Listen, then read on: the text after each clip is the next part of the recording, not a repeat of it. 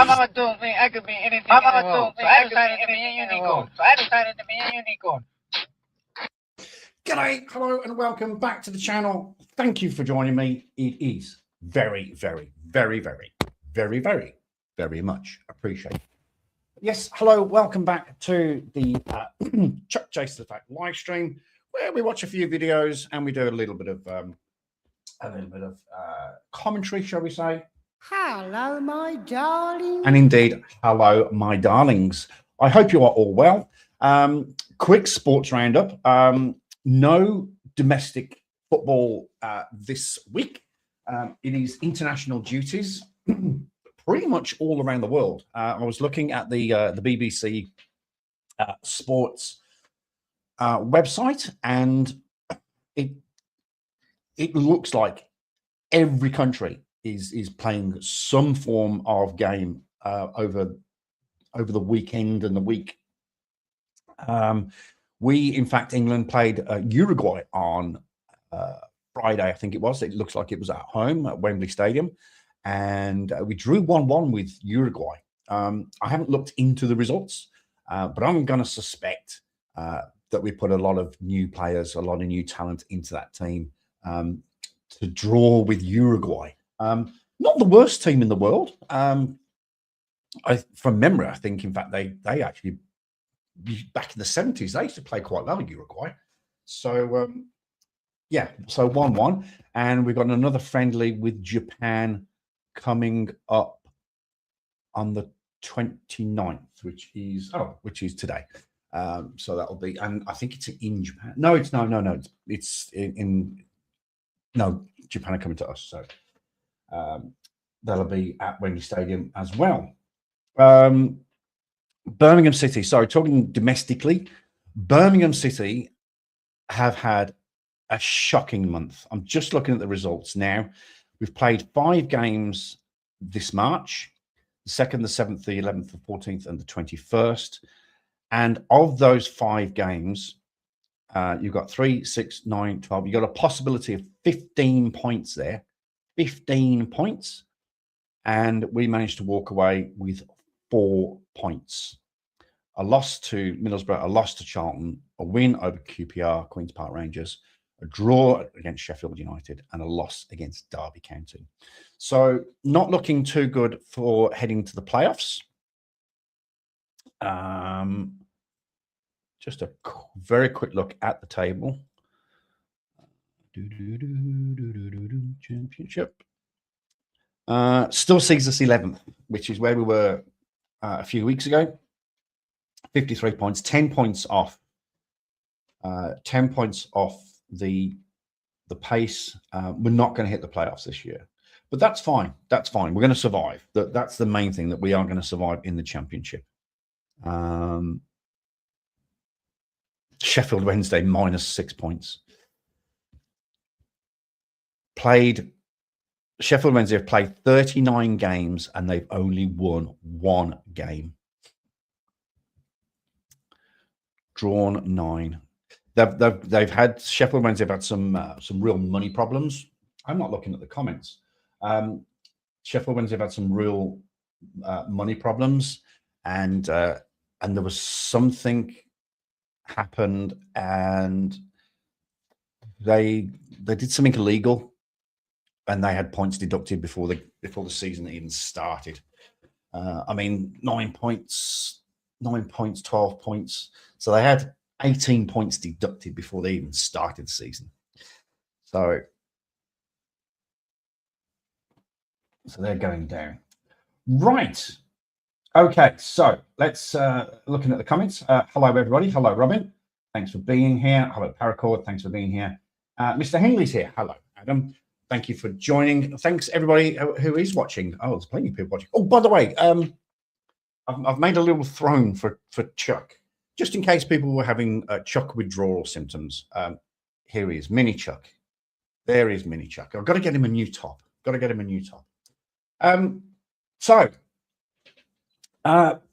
Yes, the breakup show.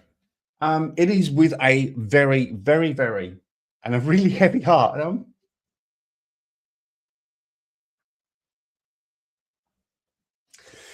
Getting a bit emotional.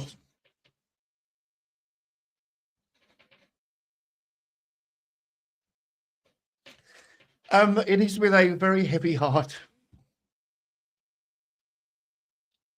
Wow.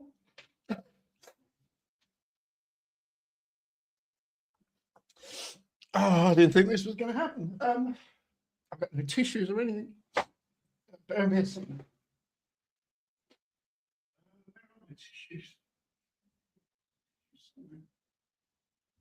I'll get you. I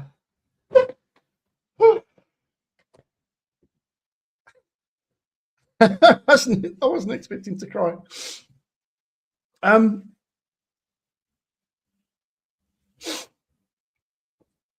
It is with a very heavy heart that I have to announce that Tiffany and I have parted our ways.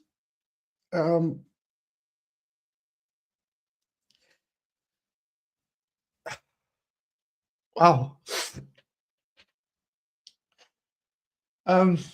Yes, Tiffany and I have parted ways. We are no longer a team, and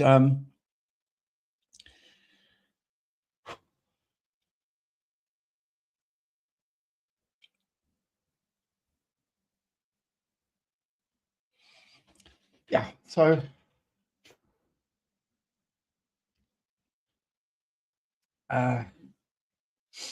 and I it was my fault.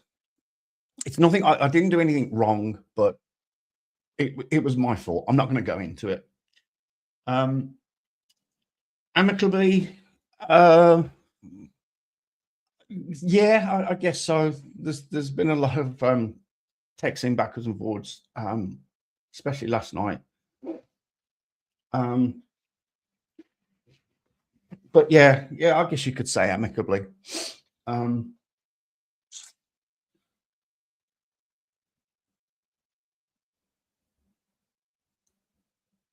But man, I really liked the girl. I really liked her. I really liked her. But that's okay. Anyway, I was playing a bit of no, I'm done. I'm absolutely 100% done. 100% done. I'm not even interested. Not even thinking about it. Not even nowhere near interested. Oh, I'm really upset. Let's play a video. Let me just get myself together, and let's watch this video, and we'll come back and have a wee chat.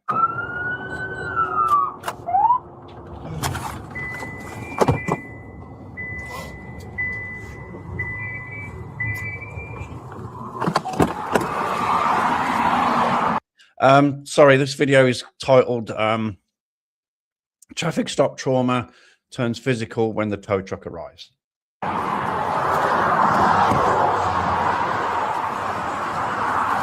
So you can update my location of First Street in US 1.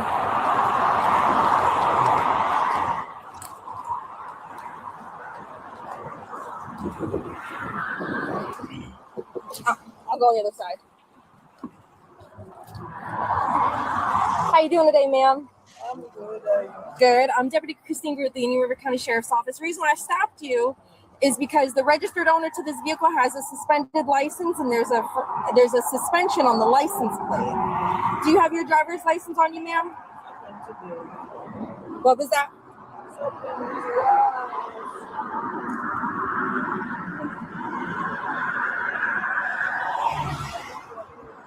Is this your vehicle or your husband's vehicle?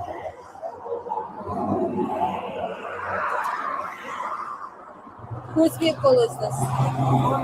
Yours? Your family's? Okay.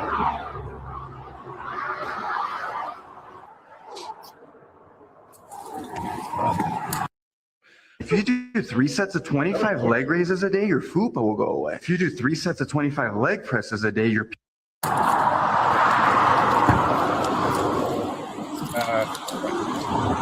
There I Miss Paul, am. Okay. do you have the insurance and registration for this vehicle? Just a quick question. You are hearing me okay, aren't you? Because I'm doing this microphone just to the side thing again. Where's my mouse gone? There it is.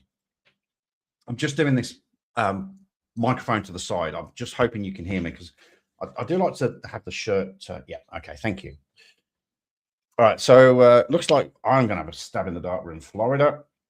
When my ex-girlfriend broke up with me, it was just it is upsetting. It is upsetting. So yeah, I'm really heartbroken. But hey, that's all good. Yes, sorry, I've just broken up with. Well, Tiffany and I have broken up. So hello, Goddess. Glad to have you along. There's lots of people here. Oh, excellent. Okay, thank you, guys. I just want to make sure that you can hear me because I don't want the microphone right in front. So that's all good. Right. So yes, I'm guessing we're in Florida. It's in your husband's car, so you don't have those documents, ma'am? They're over at the home? Okay, so not in the car.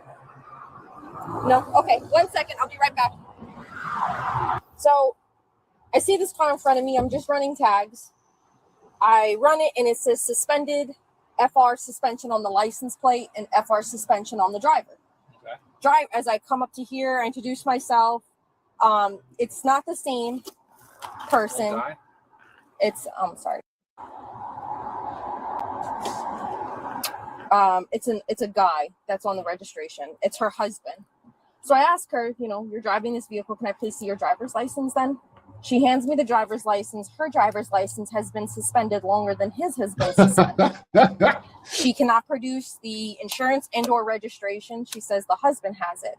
Am I still okay to give her a citation? This is FR, this is a tax suspended on E-site? Yes. How long have you been a police officer, young lady? If she's suspended, are you thinking arrest or citation? Oh, okay, that's probably what you're thinking. That's a really good question. I don't know the policies of what your powers of arrest are. Driving while suspended, I think, is just a ticket, isn't it? Or a citation to get them to court. If that's what you're asking, you totally, and tow the vehicle. Does it say no insurance on file?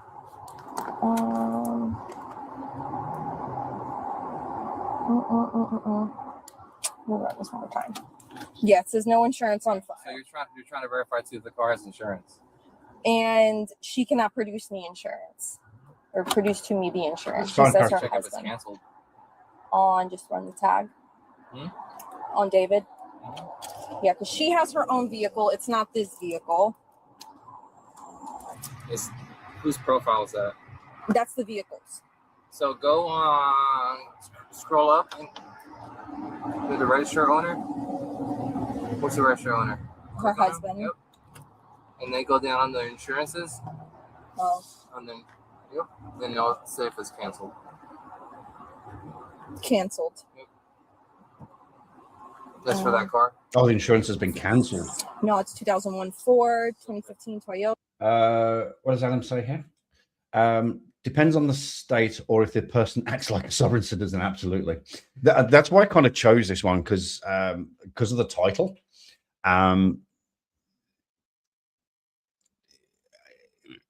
The tow truck's obviously been called, or it's going to get called.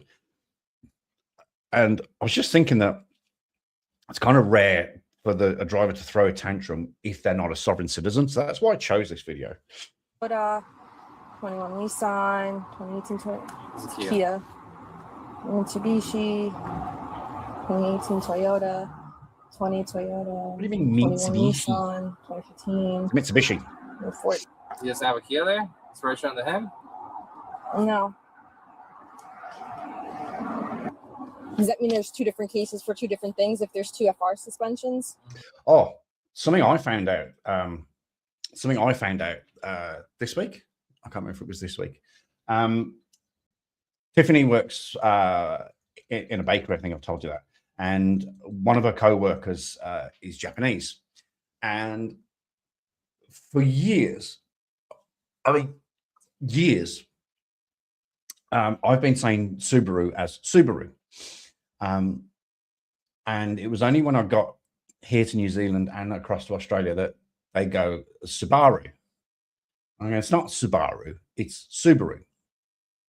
Subaru, Subaru, Subaru, Subaru. Anyway, a Subaru is a Japanese car.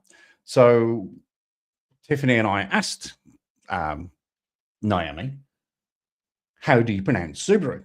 And she actually said it's Subaru or Subaru. So I have had to correct myself 55 years. I've got to go. My stepson's calling me. All right, Adam, thanks for popping in, mate. Appreciate it. You take care out there.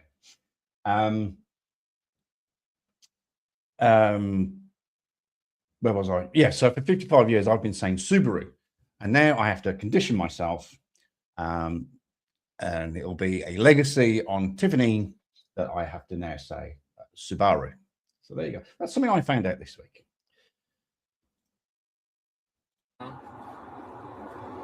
So that's 2022, and that's 9/8 of 25. That's probably for the insurance. But he doesn't have this car under the insurance. What I'm assuming is they probably just bought this car and they didn't swap over insurance to this car. Don't assume anything. You should have to show proof of insurance before you go on. Right. Oh, they also went to Palm Beach County. They also went to Palm Beach County about it. But she's suspended. Okay. What's she suspended for? And yet you probably still say Citroen. Yes, I do say Citroen. I think it's Citroen, isn't it? Is it Citroen? Citroen, yes. Citroen. I saw a Citroen the other day, actually.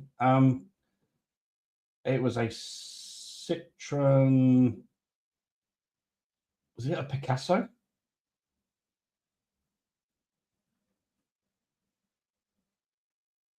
I can't remember what it was now. And I went, bloody hell. I haven't seen a Citroen badge. The badge has changed. Badge has changed a lot. Very, very surprised about the badge.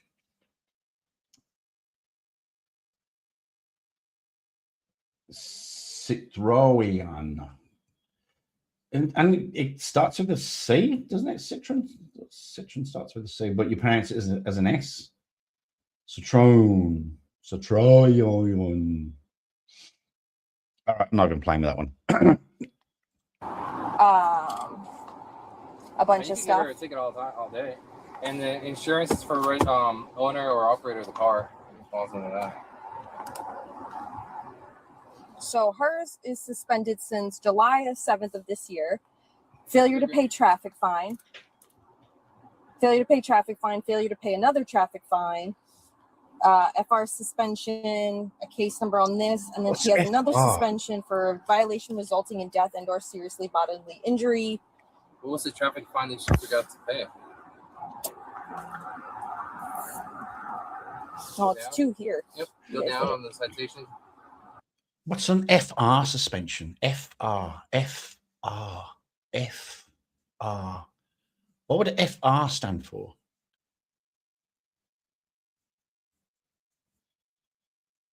FR. I can't even think what FR stand for. Dispositions. That's the same citation number. And I've got to admit, I do love the way that America suspends your license for non-payment of fines. That's pretty good because they can do it for child support. They can suspend your license for non-payment of child support, which I think is brilliant. That's really good. I like that. Nope. Failure to obey steady red. This is not proof of insurance. It's not good insurance? No, this is not insurance. Who's responsible to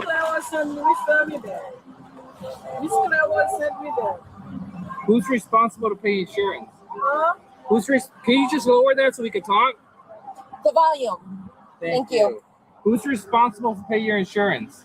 My husband. You know, one of the strangest things, it wasn't that important in England because the weather in England was never brilliant. But when it did get hot, the vests became incredibly uncomfortable. And you got to remember, I had my vest given to me back in 2000. Back in 2000, and when they were very young, and they were so bulky and so thick. The Kevlar was incredibly thick. But I'm just looking at his uniform. Now, America can get pretty hot.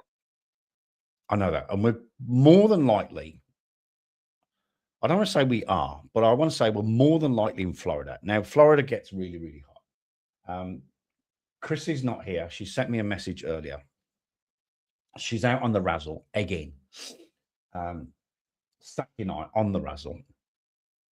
But Florida gets hot. Why are police uniforms black? Black is one of the worst colors you can have. For example, and I don't know why it happened here. I'll have to do some research on this. But obviously, our rugby team, the All Blacks, we play in black. We're in one of the hottest countries in the world. And they play in black.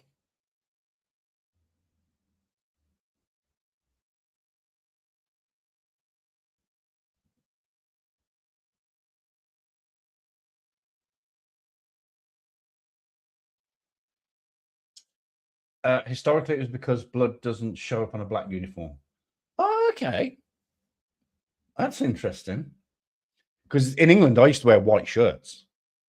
I used to wear black trousers, white shirt, black tie, and my vest.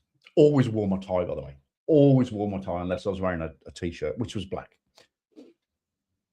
I haven't looked at the video, but there is a walk-up sobriety where the lady does 9 steps, does 9 steps spinning around in a circle, 9 steps back. Never seen them. I think I know the one you're talking about. I watched it a couple of weeks ago. I think I know which one you're talking about. And there's another one. I mean, this is going off a completely different topic, but there's another one that does 22 steps. And she goes, "Is that right?" And black doesn't show up dirt as much. Yeah, I've been in some pretty rough situations, and yeah, it never got changed. You've seen my New Zealand uniform. That's blue. That is actual literal boys in blue, boys and girls in blue, shall I say, to be politically correct. That showed up a lot of dirt. But black, yeah, it's just that black's so hot. Black is a hot color. It attracts and it traps the sun. So yeah, always wondered that. Well, thanks, guys. Thanks for the love it when you contribute like that. What insurance company do you have? Yeah, I got insurance. I received that today. Do you know what policy?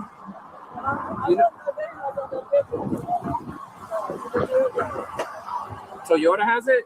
Yeah. You're supposed to be responsible to have that in the car at all times. No, it's not if I need it to be there, man. Okay. How often do you drive this car? How often do you drive this car? Anywhere I can. Okay. Is there any way you can provide proof of insurance?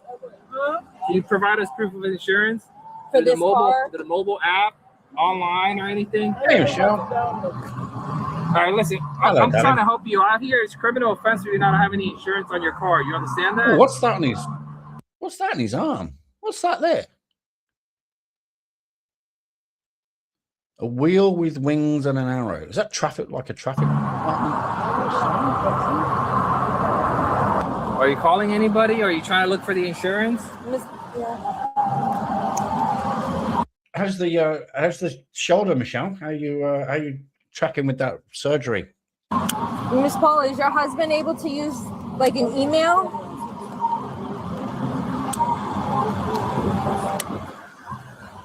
Miss Paul, can you call your husband to see if he has the insurance on his phone?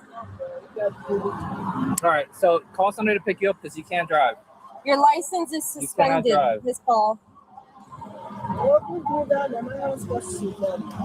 No, ma'am. You have to get a ride. You have to get a ride. This vehicle has no insurance. She needs to stop tapping the car with her nails. She could potentially damage that vehicle. I know that's a bit of a stretch, but I was just looking at her nails. She's got some really nice, very strong nails, and she keeps tapping the car. There's potential there for say she's damaged it. You can insure an NTA. For what? Huh? The insurance? Yeah. The insurance. Do you have a printer on you? Is there a way? My car? I don't. My printer's not working. Do I email them? Oh, Yeah. motor unit. See his vest. Microsoft Oh, PDF. motor unit. That's what the wheel on his arm is with the wings. Ah, I've lost my wings. I can't find them anywhere. Can't find them. I used to have so when I graduated my driving course, what we call in England my advanced driving course, we had a set of wings. It was a set of wings with actually not dissimilar to that. It wasn't dissimilar to that. It was a wheel, like a steering wheel or a wheel like that, with two wings either side. Looked like pilot wings. And we used to wear them. And you either got gold, so you were either a grade 1 gold or grade 2 silver, and I was a silver. I totally screwed up my drive. Oh, I screwed up my drive. I was having a brilliant drive. So I was driving. The assessor was in the passenger seat, and my instructor was in the back. The instructor always went along on the ride, and I was having the most amazing drive. I was doing everything right. I've got all my commentary right and everything. And then just before the bandit car came, I've told you this before, that you're driving along and you're doing commentary about.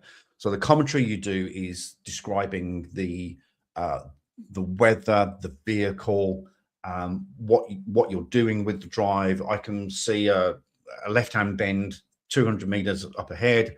I'm preparing the gearbox and bringing the speed down and changing. So you're doing that kind of commentary, and then a bandit car comes down in front of you and takes off, and the instructor goes, "That's your armed robber." And then you change mode and you go into a different type of commentary. You go into what the commentary we hear on the videos.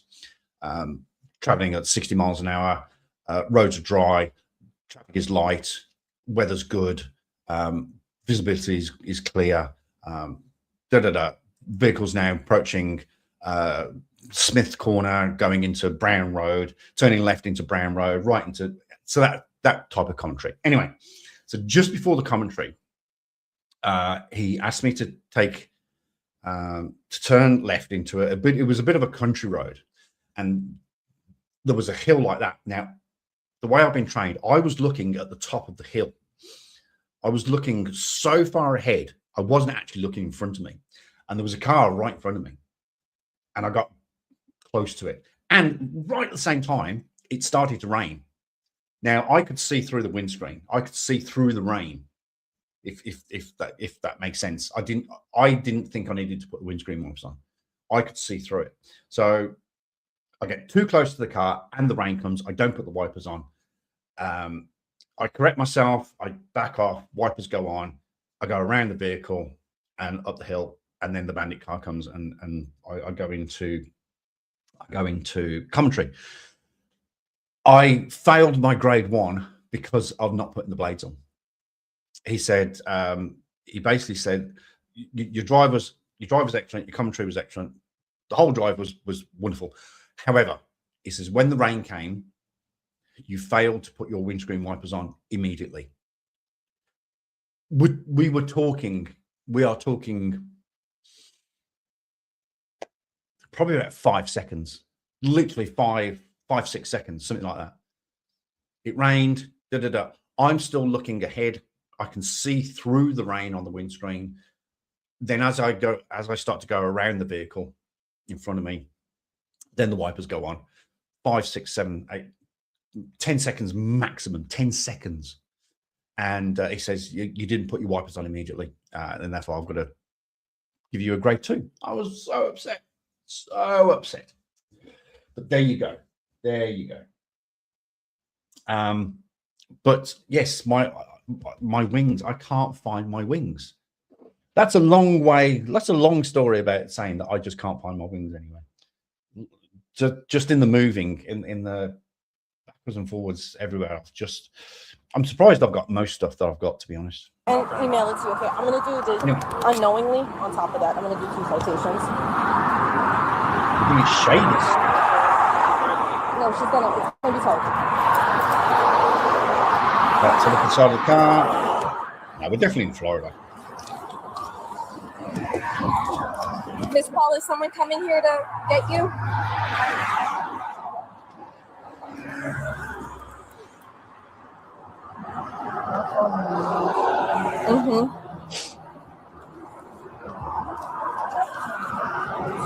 Where are you on your way to?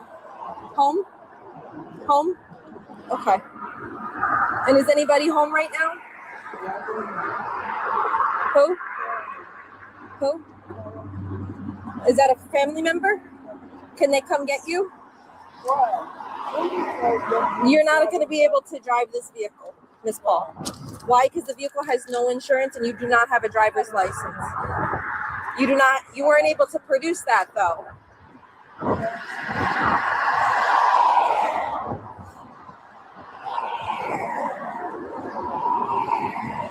Would you like me to talk to your husband?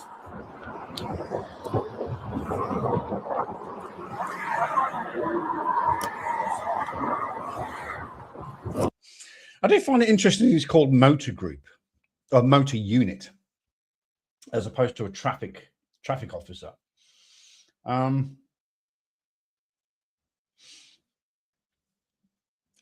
obviously I worked on traffic for 2 years, and we were the traffic department. My call sign was Lima Tango, Lima being the division I worked in and Tango being traffic. So we were Lima Tango, we were Solihull traffic. So I just wonder what motor unit means. Interesting term. But you have a suspended driver's license, Miss Paul. You can't operate this vehicle. I'm not doing anything to you.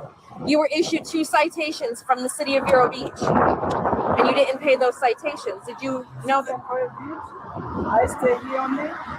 This is Vero Beach. Because I stay Vero Beach only. No, you were given 2 citations from a city police department. Okay.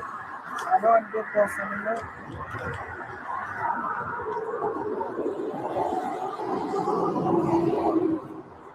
Are you calling a family member, Miss Paul? Okay, Miss Paul. So I have 2 paperworks for you, okay? So I'm going to be issuing you a citation for your... Well, the thing is, she's not this isn't an actual sovereign citizen, which is...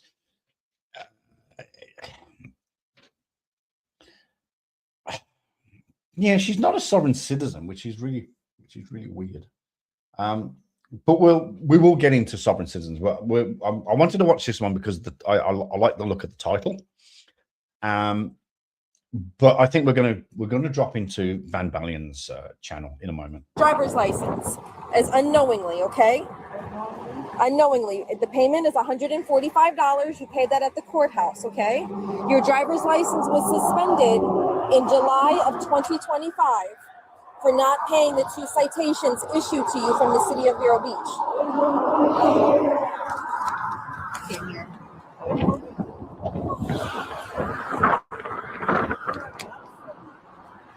Did you pay those citations, Ms. Paul? You did? How did you pay for them?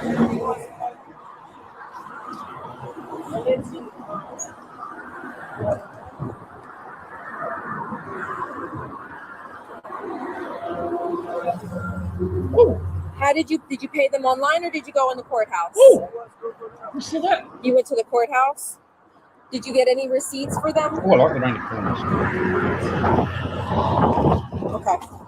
So then on top of that, Miss Paul, which was the part that she signs at? About my name. Okay.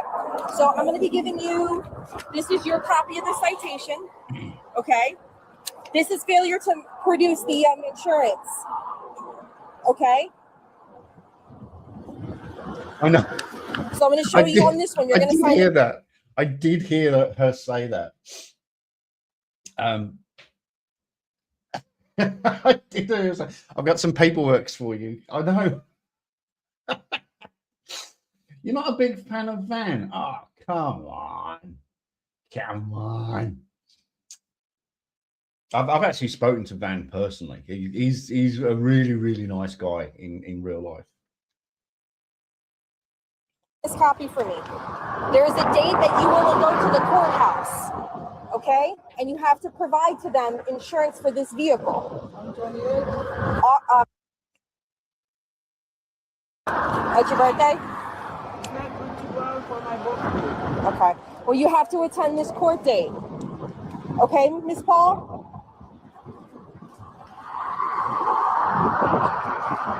There is no pay on this. You have to go to the courthouse and produce insurance. She's got some okay? ink. For this Kia. Thank you, Miss Paul. Quite young, That's eh? your copy. This is mine. Now, Miss Paul, this vehicle is going to be towed. Okay? Understand that infraction is criminal. So in lieu of you going to jail, in lieu of you going to jail in handcuffs, you receive a notice to appear. You understand? Okay. All right. That answers that question then. So yes, she could be arrested for driving on suspended license. Okay. Thank you, Mr. Traffic Unit Man. Sorry, Motor Unit Man. So yes, so she could have been arrested, but regardless, whether she gets arrested or gets a ticket or gets some paperwork, the car has got to be towed. Okay. Yes, but you get in a crash and you have no insurance, it's also a crime. You understand that? What is it? Yes, I got that, Shell. You have to I'll give you a call on that. Okay. Well, then you can go to the courthouse with the insurance on this date and provide that to them. So, Ms. Paul, you're going to have to get out of the vehicle now, okay, ma'am? Okay? Why? Because this vehicle is not insured, and because it's not insured, we have to tow this vehicle. Why do you have to be so? I'm not, everybody gets the same treatment when they operate a vehicle with no insurance. Absolutely. No, we're not taking you with it. Just as I left England, it was starting to come through. I'd left traffic because of funding, and I'd had to go back onto the beat. But I was still in touch with the traffic guys. Obviously, we're on the same building. They were just like 50 meters away. But they were telling me that new laws were coming through.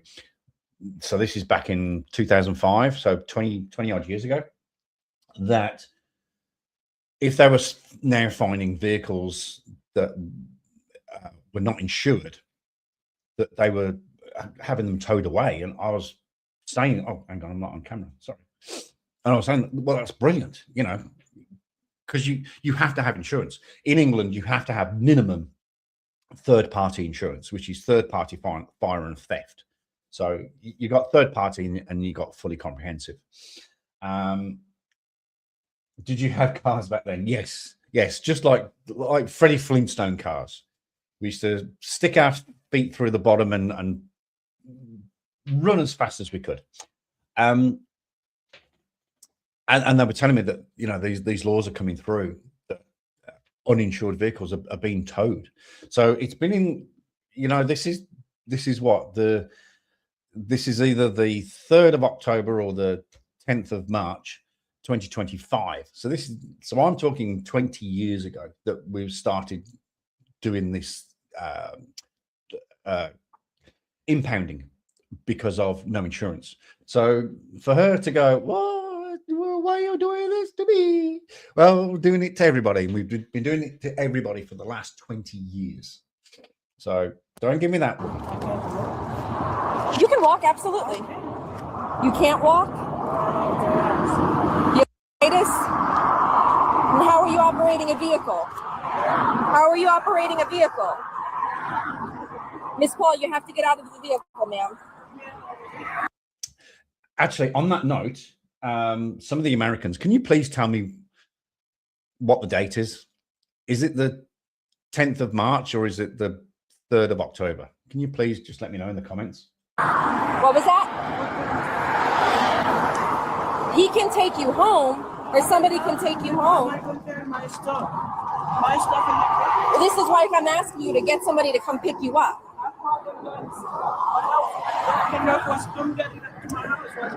I cannot know. The vehicle's not insured. Every day you've been Shut up, you. me, okay? Every day you and them I see you all the time in my life. I will take you off in my life. Okay, ma'am. I still need you to... I don't do nothing for you. Okay, ma'am. I need you to get out of the car. You have to get out of the car. Would you like me to call somebody? I can call somebody to come get you. It's October 1st. Thank you very much. Very sunny for Miss Paul, October. I can call somebody for you if you like. She's not getting out of the car. You need to get out of your car. He's got some serious nails, that officer. He really has. You understand that? I'm not going to resist. Ma'am, come out of your car. Oh, now she's getting all sovereign citizen. I'm not under arrest. I'm not out. Today I'm not out. Today I'm not out. Today I'm not out. Not him. Stop. Not him. I'm just fighting him. Not him. Stop. No. Stop. Like him. Let me go. Stop. Don't bite me. Not him. Whoa. Not him. My car. Not him. Not him. Not him. Not him. What like him? What like him? Is she Like African? him. Like him. Like him. Like him. Like him. Like him. Yeah, I think she's from Africa, right? Like him. Like him. I'm telling you what food labanu. What food labanu desha. Feed nu desha. Like him. Was it French? Feed nu desha. Like him. French Guyana? Like him. What is she doing? Feed nu desha. Like him. Like him. Like him. Stop. Stop.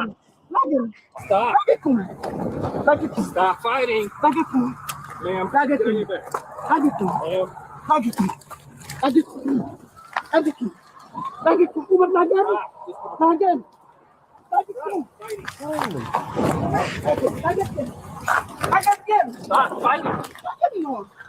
Ma'am, Stop. Good job she's got knickers on. Ma'am, stop. You break my arm. You break my arm. Stop fighting. Lag him. Stop You fighting. break my arm. Lag him. Hold on. Let's just keep her there. Lag him. You want lag him? Lag him. No, I'm a man. Let him never see the Trying to get man. out of here. Good gracious, man. Lag him. No, please. Give me your other hand. Lag him. Just drag her out. Lag him. You drag her feet out on the front of the car. He's totally wrapped up. She's been pulling on him. Hold on. What one do your bum like? Get your hand out. Lag him. Get your hand out. Stop Lag him. resisting. Goodness gracious. Lag him. You want lag him? You go. Lag him. Lag him. No. Stop resisting. Lag him. Lag him. Stop scratching me. Lag him. Oh my Stars. What lag him? Tell everybody they can slow down. Sorry, sir. I don't know. He can't get to his radio, you clown. It's wrapped up in a. Come on. Good. Hold on. Let me get Goodness some noise now. gracious. I'm glad I picked on this video. Right, he's got his radio back. He's going to need a new cable. Stand up. Lag him. Good? Yeah. Lag him. You got it? Yeah, I got it. Come on, lag him. Wow. Lag him. Indian River Which way County. you going? Where's Indian River County? Yeah, that's what Yeah, that's what I was thinking. I don't know why you was calling me to go to work. You already searched her? I don't know why you use me with Calm that down. sign. Calm down. Lag him when me. Lag him when me. Stay. Lag him when me. Watch your head. step in the car, man. Sheriff negotiator. Wow, I think I am telling you, step in the car. way I'm beyond front of you. negotiator. Man, you're under arrest. Do not resist. I kidnapped. I'm. Now sit down. Okay. Sit up straight. Thank you. Sit up straight. I can't. There you go. Okay. Goodness gracious me. Are you good? Yeah. Good, buddy? TWLS. That's it. Jesus. Are you That's all it was for. Yeah. She wouldn't get out the car. She saw the tow truck and lost it. She was charged with battery, resisting arrest without violence, and not having Without insurance. violence. Oh, come on. The court found her. The court found her to be incompetent to proceed with the case. No way. Thanks for watching. Be sure.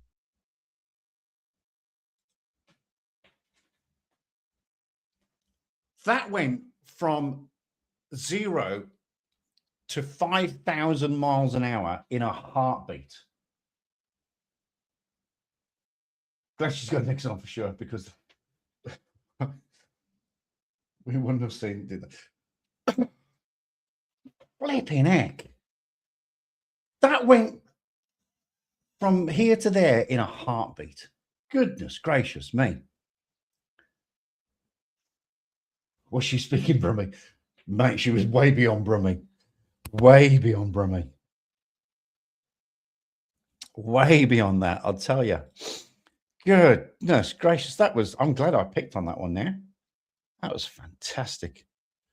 I'm just reading the comments here. Resisting without violence. It sure looked like she was being violent to me. Yeah.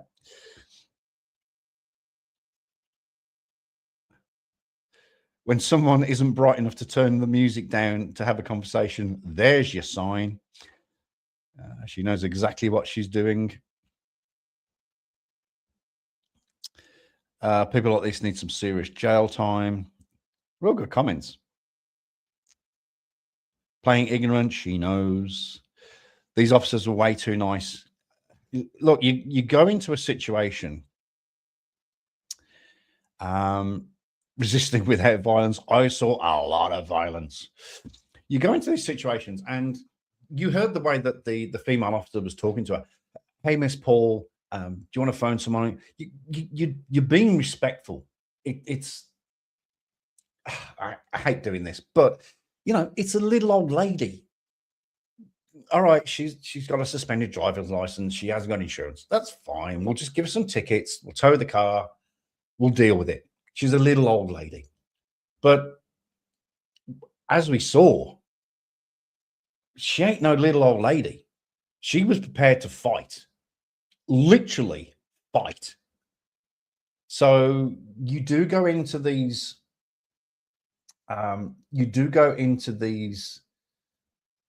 situations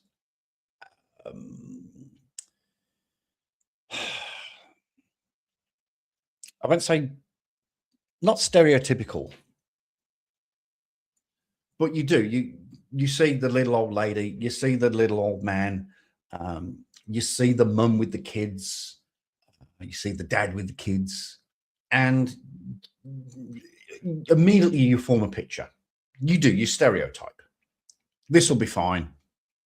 This will be fine, absolutely fine. The mum's not going to upset the kids. The dad's not going to upset the kids. The little old man's not going to kick off. The little old lady's not going to kick off. But I think you go into these situations stereotypically. But at the back of your brain, you've got to have that backup plan. You have to have that backup plan. You have to think, what if this does turn to shit? What if she's not the little old lady I think she is? So you have to have it back there. Profile, yes, kind of profiling. Traffic units should be equipped with cattle prods. Well, they technically are equipped with cattle prods. It's called a taser. Yes. Profiling. It's a kind of profiling. It's stereotypical.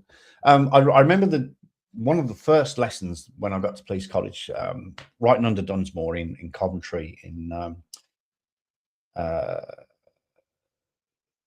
16th,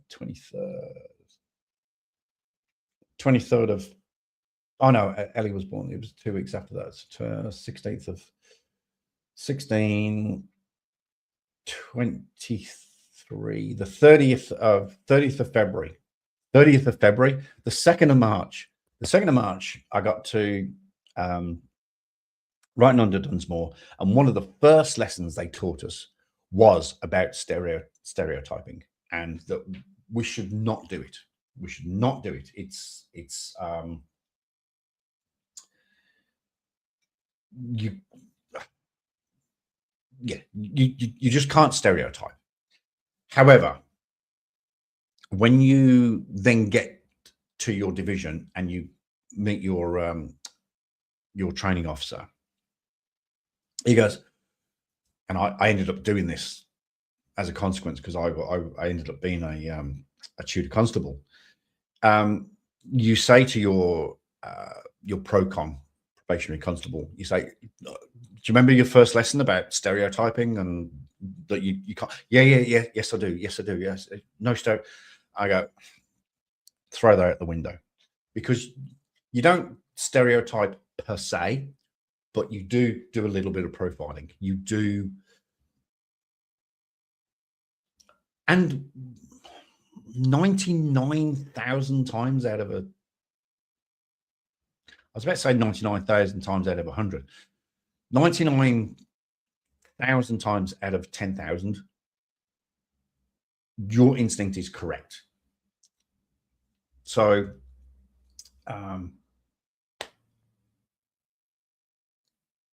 so yeah, well I've totally lost my train of thought then. So yeah, they were being very respectful to Miss Paul, but Miss Paul didn't want to play the game. So I guess I understand why people view me with suspicion, even though you are the little old lady. Yes, absolutely, you are the little old lady, but I've no doubt you could spark up very, very easily, very, very quickly. Anyway, well, I did enjoy that. That was a good video to start off with. Good video to kick off with, as they say. Retro's having a marathon. Retro Apocalypse live gameplay marathon. Oh.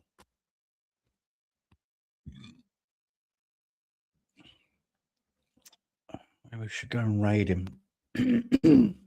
Okay, Van Ballion.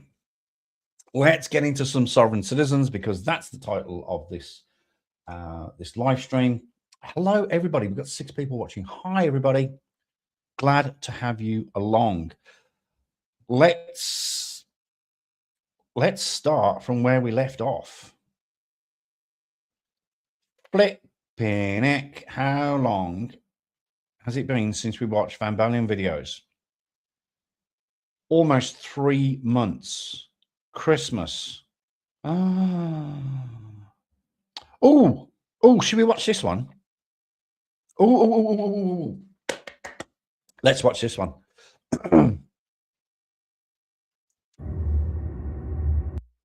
Hang on. We'll watch the whole thing. We'll watch the whole thing.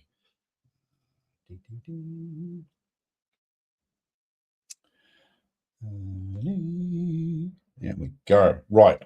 We're going to watch the whole. I've got to fly in them. Get out of here.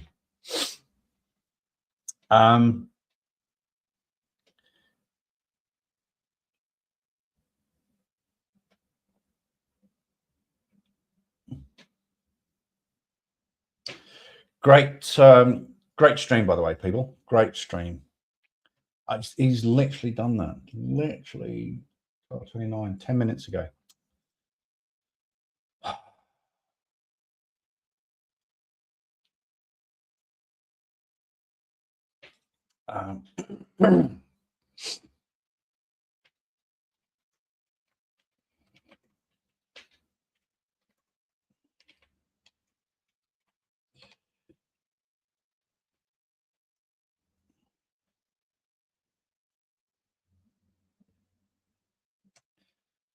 All righty.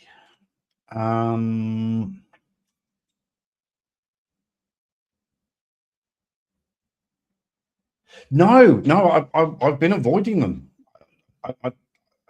And I don't mean that in a nasty sense. I just mean because I like to save up his videos for flies annoy me. I like to save up his videos for bingo. We must play bingo again one day. But we're going to watch this one. This is the top 10 sovereign citizen window breaks of 2025. Grab the popcorn. If I could send you all a bucket of popcorn right now, I would. Let's settle in, knuckle down, and watch this video.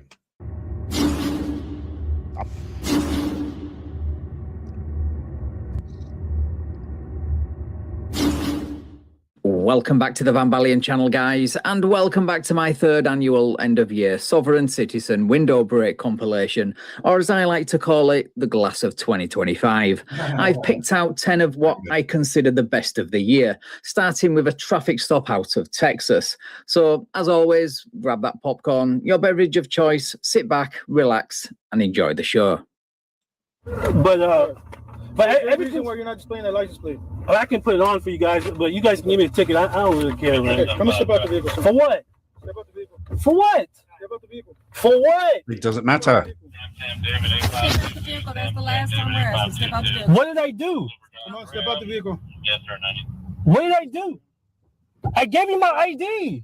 No, you gave him your passport, a document he didn't ask for. Come on. For what? You're under arrest for not displaying the license plate. Come on. How am I under arrest? I already told you you're under arrest. Come on. Open up the door. I'm not under arrest for what? Open up the door. I have the code. 502.003. I love this. No, I'm not under arrest. Yeah, you are, because the police officer said you're under arrest. The words out of his mouth are, you are under arrest. You saying, no, I'm not, doesn't change that. It's not a game of I'm trying to think of a game. It's not a game of snap.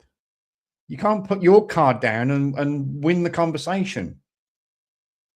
It's the police officer said you're under arrest, and that's it.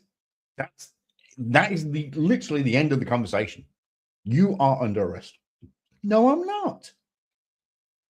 Hey! Now you're being under arrest for traffic violations. Come on, step out. How? Step out. Step out of the vehicle. How am I being under arrest? Nice badge. One more time. What okay, badge? if you don't step out the vehicle, I'm breaking your window. I'm not stepping out the car. I want your supervisor. Can you please get your supervisor? Dude, read the room, so to speak.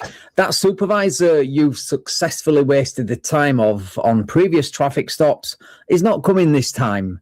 The game is up. The jig is up. Shut up, Ted. The jig is up. That's clear. Just information. We have a threat again. Can I get a supervisor? Wrong. Oh, no, wrong one. Sorry. Not gonna happen. Not gonna happen. No, not gonna happen. Violent incident for that subject. That's good. I'm aware of him. All right. You got one more time. Yeah. Step out of the vehicle. I'm breaking your window.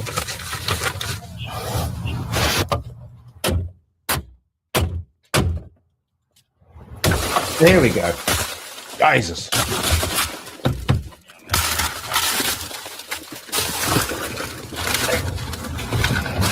I have it on my eyes.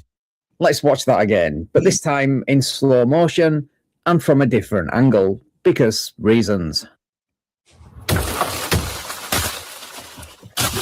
That's very shattery glass. Oh, you know what I need? I'm gonna have to find it. I wonder how quickly I can find it. Smith & Smith repair. Smith & Smith replace. I have it on my eyes. Really quickly. So, Captain Chris, like I told all of your officers here, there has been no crime committed, okay? I am simply traveling with my family. We're on vacation, exercising our constitutional rights, right? There is no law that's been broken. There's no complainant. There's no injured party. I've notified the officers. I wish to invoke my Fourth Amendment right to stay private, right? Be absent of a crime. That is my right. Sure. You can notify the President of the United States if you like. It doesn't change the fact that the requirement to identify following a traffic violation doesn't violate the Fourth Amendment. Right, and I understand what you guys are out here doing and enforcing is the vehicle code. This is my private property. I'm not registered with the state of California intentionally. I've, under good faith and goodwill, rescinded my California driver's license, right? Because I'm not acting in that capacity. I hear you. I understand you're basing this very much on the Constitution. I get that. Right. But I'm just letting you know what's going to happen. Because so as a California, and we are going to enforce California law, and that's what's going to go down. So I'm going to give you about 30 seconds to make your choice, and after that, this one of these windows. That's very impressive. Giving him 30 seconds. Right, I have found it. Smith replays.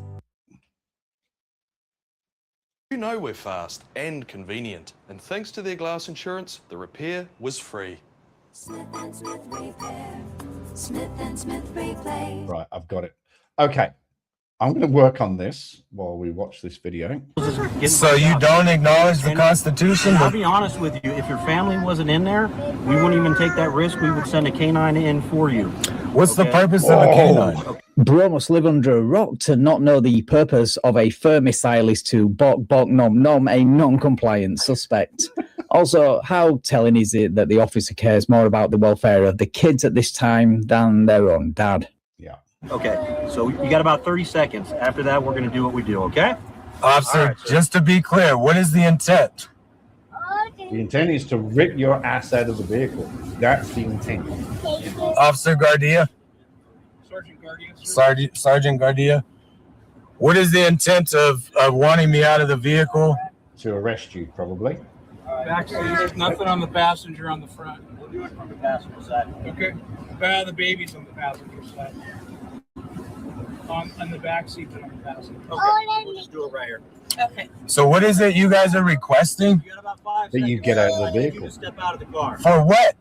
Is that a lawful order? About 5 yes. seconds, sir. Because you're refusing, you're delaying and obstructing this officer from doing his job. Obstructing is a physical act, right? No. Yes, you're physically refusing to step out of the vehicle, therefore obstructing their investigation. Yet another frauditer, law school scholar. Obstruction. Obstruction is. Sir, hide your eyes because you're going to get glass on you. Obstruction is physical. Close your eyes and look away. Close your eyes. Ready? Obstruction is. He's got a tie iron. Close your eyes. Close your eyes.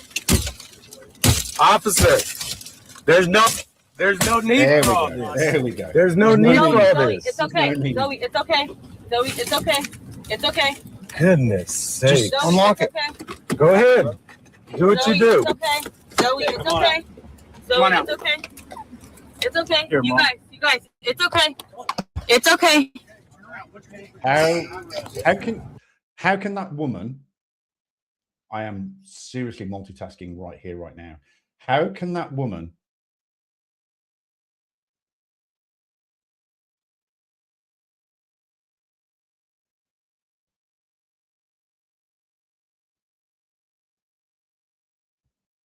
Pedro, hey buddy. Sorry, I didn't see you there.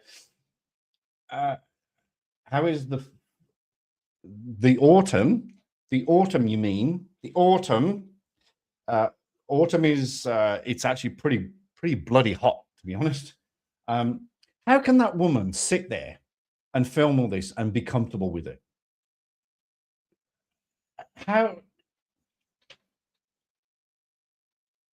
How do people do this? I'm so confused.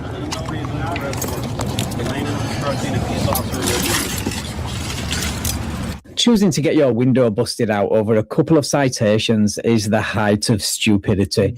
But choosing to get your window busted out while you've got 4 kids in the car is unforgivable. Thanks to their glass insurance, the repair was free. What are you doing, sir? What are you doing? Turning off the car. No one's in the car in the front seat. Why do you need to turn it off? What was the point of turning it off? The car's being impounded, ma'am. That's fine. You don't have to turn it off. Of course you. Yes, he does. He's taking no chances after the stupidity he's just witnessed. Yeah.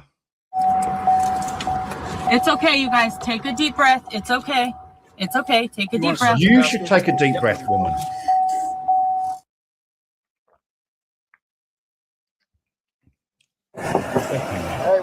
Okay.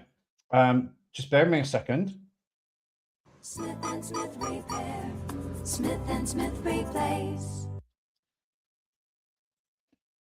You will not believe how quickly. Smith and Smith Repair. Smith and Smith Replace. You will not believe how quickly I've actually put this together. I am so multitasking.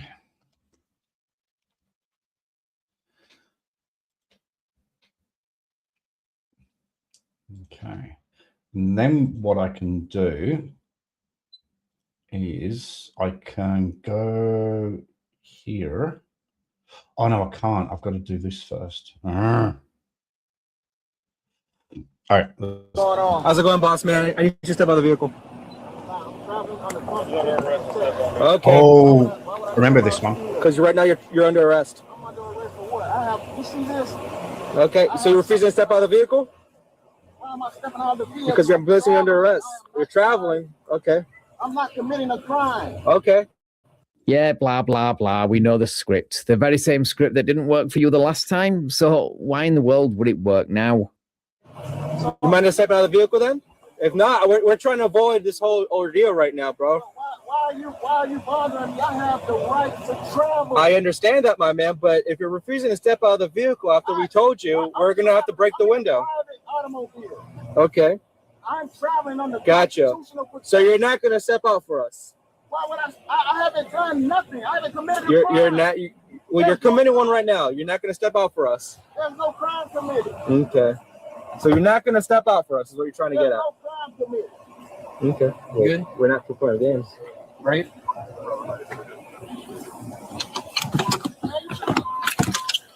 I unlock the door. Step out. Got it. Well, he did it himself. That's a lot of tint. If those, if those windows do not shatter immediately, then there is so much tint, so much film on the inside that it's ridiculous. There you go. Step out. Look what this man just did. What, you mean the thing that you could have easily avoided by not ignoring numerous lawful orders to step out? Yeah, we all saw it. I mean, it's no Officer Shipley window bust, but it's effective. Step out. This man literally just bust my window out. Yep.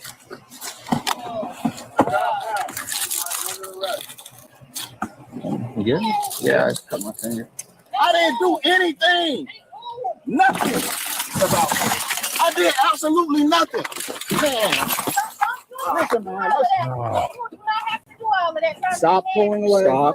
I'm not resisting, man. You're resisting right now, bro. What the hell? What kind of shit is that, man? Obstruction can be non-physical. Yeah, absolutely. That's exactly what obstruction is. But no damn reason. Okay, Autumn. There's the warning. Are you gonna step out of the vehicle? So that's a threat? That's not a threat. That's just, I'm telling you right now. A warning is give you the courteous. The courtesy. The courtesy is, Jonathan, we're gonna tow your vehicle. We need you to get out of the vehicle. I don't consent to my vehicle being towed. I just gave you a lawful order, which they probably gave you the lawful order on top of that. Now we're gonna move forward to the next level. I don't want to go there, be honest with you, because I want to keep this very peaceful, and I want to move on my way. You want to move on your way. I understand that. So I already asked you. I'm gonna ask you again, just to be clear, clarity. Okay, you know, your camera's going off. It's recording. Yeah, my camera's going off. Everybody's camera's off. Right? It's good. Perfect. So I'm gonna ask you. would you mind stepping out of the vehicle so that trooper can actually tow your vehicle and do what he has to do? And he's going to issue you infractions, and then you could go to court and you can actually contest it. And that's how we go from there. Life goes on. Yeah, it's very peaceful. I just don't consent with my property being taken. You understand? I'm already asked you. So I'm going to give you the courtesy to open the door. On your own. Hey, got it. That happened, and then when I think I've done it. Ready?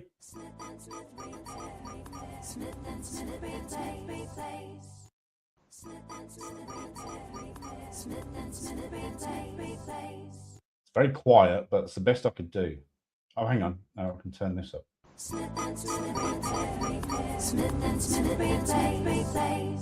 There you go. It's told. Yeah, I just don't consent to my property being told. Okay, that's what I'm saying. You don't have to consent, but this is where we are right now. Consent? I don't have to consent, but this is where we are. So what you're saying is you're refusing to get out of the vehicle? I didn't say I was refusing. All right, so you know what? We're moving on. Do what you gotta do. Whoa, that was my window. Nope. Don't reach. Do not reach. Do not reach. I don't consent, no search, no seizure. Well, you don't have to consent. Right. Now, okay, we can fix this. We can fix this. Give me un momento. Let me bring me up. There we go. Now I can fix this.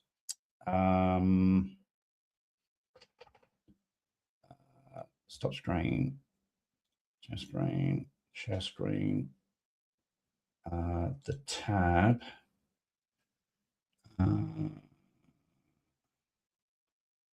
That one. Right.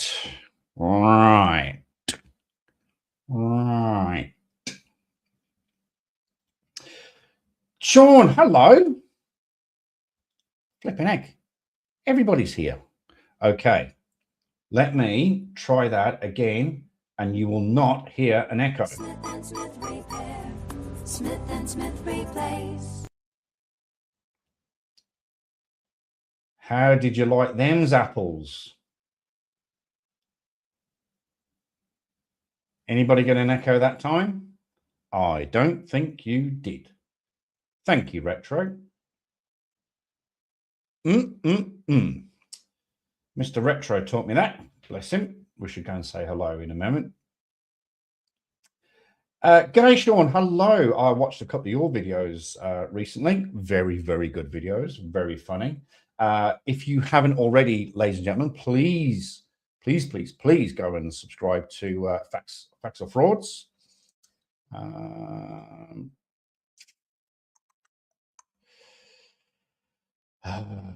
Where is your channel? There it is.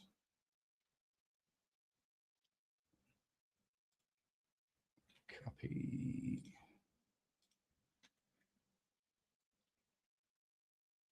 There we go. If you have not subscribed to Facts or Frauds, ladies and gentlemen, you should do so. Please click on the link that will send you direct to Facts and Frauds channel. Sean, good friend of the channel, very good friend of the channel.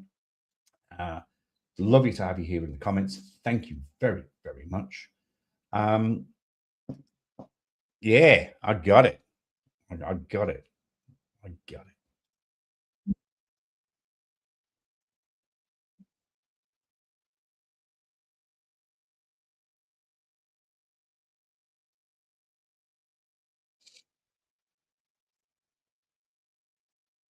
No. Well, I mean, now, as you know, this is something I've learned along the years. You are basically being arrested for, well, I think you're being arrested for being a douchebag. It's not quite a law yet, but you're being arrested for probably no license, no obstruction, resisting. That's what you've been arrested for. Now, if the officer doesn't want to ask you any questions, which technically he doesn't have to really, you know, you can't really ask questions. Why are you obstructing? Why are you resisting? So there's no reason to ask questions about the offense. Therefore, if he's not going to ask you any questions, you do not have to be, sorry, you do not have to have your Miranda rights read to you. If this was a shoplifting case, if this was a murder case, if this was kidnapping, if this was serious assault, basically, if this was any other offense other than traffic, where the officer needs to ask you some questions about the offense, then you get your Mirandas read to you. All right, you don't have to say anything. No, you have the right to remain silent. I can't remember the Miranda readings. My caution was you don't have to say anything, but it may harm your defense if you do not mention when questioned something which you later rely on in court. Anything you do say may be given evidence. The Mirandas, it's only if you are going to be asked questions about the offense for which you've been arrested or even detained. Sometimes you don't even get arrested. You get detained, and questions can lead to an arrest. Therefore, you have to have your Miranda rights. So no. And now I'm saying all this to myself. I'm convincing myself, but you're Americans. You know the fact that, excuse me, you know the fact that as an American, you don't have to have your Miranda rights read to you every time you get arrested.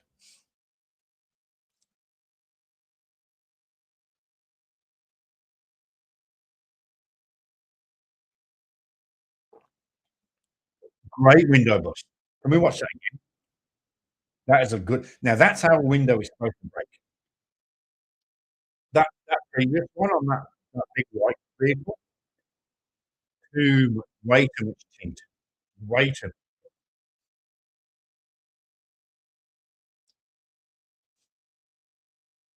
The video is muted. No, it's not.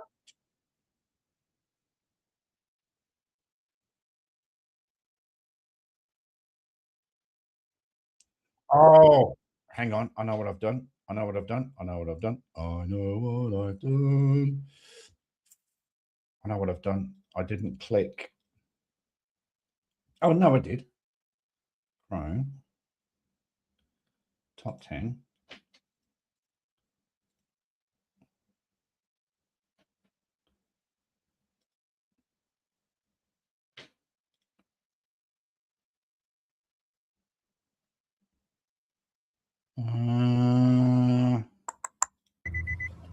Bring your knee. There you go. Now you're gonna roll. Bring your other knee. Bring your other knee. There you go. You know it now? All right. There you go. Would you have a wallet or anything to give me to come out? Let this way. Let this way. And your cell phone obviously is over. Yeah, and my foot back. And your foot back. Push your back. Right front. I'll be on this side. Watch this. Okay. All right.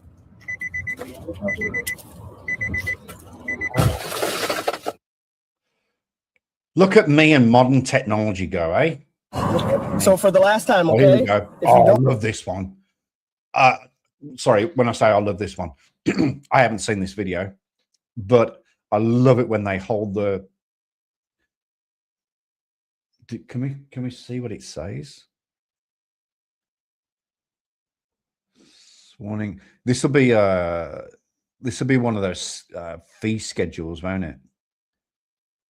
Yeah, it looks like it. Unlock the window. I'm gonna break your window, okay? I've got it. What's going on? Are you sure? When people become sovereign citizens, what they should realize, and things to look out for when encountering the police, is when gloves go on. It's not a good sign. It's not a good sign. Really not a good sign. Ready? Hey, Sarge. What? You have no relation to me. You need to read this. No. I see this deputy took the same class as Officer Shipley in how to dispose of sovereign citizen paperwork. Let's hope his window removal skills are just as entertaining. Oh, wow. Whoa. Watch out. Hey, Sarge, just breaking it.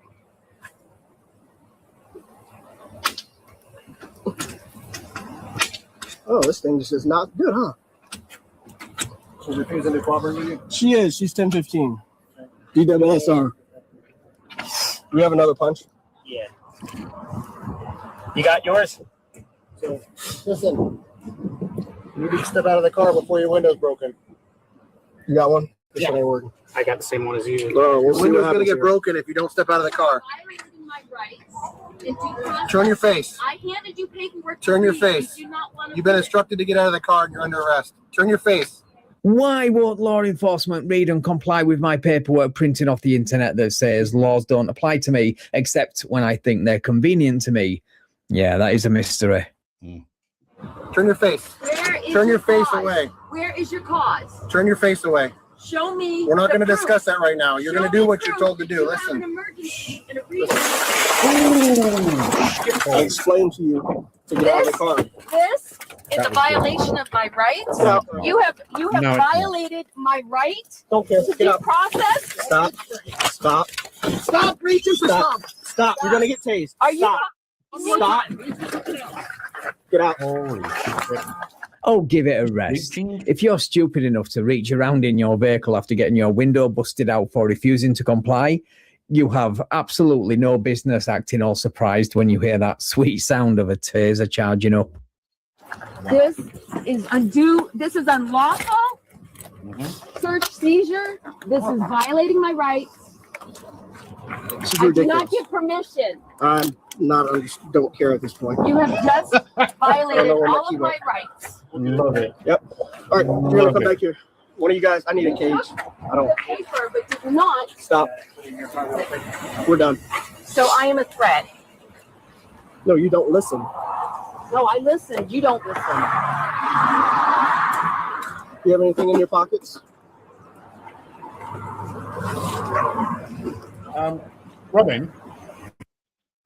Robin, just to ask a question, just to make things very, very clear. You have actually read the Third Amendment. I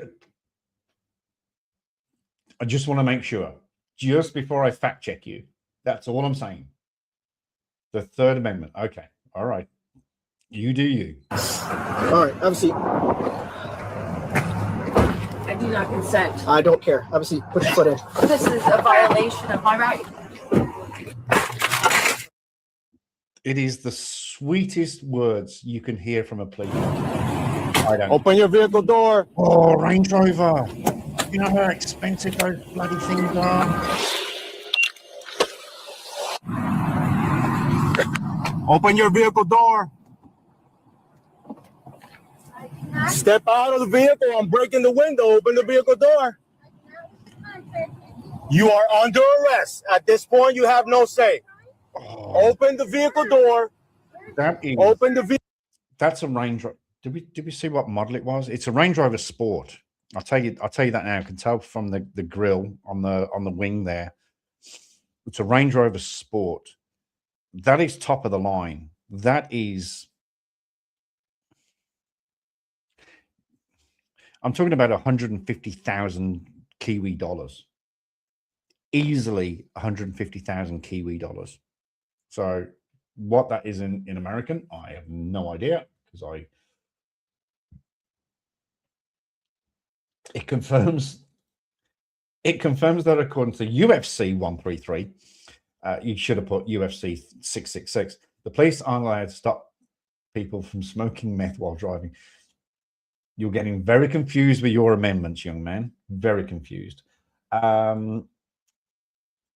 Just to clarify, by the way, for those people who don't know what the Third Amendment is, the Third Amendment prohibits the government from forcing citizens to house soldiers in their private homes during peacetime without consent, and only in a regulated manner during wartime.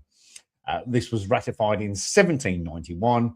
It protects residential privacy and civilian control over the military, serving as a check against government intrusion. That's the Third Amendment. Just saying for a friend. Please convert 150,000 New Zealand dollars to American dollars. What? Oh, the exchange rate has gone crazy. The exchange rate has gone crazy over the last few days. Oh, over the last month. Holy crap. So that's $86,000 worth of gear. $86,000. Later on. Shell, yeah, I'll try and talk to you later. I'm not 100%. I've got a lot to do here at home. I haven't done any housework for the last week or so. But bear with me. Bear with me. So that's $86,000 worth of gear. Vehicle door, you're under arrest for resisting. Therefore, step out of the vehicle, ma'am. The glass. You are under arrest for resistance. Step out of the vehicle, ma'am. Where's the injured party, she asks. Well, I can answer that. It's me, my viewers, for loss of brain cells listening to you ramble, and society for inflicting this sovereign citizen nonsense on them. But not to worry, the remedy is here in the form of a window bust and a meeting with the asphalt. Oh. Tint, see? Too much tint. Step out of the vehicle.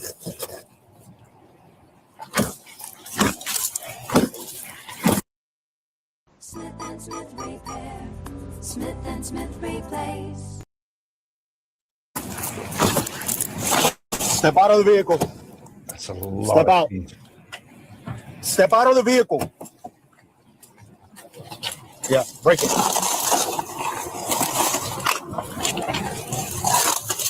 have fees for these times. Millions of dollars. You guys are going to be paid as hell. Step out of the vehicle or you're going to get tased. As you can see, these officers are terrified at the thought of being sued as hell for millions of dollars for violations that exist only in that adult mind of hers.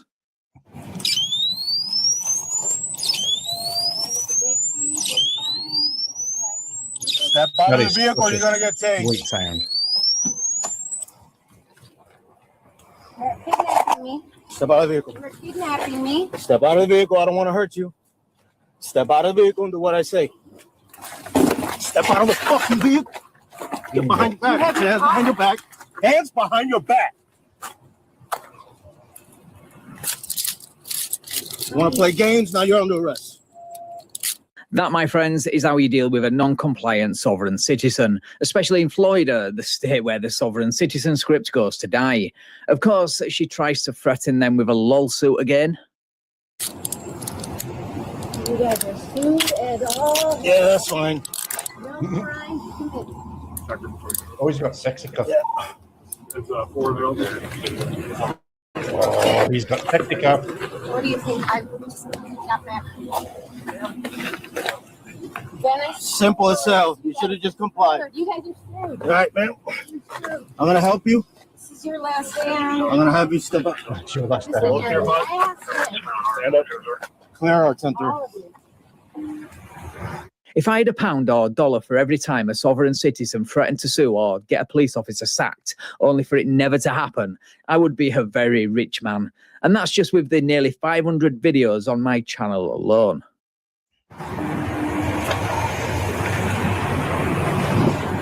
Brand new car. You guys are fucked. Open.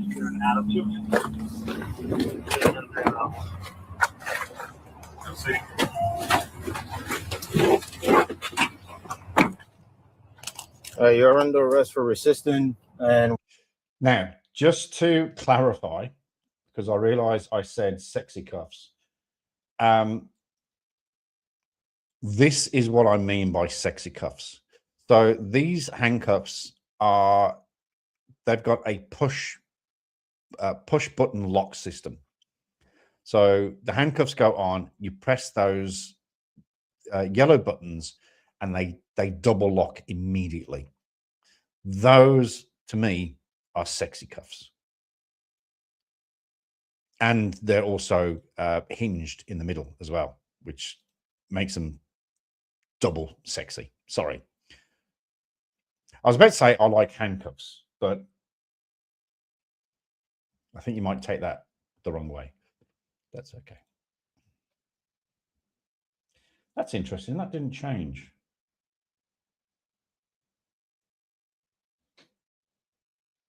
Oh. Oh, because. Oh, because I need to.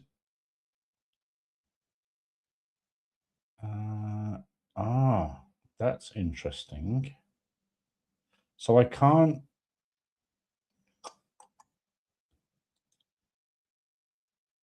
So you can't share multiple tabs. That's interesting. Right. Sorry, this is what I was talking about. So these are what I call sexy cuffs. So you press those little yellow tabs there, and that double locks the cuffs immediately. You don't need to get the handcuff key out and slide the bar across. And also they're hinged. So these are actually double sexy cuffs. These are, I would suggest that a motorcycle officer would have these, because having the locked handcuffs, the rigid. So in England, what we call speed cuffs, that bit of that link there is covered in plastic. I'm not going to show you a picture, but it's covered in plastic. So they're speed cuffs. So you actually wear them in that position all the time. Motorcycle officers tend to have these type of cuffs because they actually put them in their boots. I know that sounds crazy, but they have a pocket in their boots. So when they're arresting people, they simply reach down to their boot and pull out those handcuffs, unfold them, slap them on, and immediately hit the yellow buttons to double lock. So that's what I mean by. It's interesting. I can't. So stop share image video file. Okay, that's interesting. Okay. So you have to go back and change the tab. Interesting. Interesting. There we go. Right, we're back.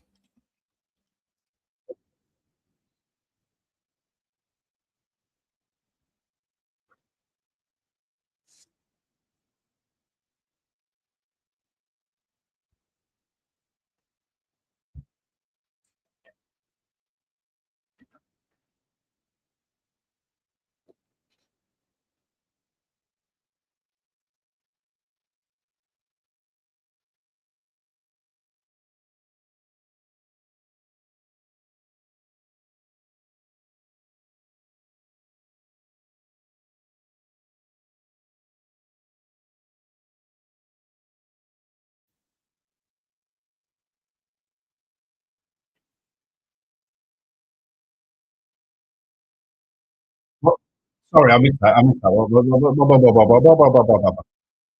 on, what was that?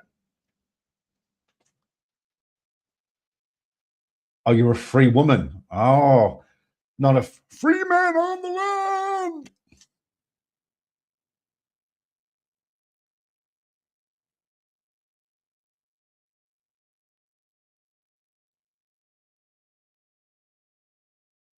Living woman.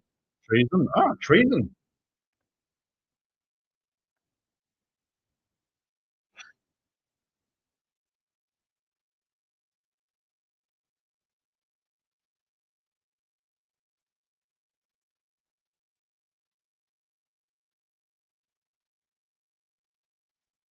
Yeah, sure.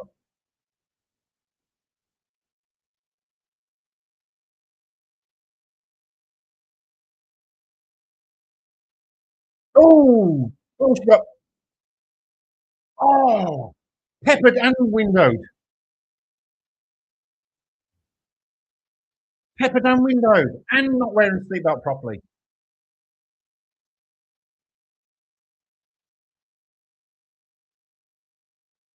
Sexy cups again.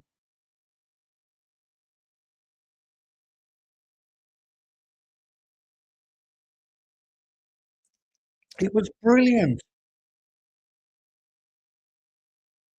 Where did the... That was brilliant. That was brilliant.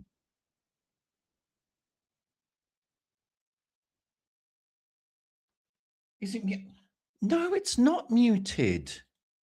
I've just had this discussion with Sean. Can you genuinely not hear it? Oh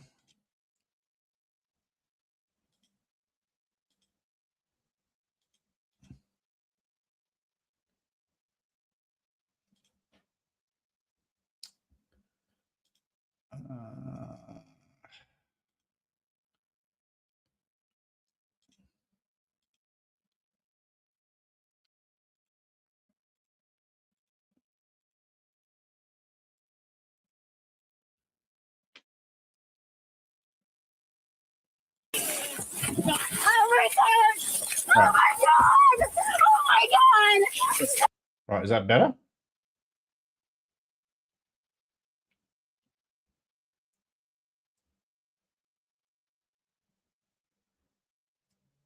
Stop it! Right, can you hear that now?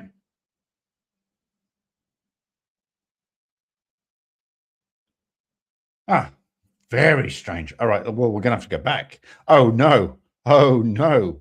We're going to have to go back and watch this one again. Bugger. Bugger, bugger, bugger. Right, here we go. We're going to have to watch this whole thing again. Cuts. Then after that, going to jail. Right. So can we hit... Oh, okay. Awesome. Here we go.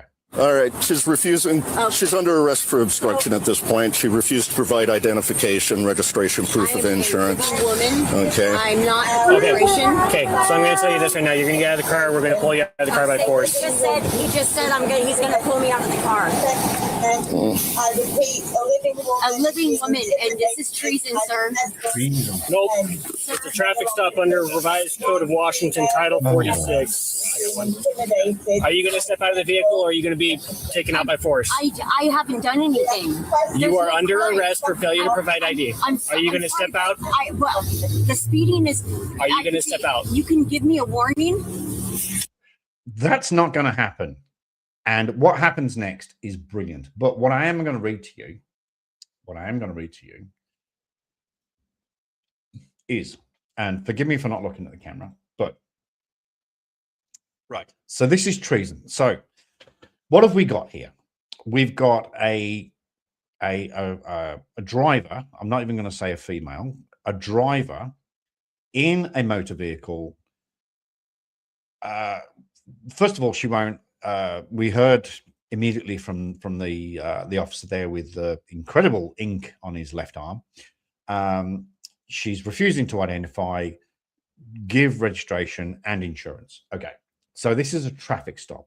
It's traffic related. It's all about traffic law. Okay. However, the definition of treason. Treason is the crime of betraying one's country, specifically by attempting to overthrow the government, waging war against the state, and aiding its enemies. It involves a fundamental breach of allegiance, and legally requires overt acts such as espionage and providing material to support foreign enemies. That's the definition of treason. Is the crime of betraying one's country, specifically by attempting to overthrow the government. This is a traffic stop. She's not providing her driver's license, registration, or proof of insurance. Can someone please, I beg you, please tell me where the treason is?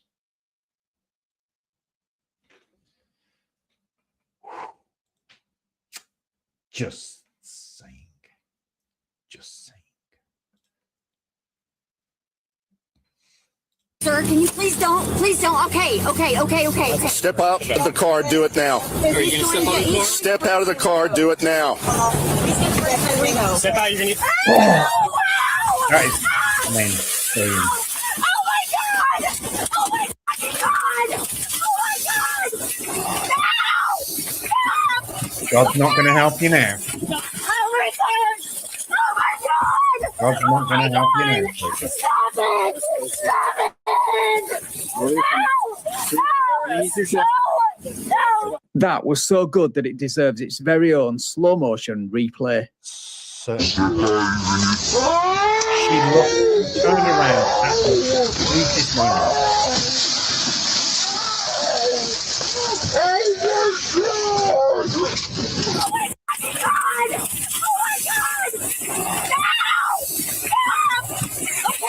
And she's not wearing a belt properly as well. Oh my god! Oh my god! Stop it! Stop it! No, liar! Nine David 8, one in custody, and we'll take aid. Why would you break my father's window? Oh, I don't know. Maybe it has something to do with the fact that you're not above the law, and not complying with lawful orders has consequences. Also, the fact that you treat your father's car with so little respect tells me everything I need to know about who you are as a person. Oh my god!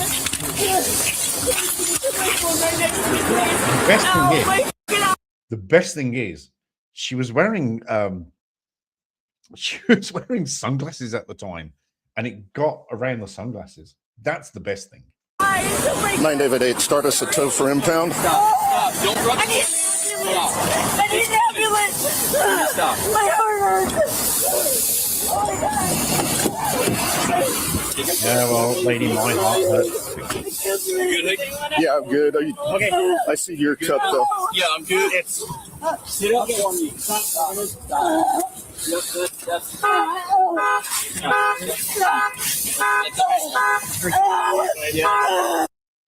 Just she just said there, my heart hurts.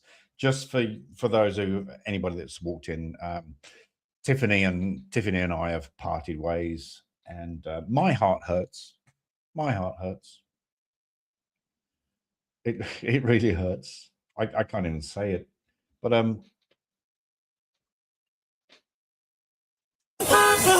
We're gonna douse some water. My chest. My chest, please.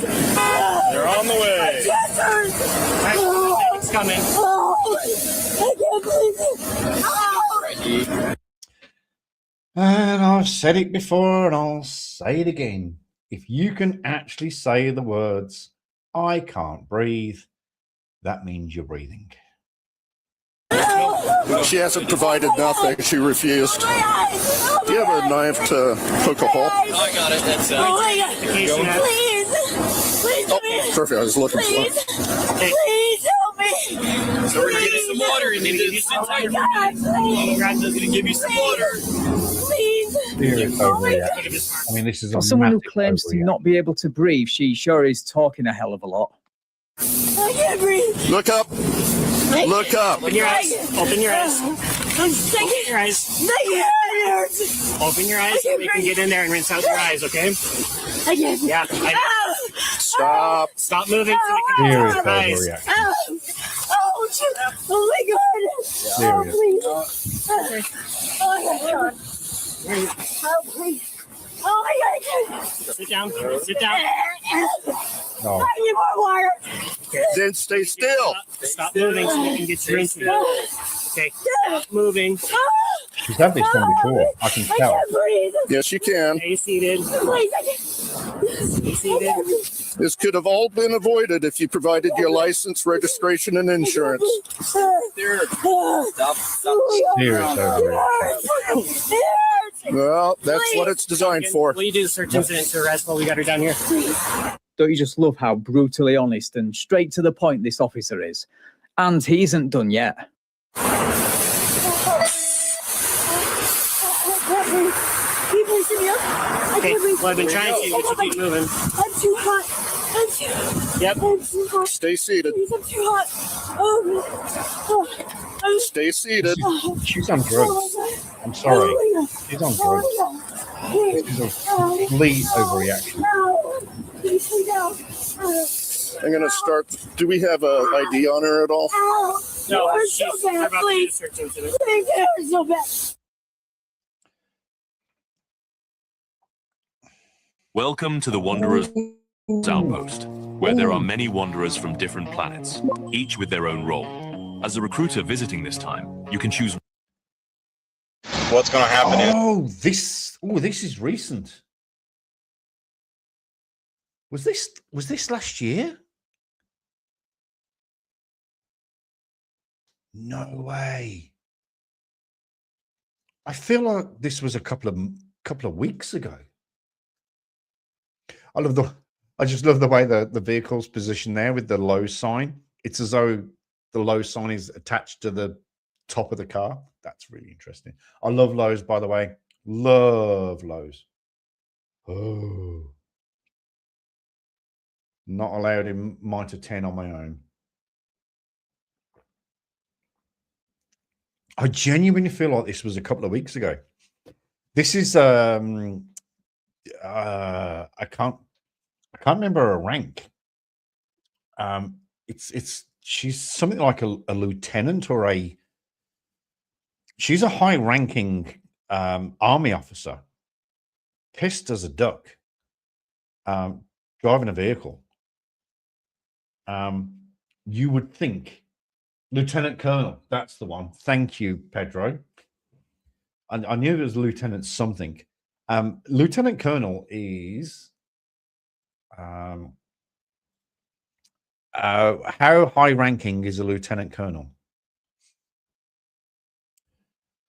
A Lieutenant Colonel is a senior level field grade officer in the Army, typically ranking above a major and below a colonel.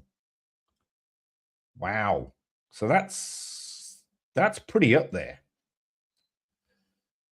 You're either going to roll the window down and cooperate from here on out, What are you detaining? or right now you're impeding an investigation I'm investigating for what? for a traffic violation. What was the traffic violation?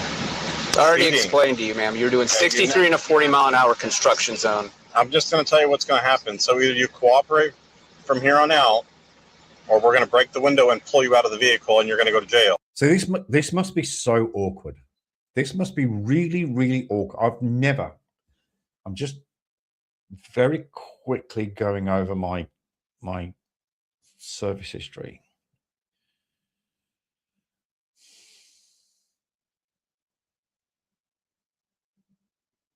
No, I have never been in this position. I have never been in a position. You know, these guys are police officers, and you pull over a vehicle that's doing, what was it, 63 in a 45. That's fair enough. That's absolutely fair enough. But when you then walk up to the window, excuse me, I'm not even on screen, sorry. Then you walk up to the window and you see that it's Army, and it must break your heart. It would literally break my heart. For example, if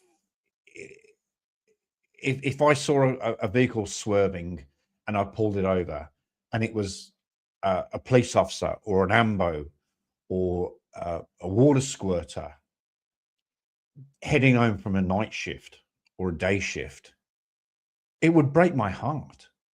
But at the end of the day, they're breaking the law. It would.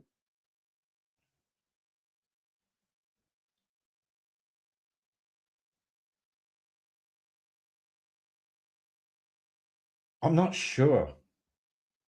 But it would, as I pulled up, like I said, as I would walk up to the door, it would just break my heart and go, oh, really?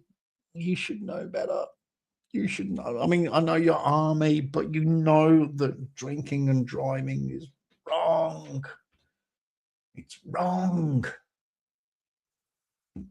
It's that simple. Going to break my window and vandalize the car? Yes, and absolutely. You're going to go to jail. For what? For not cooperating. Cooperating or not cooperating is not a crime.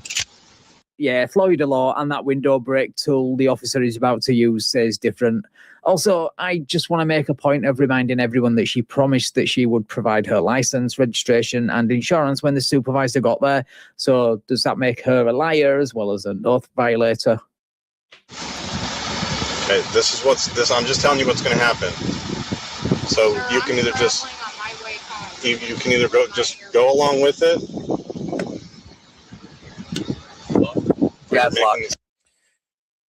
Wasn't she like a geriatric optimist or something? I'm not 100% sure. It doesn't really change much. Military service doesn't equate to being a good person. True. But at the same time, you would expect somebody in service to sort of, know the rules. That's all I'm saying. It's a lot more difficult than it has to be. Sir, are you the supervisor? Yes, I am. I would like to see the captain. Okay, well, the captain doesn't work right now, so I'm the best you're going to get. Well, I think I would like to see the captain. Good. In other words, your high-ranking position in the military means absolutely nothing on the side of the road during a traffic stop. In fact, it's a little scary how easily a colonel can be so easily duped by TikTok law. So I'm asking you one more time: are you going to cooperate, or are they going to have to take you to jail? Why are you taking me to jail? Because you're not cooperating. It's just that simple. Cooperating or not cooperating is not a crime. Okay, but are you? Oh, sorry. What does that say? It's just that simple. Cooperating or not cooperating. Obedience to police and fire department officials. It is unlawful for it is unlawful and a misdemeanor of the second degree, punishable by blah blah blah, for any person willfully to fail or refuse to comply any lawful order of direction of law enforcement, traffic investigation officer as described. Traffic enforcement. Yeah. Basically, it's wrong. It's not a crime. Okay, but you're refusing to provide all the documentation that you want, that you're supposed to provide? I'm traveling. Okay. On my way home. Okay, but United States Supreme Court. She did just say she's traveling. So we have a sovereign citizen in one of the highest ranking levels of the army. Says that we can have you step out of the vehicle during any traffic violation, during any investigation. So you are violating the law. So you can argue with me all you want. In the end, you're incorrect and you're wrong. Whatever you learned on the internet, look, is all incorrect. It's not the truth. It's not right. The Florida Supreme Court has said, if I tell you to step out of the vehicle on a traffic violation, you will step out of the vehicle. So that's why I'm ordering you right now. You either cooperate and step out of the vehicle right now, or they're going to break your window, unlock your door, open the door, and pull you out of the car. And instead of just cooperating and getting a traffic violation, you're going to spend the night in jail. So are you prepared to spend the night in jail? Yes or no? Yes or no? Are you prepared to spend the rest of the night in jail? Huh? And now for the thing that she was warned numerous times would happen if she didn't cooperate and step out of her vehicle, but will still complain non-stop about when it happens. Okay, break the window and take her out. That's Whoa! I'm sorry. I've seen this, and I've seen this a couple of times before. How fast did he say break the window and take her out? Did the window actually break? That was really, really quick. She didn't cooperate and step out of her vehicle, but will still complain non-stop about when it happens. okay. Break the window and take her out. That's wow. Hey, that glass went my eye! Hey!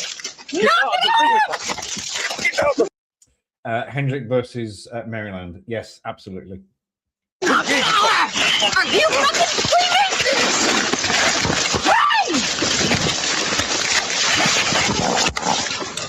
Your hands. Hey! You cut my face and you broke my glass. I'm looking at this scene. I'm looking at Air Force. She's obviously an Air Force. We've now discovered an Air Force lieutenant colonel surrounded by police officers being handcuffed on the floor. I'm looking at this and go, my heart's breaking,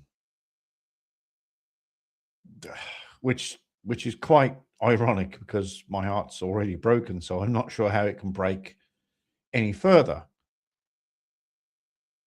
How can one emergency service, or not how, why should one emergency service be dealing, or why is this happening? It's just so wrong. It's just so wrong. So the consequences of you ignoring numerous lawful instructions to step out of your vehicle is their fault? Yeah, sorry, Colonel. That's not how it works, I'm afraid.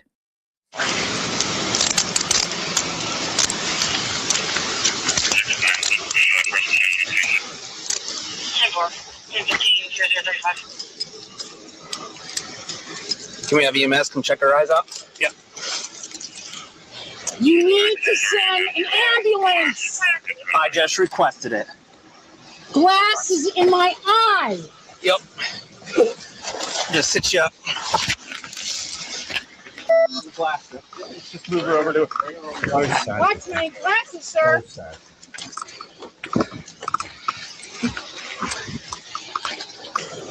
You gonna stay here and be nice? Sir, my glasses, and you. Right there. They're right behind you. Okay. There's glass in my eye. We've got an ambulance coming. Softsit from Georgia enters the chat to tell her, yeah, that's nothing. I'm still chewing on bits of car window 2 years after my traffic stop. And there is no crime. Oh, yeah. Oh, yeah. There is no crime. I'm sorry, Lieutenant Colonel, but there's definitely a crime. There's none, sir. You're detaining me unlawfully.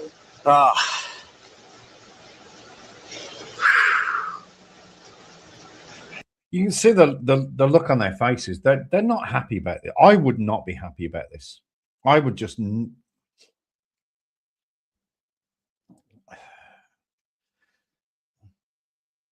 They're all brothers in arms.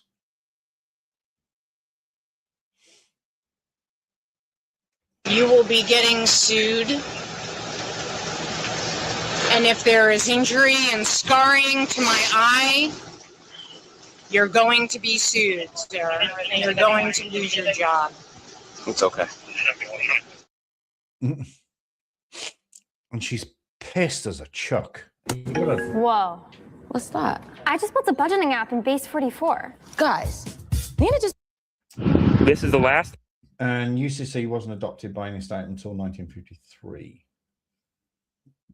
Glass in my eye. Now, whose fault is that? Absolutely. Time I'm going to request it to you. We're going to use force after this. Exit the vehicle now, or force will be used to gain compliance. Well, get out of the vehicle. If you want me to get out of the vehicle. And of course, get out of the vehicle is Pennsylvania versus Mims. You would be ecstatic. You know, she's an absolute monster. Potentially, probably, maybe, I don't know. But she can't handle a beer. That's a fact. No, but it is. It would be.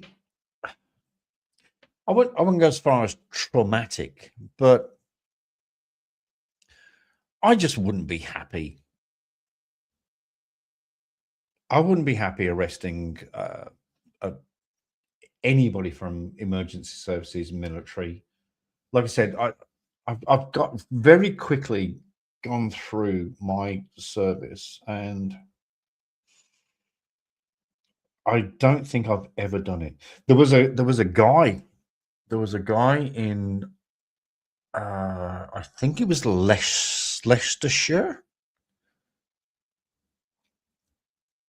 that pulled over a speeding vehicle, and it was his chief constable or a deputy chief constable or something, and he had to give him a ticket. You know, this is your, as a bobby, deputy chief constable. That's your boss's boss.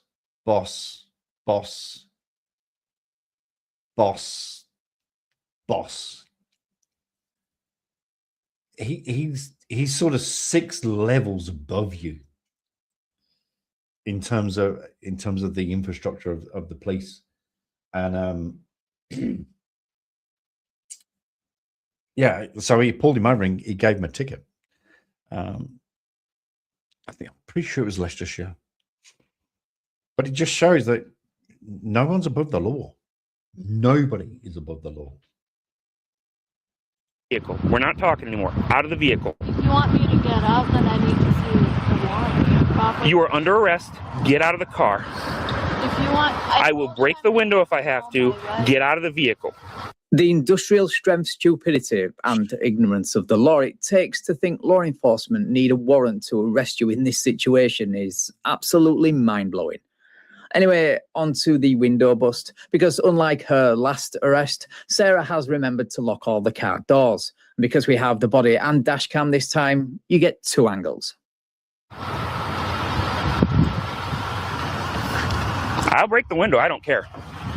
Get out of the vehicle. Now you're threatening me. Is it unlocked over there? No. If she doesn't get out, let's not break the driver's window. Yeah. So, Get out of the car. I want to see the warrant. No warrant is required. Step out of the vehicle. You are under arrest. I'm going to break the window. Get out. Well, I'm gonna. Get out. That's fine. You can do it from jail. Get out of the vehicle now, or I'm breaking it. You have 3 seconds to comply, or I'm breaking the window. 3, 2, 1. Oh! Get out of the vehicle. Yeah, go for it. This is the quote-unquote attorney she's calling and gets through to. The He guru. appeared on this channel back in August this year. I'm an attorney. I'm gonna let you know that right now. Say you pulled me over, but I was already out of my car before your lights even came on. You about to lose all qualified immunity if you don't let me up out these handcuffs and release me right now. You see that Black Law's dictionary in the back seat? 37. Window break.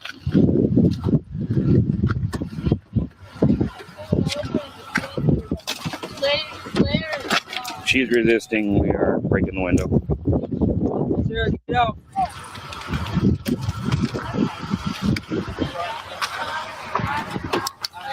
Step out of the car. Your hands visible. Get out of the car. Get out of the car. Get out of the car. Hang on. Get out of the car. You Turn told me around. I can talk. Turn to my around. attorney. Place your hands behind your back.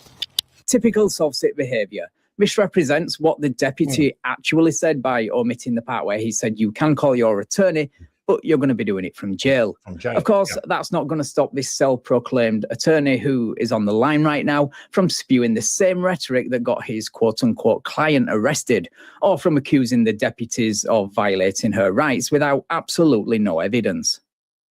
Stop. Hands behind your back. Stop. Glass. Let's step to the back of the car. Okay, Sarah, I'm not sure why we have to do this again. We just did this 2 weeks ago. She's under arrest. Help me, please. 40-95. Let me loosen this one up since it went a little tighter than I wanted.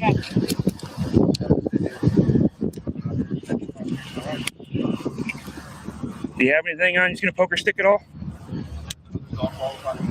Oops. I got that. Yeah, just go ahead and fix that one.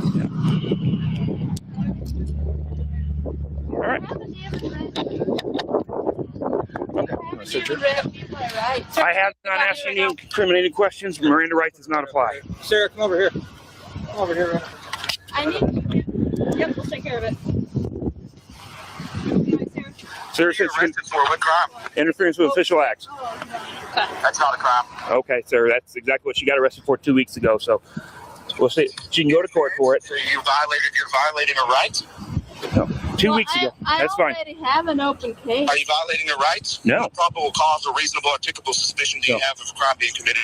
Sir, that's what court's for. If you have a problem with it, we'll see you then. No, it's not. Yes, no, it is. Not. You got an oath that you take care. Take out to the Yep. Thanks. Thanks for calling. Yeah, exactly. Thanks for calling.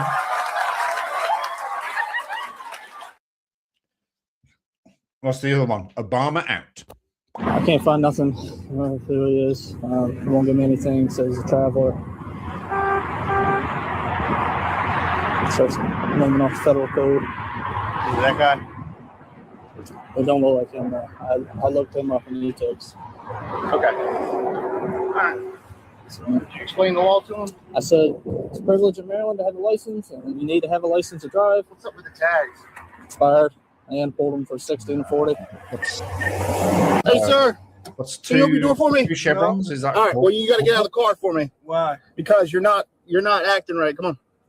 Hop out of the car and we'll talk about it here. I understand you're a sovereign citizen and all that. Okay, my name's Corporal Reagan. I'm the supervisor. You've been all of yours recorded. All right. Okay. Go ahead and hop out for me. I'm in fear. Listen.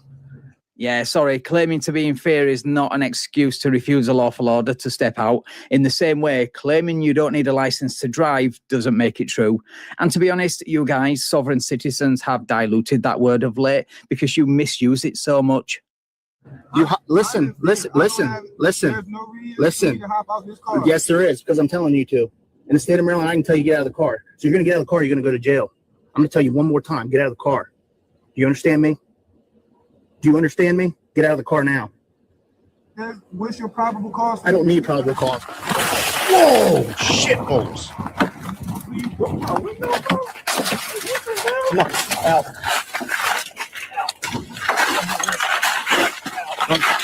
Get on the ground. Get on the ground. Oh, shit. Yo, this is crazy. Are you serious? Dude, the only thing crazy about this is you pretending the law doesn't apply to you. So, yeah, they're taking it seriously. Anyway, now for the obligatory slow-mo window removal. That's crazy balls.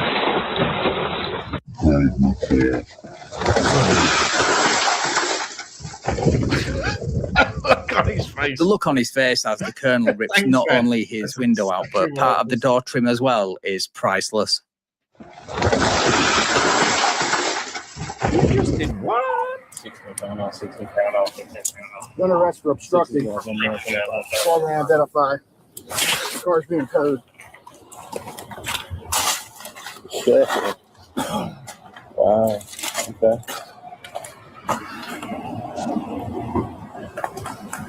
Roll over. Roll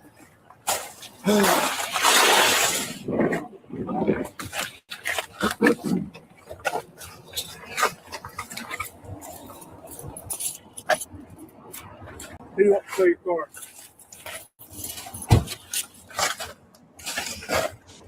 I have my hat back, please. Yeah, who do you want to tow your car? I don't know. Is it your car? My daughter's car. So that's why you didn't care if the window got smashed in or not. It wasn't even your car. Way to show how much respect you have for your daughter and her property. Another Dad of the Year contender here. Okay, what's your name? My name is Troy. Okay, it's not that hard. Now you get to go to jail.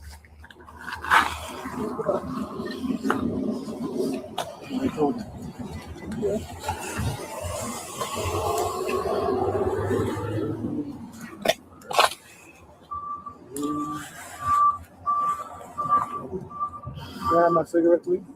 What cigarette? Right here in the door. Right now. Car is unsecured.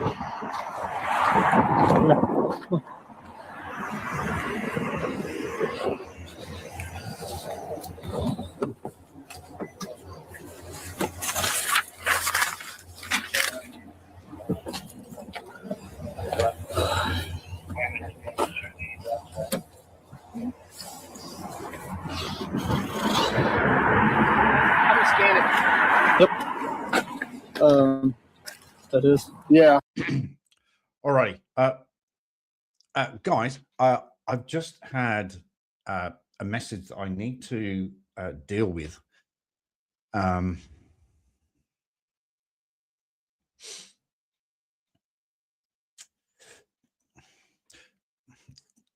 I need to duck away for around about 10 minutes, maybe.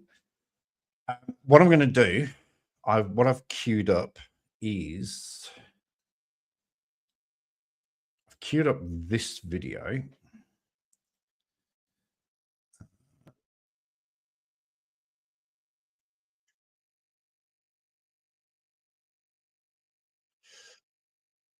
So what we're going to do is we're going to watch this video. I'm going to remove that one. Hang on a sec.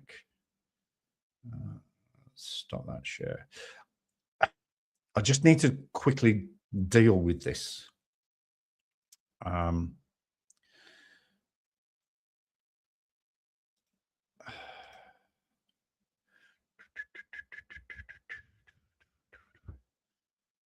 rid of that. So this is, here we go. Right. Hopefully you can hear this. I will be back in about 10 minutes.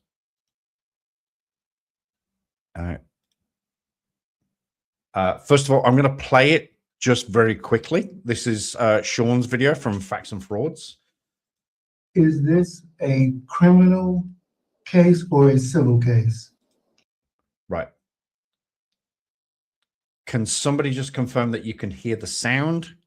Because I'm literally not going to be in front of the computer for about 10 minutes. Can you, yeah, paracord, can you hear the sound though? That's the main thing.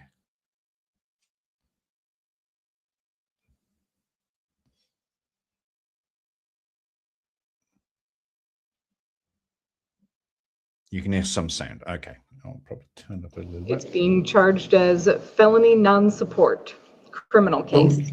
So, who is the injured party? These are Bebe's kids. All right. Just want to make sure you can hear the sound, because I'm not going to be in front of the computer for about the next 10 minutes. That's all I'm saying. And then when I come back, it's open panel. Yes, we hear sound. All right. Thank you. Good morning. Can I have your name, please? I am Larry Matthews Bay. Thank you. I'm sorry, what did you say your name was? Larry Matthews Bay. I don't believe the computer has Bay. It's just Larry Matthews. Yes, thank you. Oh, the court-appointed attorney is still working for me? No, sir. I'm going to let her know that you declined my representation. Okay. So you haven't discussed anything about the case with her yet? I'm not going to discuss the case at all. You asked me not to. Okay. No, we haven't talked about it. I haven't even called it yet, sir. Yes, ma'am. Now calling 20F55085. This is the people of the state of Michigan versus Larry Michael Matthews Jr., also known as Larry Matthews Bay. Police agency report number 2090732. Attorney Reiser, your appearance. Patricia Reiser on behalf of the people. Okay, thank you. So this is a complaint for felony non-support. It charges that on or about or between the dates of December 1st, 2010 through September 30th of 2013, you did not pay support for your child in the amount or at the time stated in an order entered by the Washtenaw County Circuit Court in file number 1996-005563-DP. This is a felony with a maximum potential penalty of up to 4 years in jail, a $2,000 fine plus court costs or both. Do you understand all of that? No, I have a question. Is this a criminal case or a civil case? It's being charged as felony non-support, criminal case. So, who is the injured party? Okay, sir, when I ask if you understand what you're being charged with, I'm not asking if you agree with it or even if you understand why. I'm asking if you comprehend the words coming out of my mouth. So. I don't understand it because for it to be criminal, then it needs to be an injured party, and I need to speak and see the injured party in the criminal case. And this is an arraignment where I am telling you what you're being charged with. Okay. If you do not comprehend the charge against you, then you can go to the door and tell the jail that you're finished, and they can try arraigning you again tomorrow. As I stated, I'm not asking if you agree with the charge or even if you understand why you're being charged with it. What we are doing today is telling you what you are being charged with and what the potential penalty is. All right. Okay, so you are being charged with failing to pay child support. Okay. Is that something that you understand? Or comprehend? I comprehend it. All right. And do you also comprehend the potential penalty here being up to 4 years in jail, a $2,000 fine plus court costs, or both? I do. I comprehend what is the punishment for that crime. Thank you, sir. So, as I stated, this is a felony. You do have the right to remain silent. Anything that you say out loud or in writing can be used against you in court. You have the right to be presumed innocent beyond a reasonable doubt. You have the right to a trial by judge or by jury. You have the right to be represented by an attorney during all stages of these court proceedings, that is before, during, and after trial. If you cannot afford an attorney, one can be appointed for you, although my understanding is that you have refused the services of the public defender today. So, you are not required to disclose citizenship status to the court. You do have the right to consult with an attorney to see if this case would have any effect on your citizenship status. If that part doesn't apply to you, don't worry about it. Do you have any questions about your rights?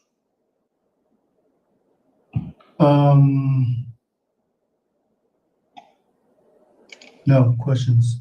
Okay, thank you. So because, as I stated, this is a felony, you have the right in this case to a preliminary examination that must be scheduled within the next 21 days. A preliminary examination is a hearing. Excuse me. A preliminary examination is a hearing held before a judge where the prosecution must present sufficient testimony and evidence to establish that probable cause exists to believe that a crime has been committed, and that probable cause exists to believe that you committed the crime. So that is a hearing to determine whether or not the case is strong enough to go to trial. If the court determines that the case is strong enough, then it will be bound over. That is transferred to the circuit court, which is where your actual trial will take place. Okay. Prior to the preliminary examination, the court will schedule a probable cause conference. That is a hearing and an opportunity for your attorney to meet with the prosecution to discuss your case for any potential issues or resolutions. Your probable cause conference will be March 26th, 2026. That will be at 9 in the morning in person at the 14A1 District Court in Courtroom C. 14A1 is the courthouse that's located basically above where you are right now at the jail. Okay, can I grab a pen so I can write this down? You're going to get paperwork. Okay. Okay. So, the court is going to set bond. Bond is set in all cases. The purpose is two things. One is to ensure your appearance at future court dates. The other is for the protection of the public. I will note that this being a felony failing to pay child support case, that there is a statutorily required bond that is 25% of the amount that is claimed to be owing.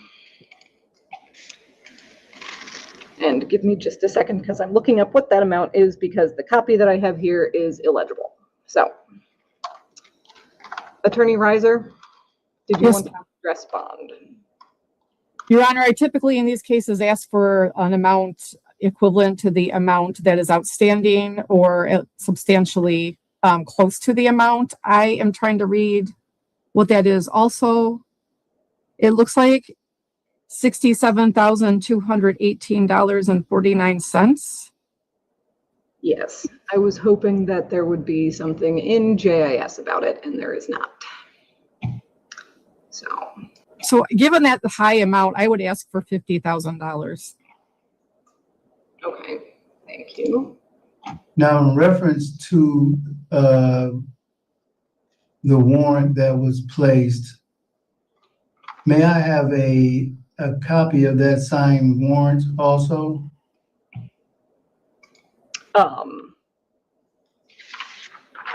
Because from my understanding, that warrant was placed in 2020, and I went to court in 2021 in Murfreesboro, Tennessee, in Rutherford County Court. I was subpoenaed to go to court. Okay. Because I live in Tennessee. I did appear to that court hearing, and a judge ruled in that hearing and sent paperwork to you. I sent paperwork, certified mail, to ensure that you received it, and I was not aware of any warrants for my arrest. All right, so let me clarify this. One, I was not a magistrate in 2020, so I have none of the paperwork to which you are referring. The child support case would be up at the circuit court, so I do not have a copy of that regardless. And being that this is a weekend arraignment, the only thing that I have in front of me right now is the felony warrant and some other related documentation to that. So I have none of the paperwork. So the felony warrant was signed and dated when?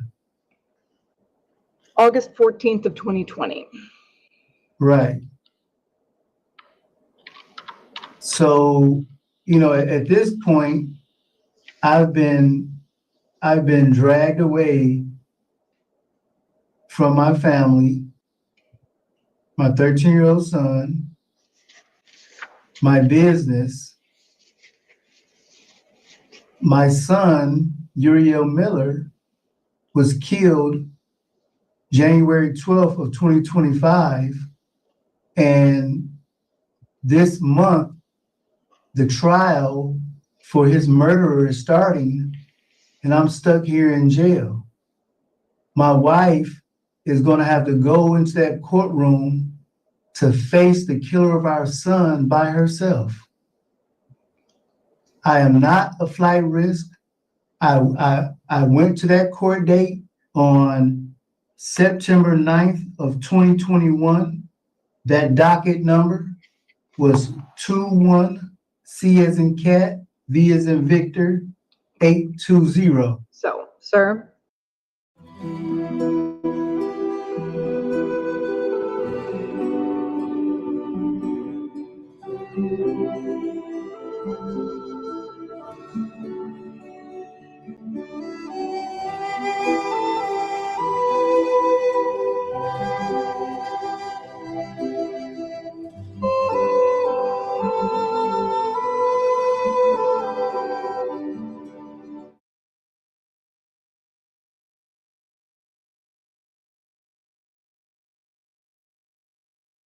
Sir, my condolences for your loss. There's not really anything that I can say about other than to offer my condolences there. What I will say is that as magistrate doing a weekend arraignment, I am statutorily required at this point to set the minimum 25% bond on the felony non-support matter. So I am setting your bond in the amount of $18,000 cash or surety. Okay. Okay. And so what does that mean? That means that you would need to post $18,000 to get out. Your next court date, as I said, is going to be March 26th. And you are free to consult with an attorney between now and that court date. But your hearing this morning is concluded. You are free to go to the door and tell the jail that you are finished. Okay, I have one more question. Yes. Concerning receiving documents and paperwork while I'm in this jail? What is the process for that? You're gonna have to talk to the people who work in the jail. Okay. Okay, thank you. Over $67,000 in back child support. And that number didn't come from nowhere. That's years of ignoring a court order. It isn't complicated. The court ordered child support to be paid, and it wasn't. And over time, that turns into a warrant. A felony warrant. Under Michigan Penal Code MCL 750.165, failure to pay court-ordered child support is a felony, up to 4 years. Ignore it long enough, and it stops being a civil case. It becomes criminal. And when it reaches that point, they don't care what you call yourself or where you moved, they will come and get you. Now, a word from our sponsor. At last, it's here from Ronco Home Products, a revolutionary new device, the all-new Ronco Do-It-Yourself Home Vasectomy Kit. It's fast, it's easy, it's fun.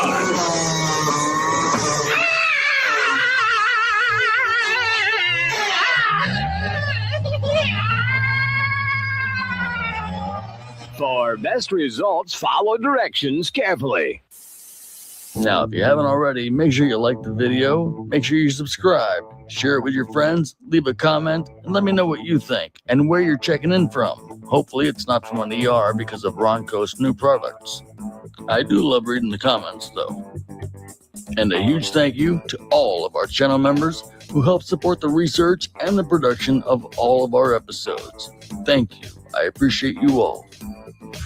We've seen this before, over and over and over again. Different names, different paperwork, same result. Every time this gets brought into court, it fails. Trial courts, appellate courts, even state Supreme Courts have all addressed this, and the answer doesn't change. You can believe whatever you want, but belief does not override the law or reality. Till next time, I'll see you soon.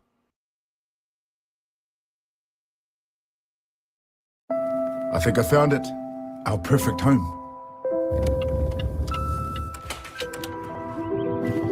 Whatever home you're searching for, it all starts at realestate.co.nz. Download the app now.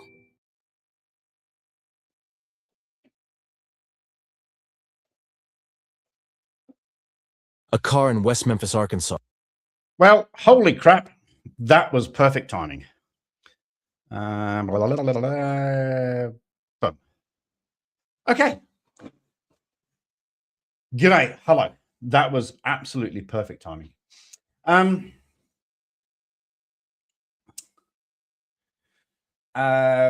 did I just hear? Right, that guy owes $60,000 in job. Yes, 67, I think.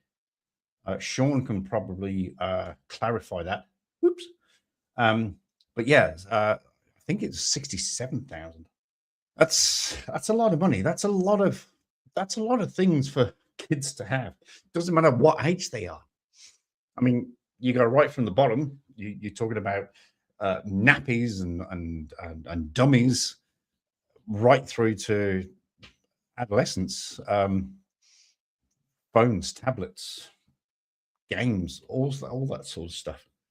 So, what comments do we get here? It's okay when I say ourselves. Here we've got sound. And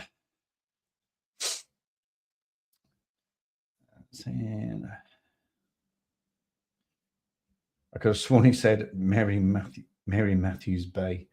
His children and ex are the injured parties. Absolutely. I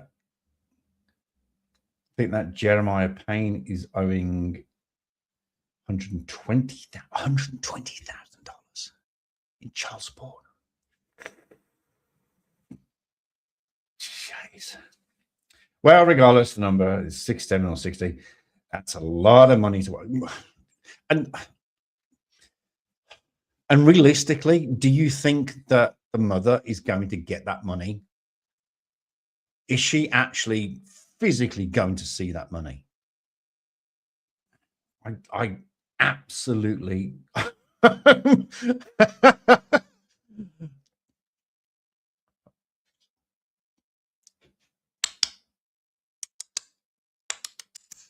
I don't know how many has to be done.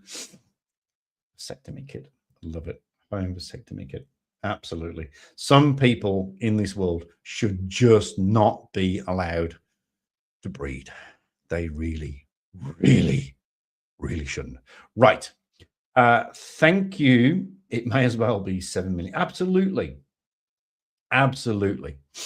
Yeah, and that's just for the 3 children in Michigan he left behind without paying support. Michigan extracted him back to the state, and he can't leave until it's paid. Well, good. No chance in hell she's going to say that. There is absolutely, I mean, probably a little bit.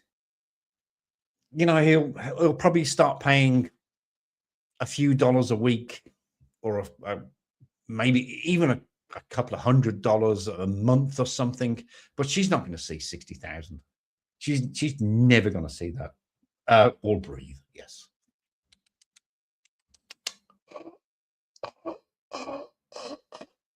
Yes, I know. Yes, they really, really shouldn't. They really, really shouldn't.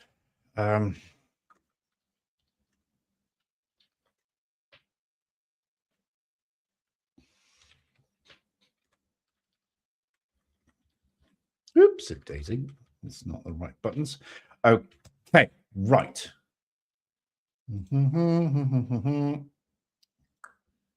Alrighty, pie. Okay, we're getting ready for a panel. What we're going to quickly do, I just need to sort out a couple of things here. Tissues. Hello, my darling. That is actually supposed to say, hello, my darlings. Just... Wrong, wrong, wrong, wrong. Wrong, wrong, wrong, wrong. You're wrong. You're wrong. You're wrong. Love the end of that. Alrighty. I'm just going to queue up a couple of things on my end. Then we're going to open the panel. Panel is going to go in the link very, very soon. But what we're going to do in the meantime is quickly watch this video. Speeds past a parked state trooper at 122 miles per hour. Shit. But unlike other states, which generally have a 35 or 45 mile per hour limits on pits, Arkansas has no limit. And troopers are authorized to do them at extreme speeds when suspects pose a risk to the public.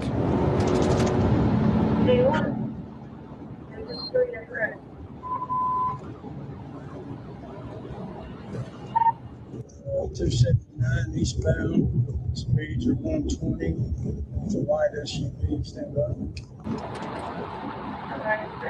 I've spoken about this before.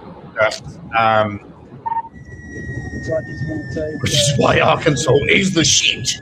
I've spoken about this before. That the pit maneuver.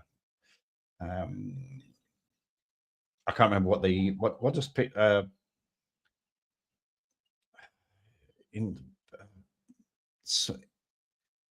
intervention technique, precisional intervention technique. I like it. I love it. I think it's great. I wish I'd have done one. I'm gutted that in my 13 years, I never, ever got to do one. But at high speed, it is a risk because a vehicle will flip, it will turn, it will roll, it will kill somebody. It should only be done at low speeds. Arkansas, well, Arkansas have got their own rules.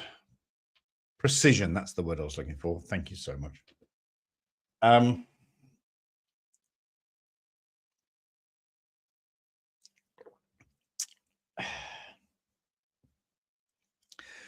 Like I said, I like it, and it has in the past. I mean, we've watched videos over the last come on, 30 years on YouTube, maybe more, of pit maneuvers.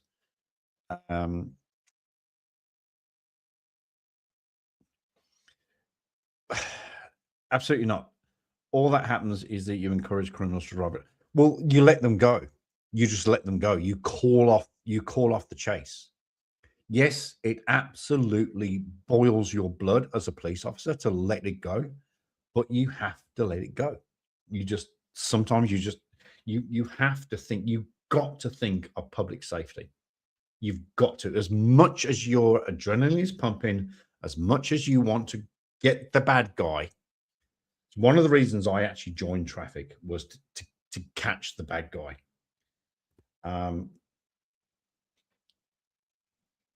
Anyway, let's watch this and then.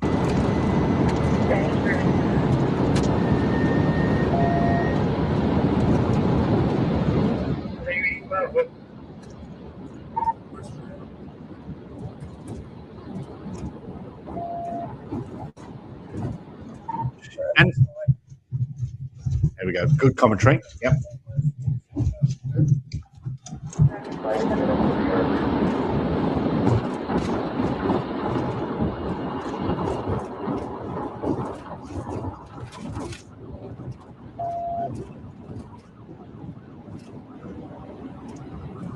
You should be doing more commentary.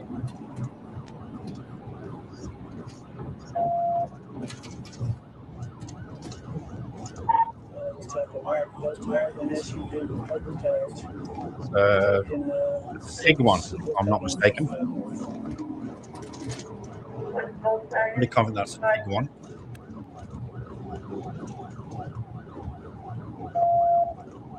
Yes, a big one.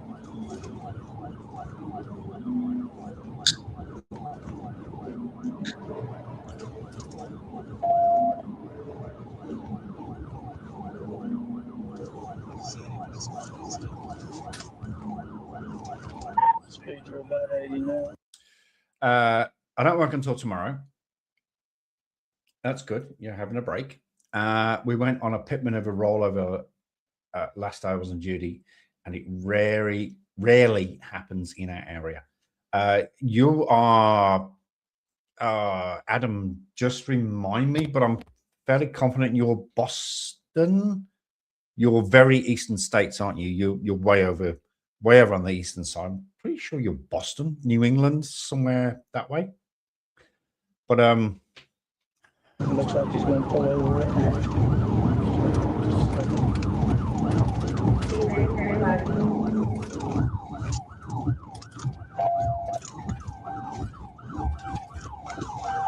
Little did the officer know, this incident was far from over. Show me your hands! Show me your hands! I don't care! Show me your hands! Is there anybody else in the car? Step back to the sound of my voice! Step back to my voice! Step back to... You better step back to the sound of my voice and do it now! Listen to me! Listen to me! yeah, the officer's got that a little bit wrong, hasn't it? Oh, you're in Ohio. I thought you were. Oh no, sorry. I've got another Ambo friend. He's Boston. Gary 1111. Gary 1111. Sorry. Yes, you are Ohio. He's Boston. Now, yes, the officer has got this a little bit wrong. He should have said, turn around, then step back to the sound of my voice. He's just, his adrenaline is pumping. I'll tell you that now. Listen to me! Listen to me! Turn around and face the other way. Walk backwards to the sound of my voice. Now he's got it. Walk backwards to the sound of my voice. Then you better do what I tell you to do. Walk backwards. Walk backwards. Walk backwards to the sound of my voice. Walk backwards to the sound of my voice. What the? So she's running out of petrol, and then she speeds off.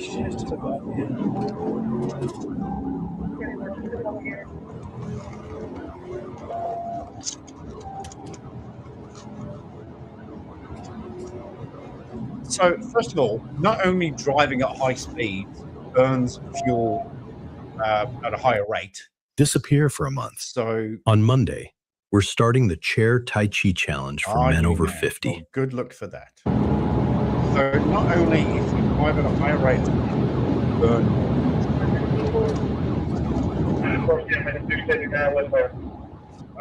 We got no.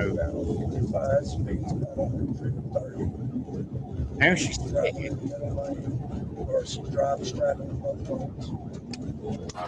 At this point, the squad car is going so fast that the sound of the engine almost completely drowns out the siren.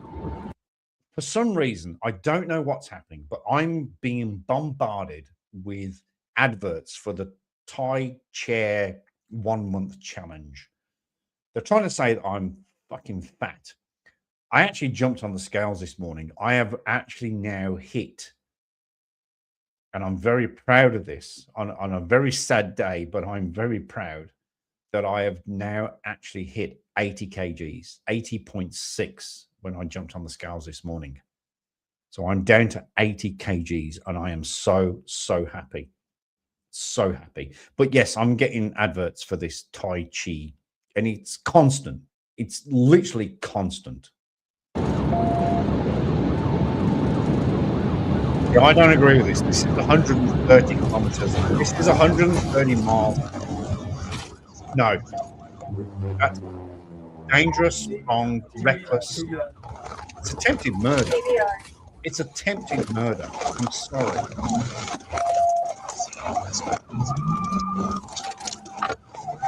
I mean, that didn't end up too bad because she's gone into the wires.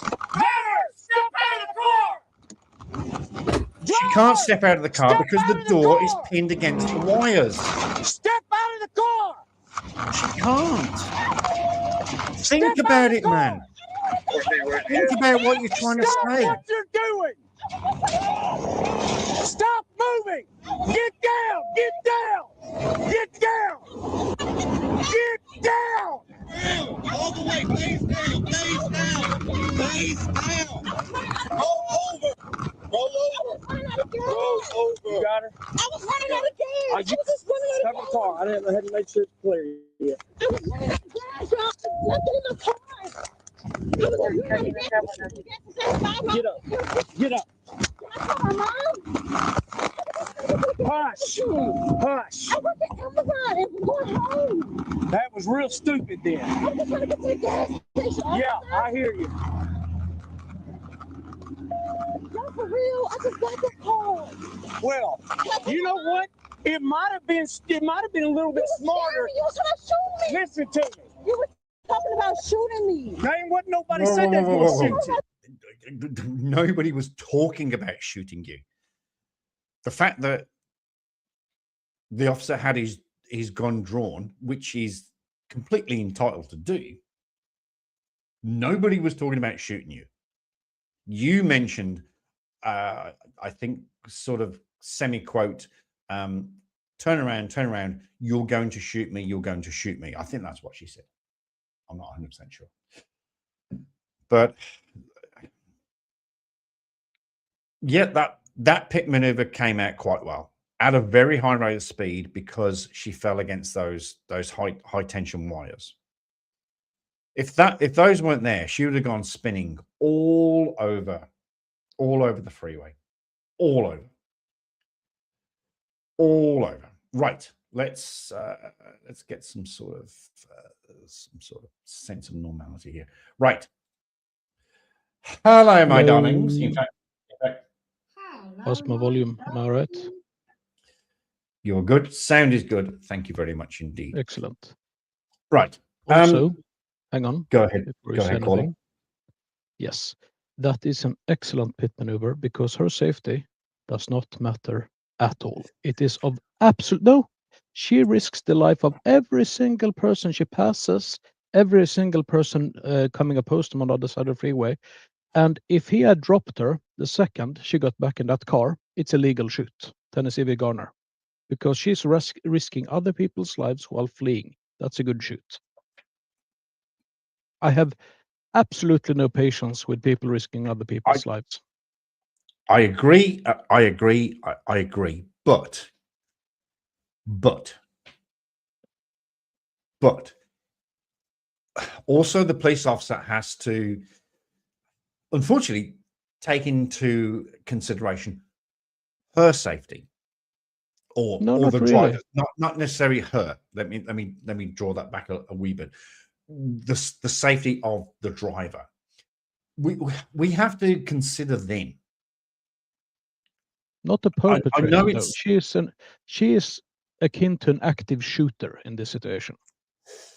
She needs to be stopped immediately.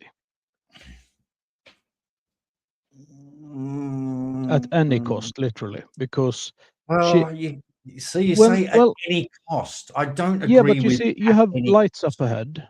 You have some city or something up ahead.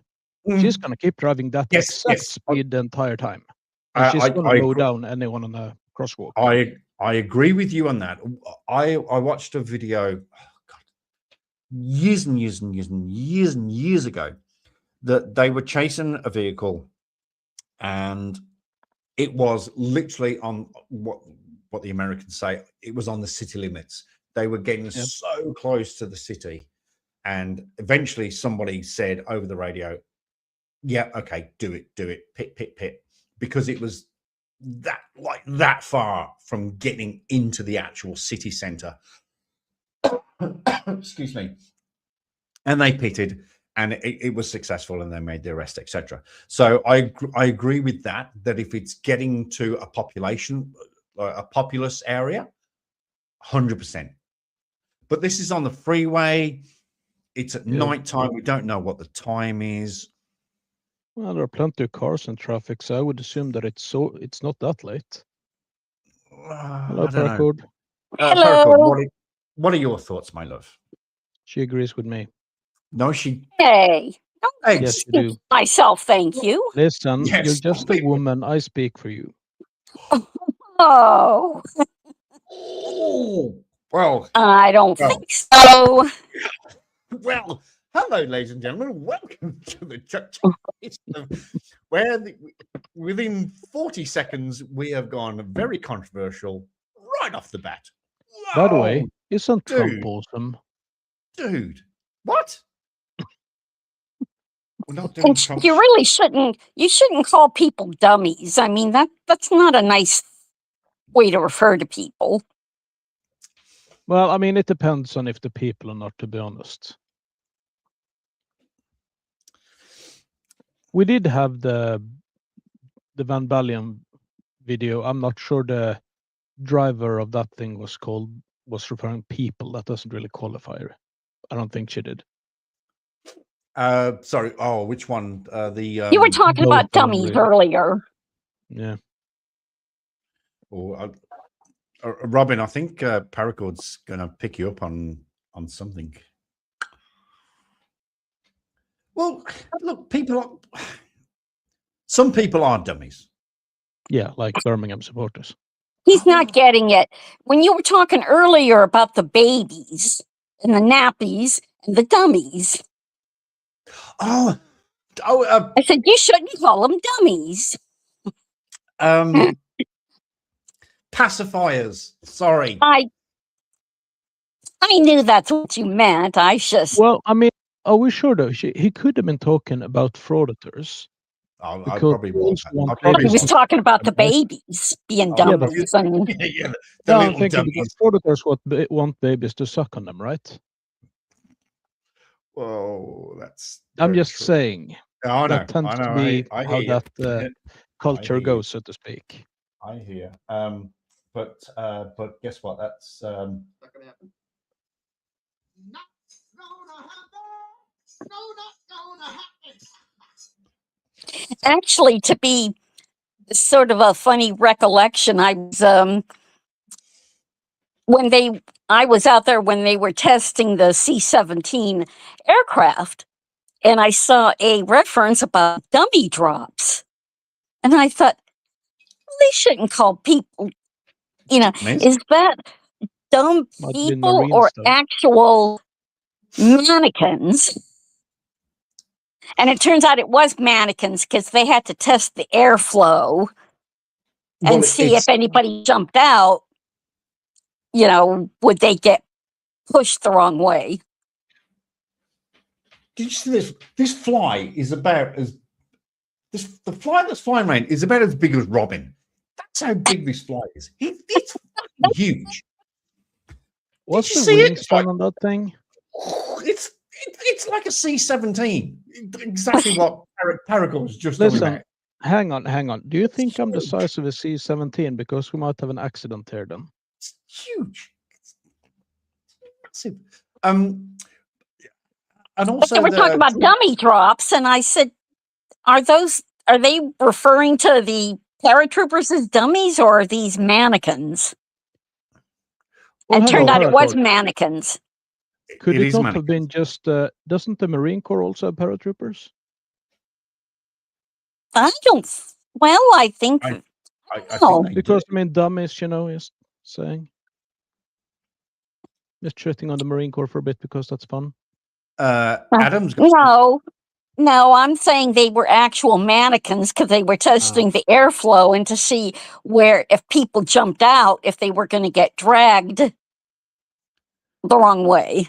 Were those weight proportionate dummies, or were they just, Yeah, you know? well, it's like crash test dummies, isn't it? It's what they use in the vehicles.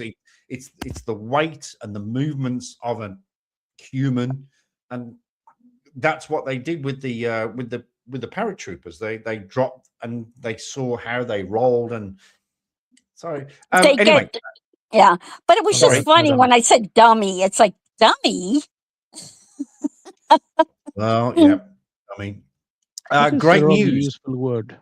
Great news, and we're happy to have some great news today because we've already had the bad news, and shit, I'm getting upset again. So great news on September 24th. How do you know it's going to be September 24th, Adam? Good how do planning. You know that's how.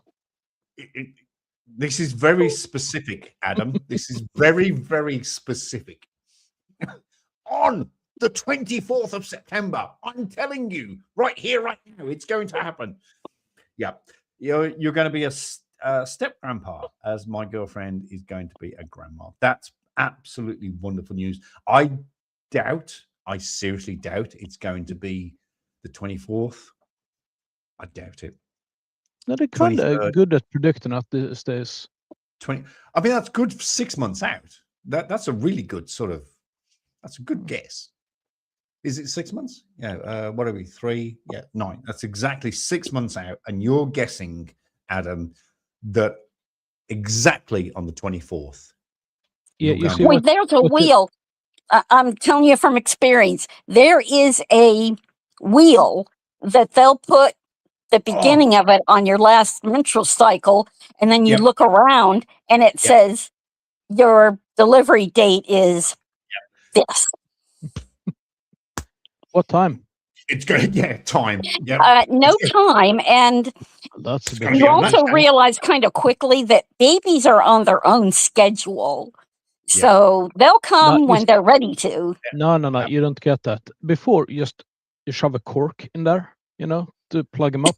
And then on the date, you yank it out, stick your fist in and just pull them out. And that would be efficiency. Okay. I don't think so. Well, Did I maybe tell you that I'm about to become like a midwife, by the way? Yeah, well, I've had 2 kids, so I think I'm a little more assured at the process than you are. I really do not want to get pregnant right now in Sweden. No, thank you very much. You don't get it. It's a very simple solution. Use plenty of lube on your hands.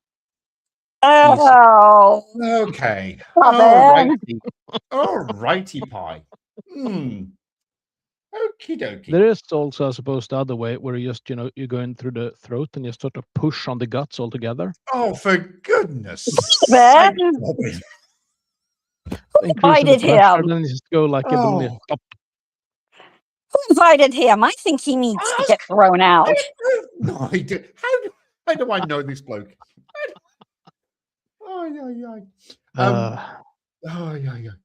By the way, here on Chuck Chases TheFacts, we also provide plenty of advice regarding birthing and stuff. Birthing, yes, absolutely. And it's a girl. How do you know it's a girl already? 6 months, 3 months? Oh, yeah, yeah, they can check that no, content. you can do the test. Oh, congratulations. Absolutely, congratulations. And what What I'll hair do, color? well, yeah, what color eyes? By the way, what's her favorite color? Yeah, how tall? Yeah. How tall is it going to be? It's going to be about that big. I don't know. Maybe that's what Probably Adam's doing. dwarfism, I think.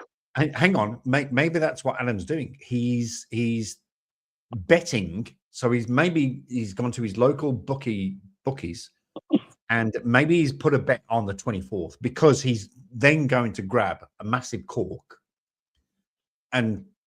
Oh, guys. And then on the 24th, he's going to go. Actually, yeah, it probably is rather uncomfortable to go in with your fist. So, what if you use a plunger? Oh, Where are you getting this stuff from? Come on! I've got money on this.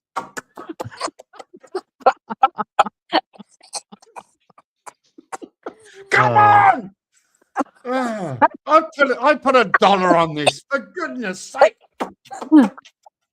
Yeah, and then you just have, as they had on the big galleys, a drummer in the back, to keep the pace. Just dong, dong, dong.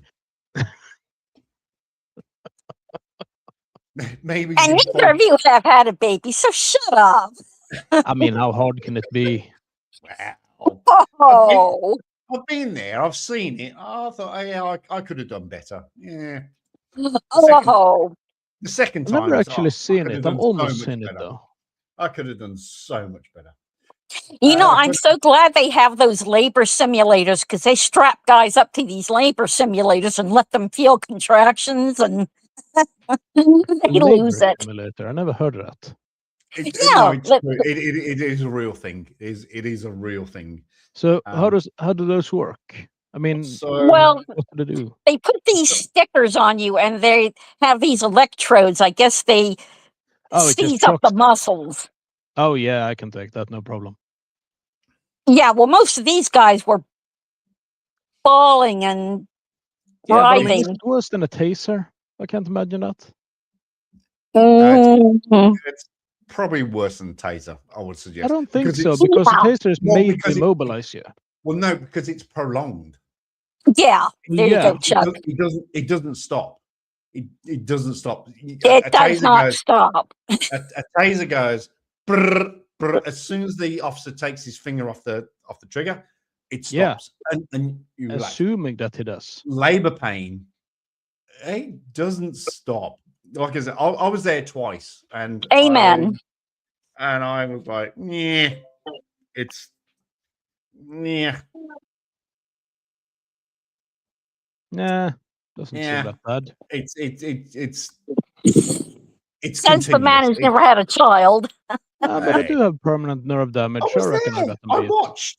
I feigned sympathy. I went, oh, are you okay? Oh dear. Oh.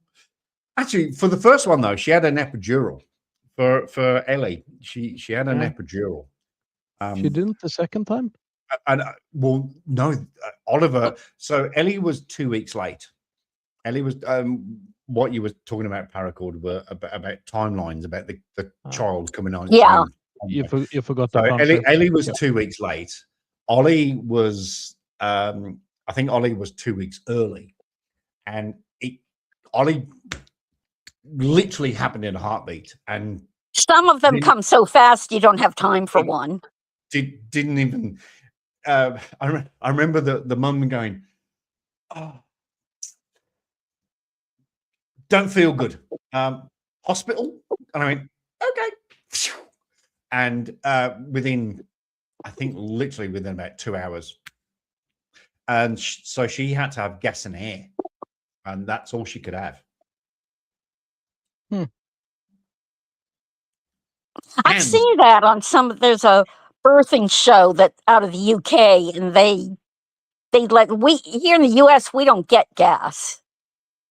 Oh yeah, gas and air. It's gas and air. We don't get that in Germany.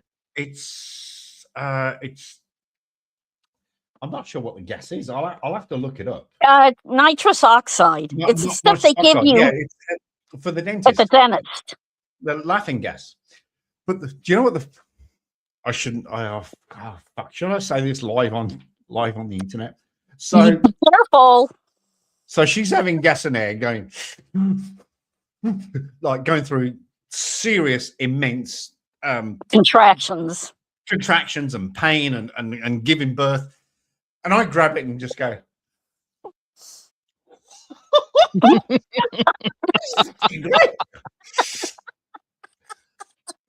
I did. I confess. Did you, per any chance, get like a scalpel in the eye? I thought, does this actually work? Yeah, it does. It's fun. Makes you relaxed, really. No, it made me totally relaxed. Oh, I was during the whole birth. I was fine. I didn't feel a thing. Oh, fuck me. No, thank you. No, Yeah, I'm reading Adam's chat. This person we went on was having severe abdomen. It turns out it's kidney stones, but his wife had a baby. From what I've been told, they beat labor pains by far, kidney stones, because they are like fucking hell on earth. Oh. I've heard them, quote, compete for the top, and sometimes it's one, sometimes it's the other, depending on who's doing the survey. No, the worst one that you can have, that I've experienced, that is an inflamed nerve in a tooth. Because that is literally like the nerve being constantly crushed in a vice. Don't forget, I had to have a root canal last month. Yeah. Fuck the pain. That's what I get the second I stop taking painkillers. Every time. And that sucks balls. In your teeth? Yep. Nerve damage. Oh. Can they fix that or? Nope. Can't do a thing. Except medicate. Well, can't they do a root canal? Then wouldn't that kill that nerve? No, because they fucked up the nerve so badly that the entire nerve is basically hypersensitized all the time. So it's the trigeminous nerves. It starts in the lower mandible, go up to the upper, and then turn again up above the eye to eyebrow. Oh. Yeah, and when it triggers, it's the entire thing, so it feels the same all along the nerve. It's bad. Oh. Yeah, it was done by a piece of shit called Claes Svärd and another one called Christine. I want to say Bolin. It could be Bodin. Fuck you if you're listening. Oh, that's right. Yes, you've shamed. Yeah, that's right. You've shamed them before on my channel. Yeah, so because hopefully they watch the channel.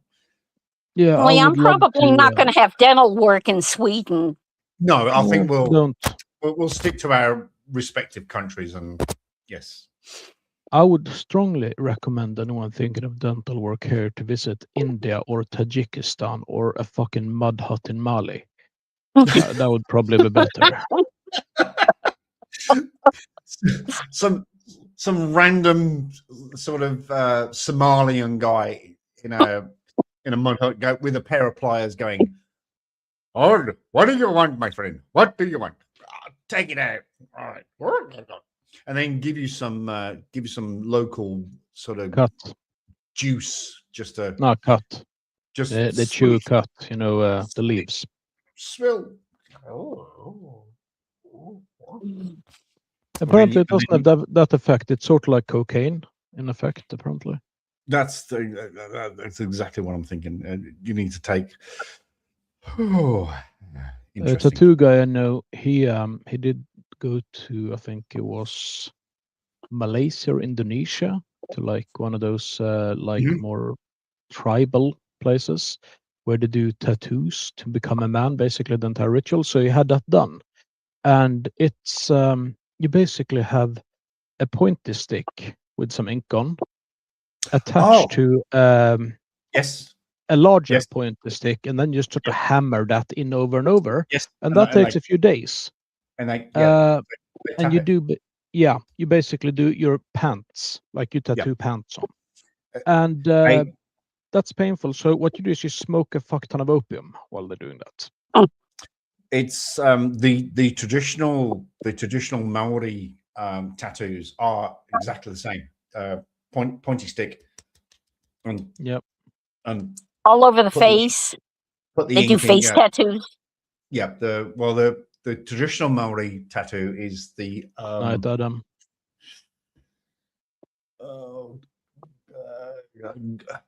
a goa. I think it's called a goa, which is what the ladies wear traditionally. No, that's a goatee. No, I think it's called a goa, which is what the traditional Maori ladies wear, because they don't technically have, they don't tend to have tattoos anywhere else. Yeah. But it just shows that they're Maori. And by the way, speaking of the Maori, Sonny! Oh my goodness gracious me! Is that Sonny? Sonny Paracord? Is that Sonny? Is that Sonny? I don't remember. Yeah, you remember Sonny with Sonny with the dog. Dog's name was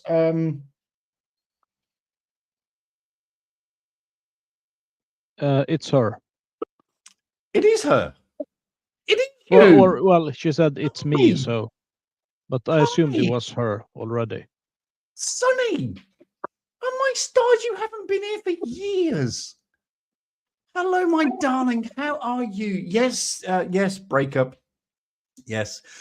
Don't start. I'm gonna need tissues. I'm gonna need the tissues. My girlfriend and I broke up.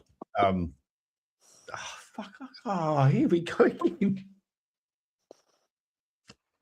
My girlfriend and I broke up yesterday, and it's really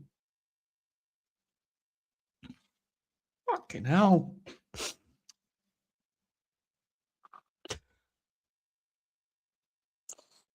Well, the other guy reminded you, there are other fish in the sea, so.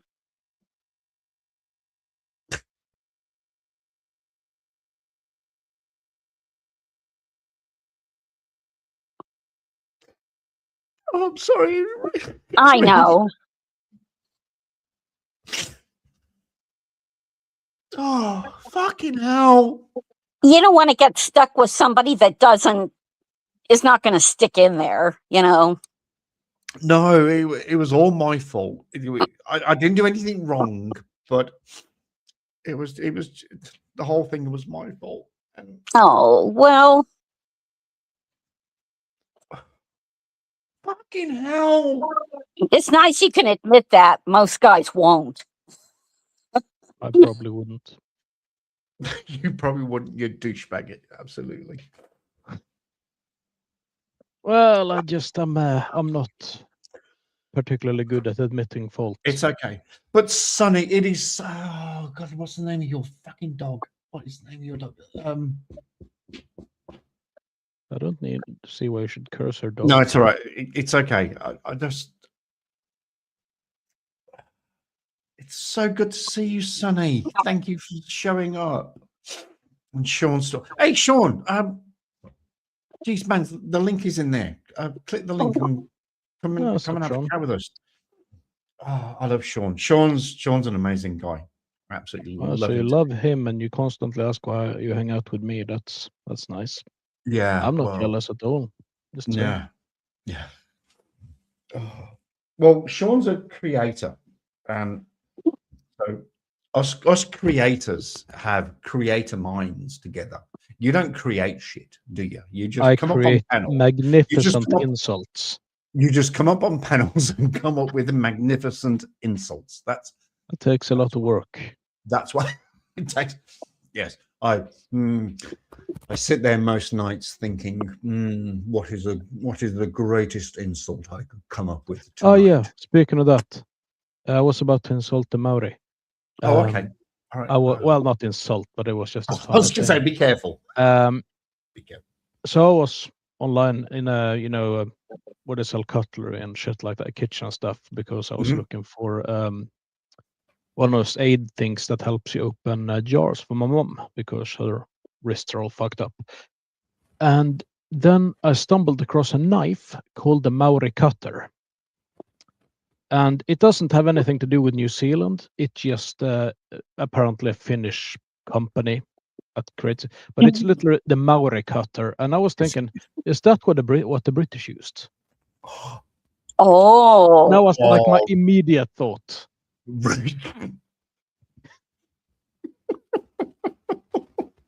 Yes, that's right. Back in 1742, that's exactly what happened. Captain James Cook sailed all the way around the world and landed in New Zealand and went, I say, did you bring the Maori cutter? Because we're just going to cut the Maoris. Is that okay?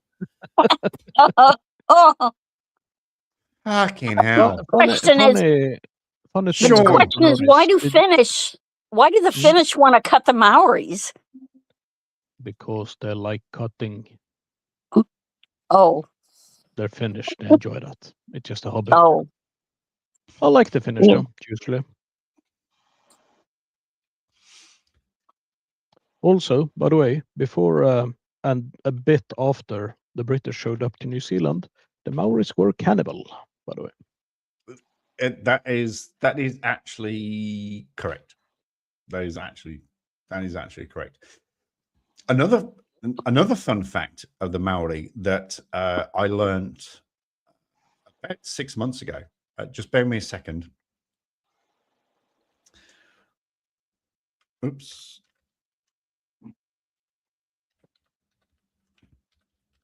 Is it that they were colonizable?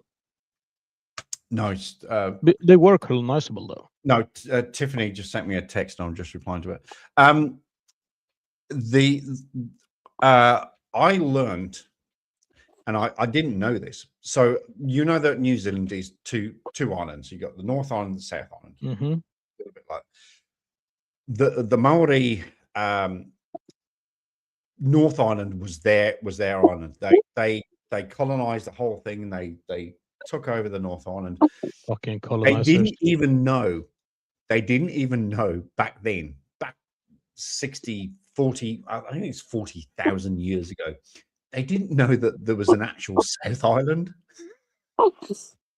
And so they sort of just, it wasn't until the British discovered. It wasn't until the British discovered the South Island that the Maori went, oh shit. Okay, well, that's ours as well. So they went, yeah, we're taking that. So they were basically British by that point. Pretty much. Attitude-wise, at least. Absolutely. But with less cricket. And we taught them to talk like this. Absolutely. Absolutely. They make awesome masks, though. They do. Sean, hello, sir. Oh, he's not. What's his icon there? Oh. If you're hello, if you're happy and you know it, you're me married. MEDS. If you're happy and you know it, it's your meds.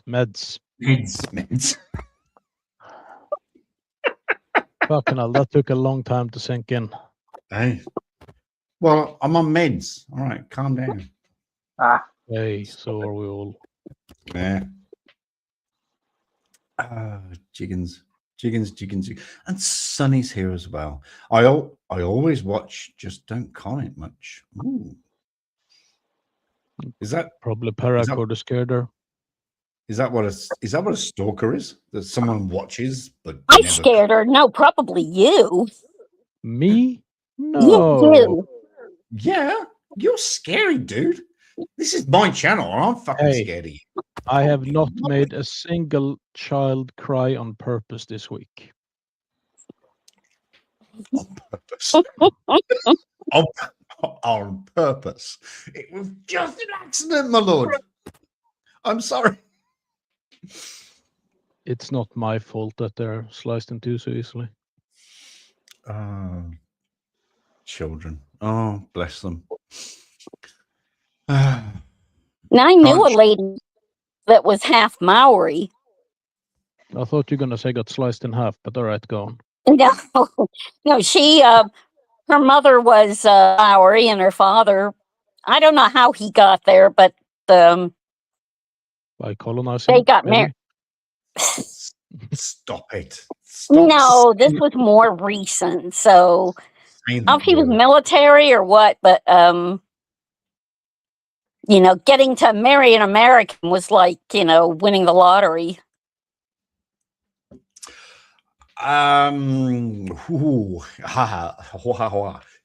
Is it now though? Is it now? I'm not going to I go think there. it depends a lot. I'm definitely not going to go there because you know I don't go there. But Okay, well, this there was about 30 years ago. There are so many things going on in Or maybe America. even longer. There are so many things going on in America at the moment, and I watch a lot of them. You know, I watch a lot. I have to keep up to Sounds a bit speed with what's going on in America. And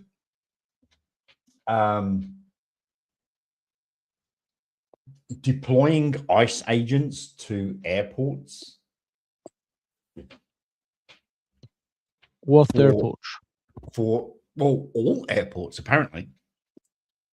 Every airport. Is it all or just international ones? No, because I mean there are a lot of airports. I don't think There you are could a even lot of place a single agent at each and airport. there are not a lot of ICE agents. There are only 6,000 ICE agents or something.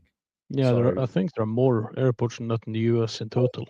yeah, but have you seen what the actual agents are doing? It's been reported on Legacy News. It's been reported on Minority News. It's been reported on. They are basically just there. What's and Minority they're just News? hanging around, and they're doing the fingers in the vests, which I have to say I used to do. But they're doing the fingers in the vests, and they're just walking around going, "Yeah, nice, nice job." Yeah, duty free's cheap, because I'm guessing that they've got airside tickets as well. They would have been given passes to go airside, so Don't they need can it. go Federal agent. federal. Yeah, they can do what they want. So it's like, yeah, duty free's cheap. Yeah, well, should we get some booze and that's all they're doing. Apparently, they're not even doing any security. They're not doing anything. They're not supposed to. They're literally just there to enforce, illegal immigration of a certain nature.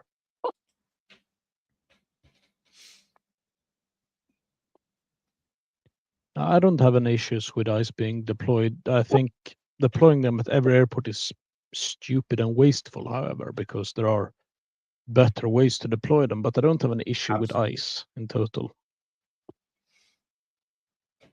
I do have some issues with, let's say, the administration who make certain priorities, however. Now, I was watching a video earlier. This guy, he's really funny. He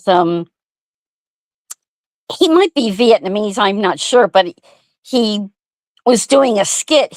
I think he might actually be a nurse, but he was talking with this patient that was didn't speak English. So he's talking with her, and then all of a sudden an ICE agent walks in and everybody gets all real quiet. And it's like, do they really go to hospitals looking for illegal immigrants? I mean, they don't like walk the streets just randomly looking, but I mean, they absolutely go into hospitals if they have a tip of a certain individual that needs to be apprehended in the hospital. They would probably go just about anywhere. All right. But, I mean, if someone thank you, is Sonny. Sorry to interrupt. Thanks, Sonny. Thank you. literally thank you for saying hi. I really, really appreciate it. Thank you, darling. All right. Go ahead. Go ahead. Good evening. Yeah, I was going to say, if they have a tip of, say, a guy working as a nurse who is illegal, who has been, you know, wanted Or a by the court patient. for, or a patient for, well, for anything, whatever is really, but if he is in a hospital and is wanted by ICE and have been scheduled for deportation, then I have no issue with them going there. Because it's not like they are the ones picking out who is going and who is staying. They are just getting a list of names. Go get this way, on and so on. And I mean, that's just what it is. And besides, I don't have an issue with people who are illegal being deported for being illegal in the first place. That's not something I don't have a problem with at all. I just don't. We have an enormous issue with stuff like that in Sweden. And that is because Sweden did the opposite way than the US when it got, well, Sweden did the Biden version of, you know, fully opening the border, which was, it's pretty much led to the destruction of Sweden, more or less. It's a catastrophe. Really? Yeah. Before 2015, 2016, I mean, the number of murders in Sweden was like low as fuck, and violence in general, it was low. Now it's like, I wonder how many people got blown up today. Literally. Yeah. We have like bombings and gunfights and even police getting shot. It's frequent. And this is entirely because of that. There is no other reason. And a lot of people, they were let in because they were children, except these children had gray beards and wrinkles at their and crow's feet. And that's not really a thing that children has, but they were classed as 14. Then when they got here, they were angry that they weren't allowed to go out drinking because they claimed to be 14. That's what happened. So they faked the entire thing, and they were just welcomed with open arms and given about twice as much as I make in a month. Just given. And that makes you rather angry. I can only imagine. Sorry, comments. So Sunny said goodbye. Sean, you're here, but you're not here. Have you got any? Have I got any what? Oh, I was going to say, have you got any comments? Have you got any thoughts? Have you got any interjections? Have you got anything? Any whiskey? I bought a bottle of whiskey last night. Sorry, yesterday even. There you have it. And I tried it once. I didn't like it. You don't like whiskey? No. Go stand in a corner. Of course, I probably didn't try the right kind, maybe. I don't know. Mm-hmm. Sorry, Tiffany's just sending me a couple of text messages. I started pinging sound I hear once in a while. Yeah. I don't know how to turn that off, but yeah, I do apologize. Yeah, I thought it was on my PC. So it's just no, it's me. Nice text. You know. Yeah, it's a text message that because my phone is linked to my computer and I can easily type text messages on the computer and rah.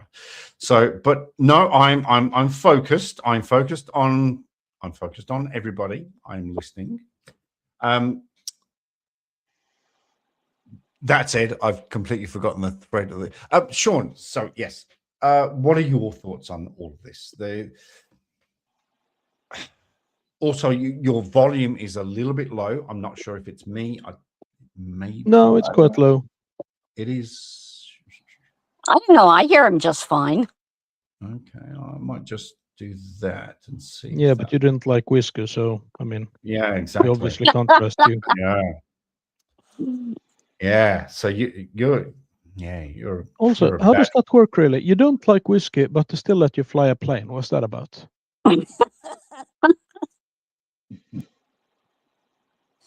Well, it's kind of like weed. It's legal, but not while you're flying.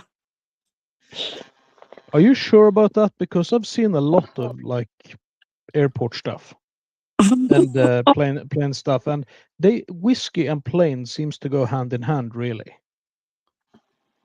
Have you never heard of Aeroflot, for instance?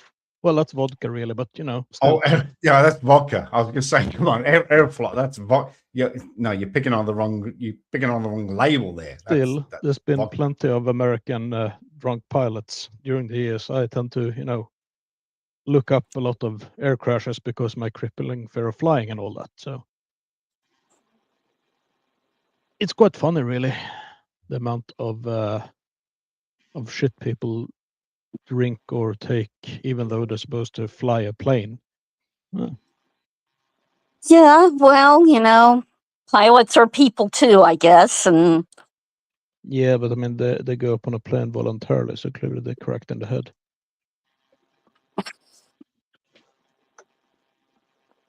no, I guess I meant they've got the same kind of weaknesses and No, I can't proclivity to substances. I can't relate to having a weakness. Oh, that's right.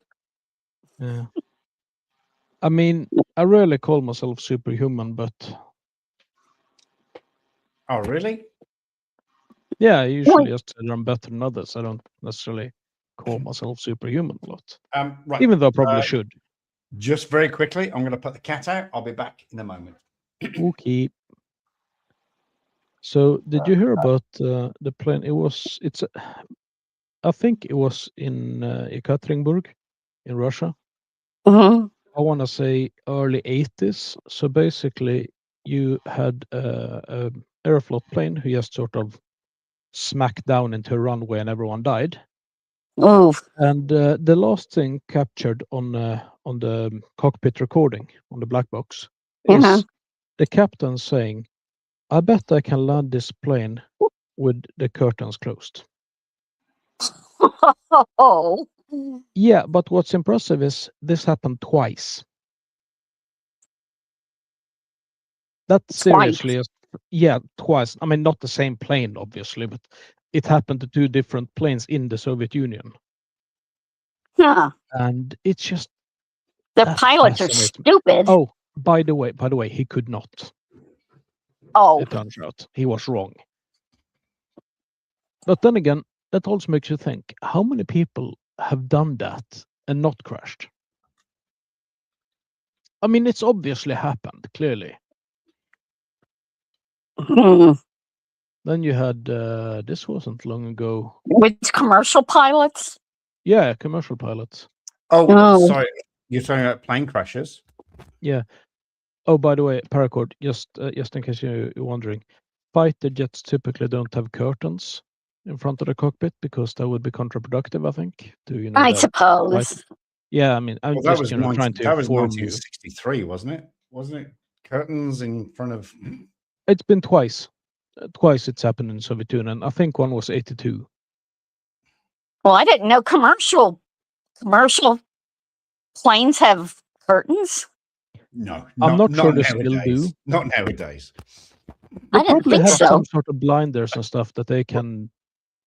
Probably on August 31st, 2001. Lots of planes had lots of curtains, but the next day, that day changed a lot of air flights. Did you see the one about or the window in the cockpit actually broke, and the captain nearly got sucked out of the plane, and they literally had to land with him hanging on the outside. Yes. His head cracked up quite a bit. He lived though, which is fucking amazing. I must think, what if you're conscious and you're literally you're dangling from the cockpit of the of the plane only being held by your co-pilot just grabbing your legs, but he can't actually pull you in. What are you thinking? Other than, oh, fuck me. But still. I'm gonna die. Yeah, I think panic would be. I'm just actually looking at cockpit windows now because I want to see if I can find any with curtains. Wow, Well, there are a because lot. the only time I saw something like that, and I don't know if this is real or not, but they were it was a TV show and they were in I think it was a stealth bomber. And when they drop a nuke or one's going to be dropped around them, they have curtains that they pull, That could make sense. to protect them from the flash. Yeah, you would fuck up your eyes quite badly, if, especially if it's dark outside. And if they were to treat these curtains with some sort of lead or bit more insulating, it would give you some protection against radiation as well. Radiation? What are you getting radiation from? A nuke. We're talking about stealth bombers and nuclear weapons. Let me explain. An atom bomb typically generates some radiation, Chuck. A nuclear bomb. Boom. The thing that goes boom, right? The big boom. Yeah, big boom. Big boom. Big boom. Big boom. Well, this was a movie. It was Powers Booth was in it, and Rebecca De Mornay and James Earl Jones. It was like a big all-star thing. And, they're arguing about whether to close the curtains or not. And he punches her, and she's covering up one eye, and then the other eye sees the flash of a bomb. Let's see. So she gets blind in one eye, but she can, because she was holding the other one closed. Yeah.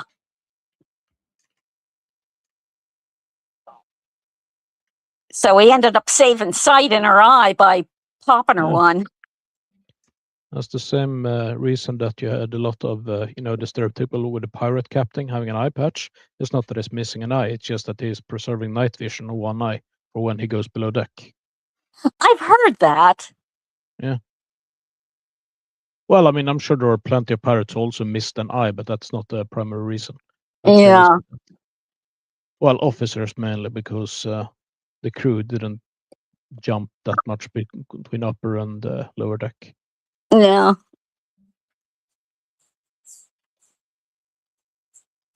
Fucking hell. Sorry. Pilot injured, cracking cockpit window. Flight forced to make emergency landing due to possible space debris. Yeah, his arm is kind of fucked up. Looks like he's been hit with bird shots. Jesus, that window is fucked up. Do you want to send me the link? Sure. Hang on. Can you do that? Yeah, I think so. The problem is when you do that and when I show them, the monetization on these videos just gets fucked. But that's okay. I'll send it in private chat. It's all right. Yeah. I was going to say, look at it privately, and if it's really gnarly, keep it to yourself. No, it's not like gross or anything. It's just dried blood and a bunch of pitting on the arm. No, it's not that. It's the fact that I play the video. It's not the content of the video. It's the fact that I play the video and it's it's not the video. It's just newspaper thingy.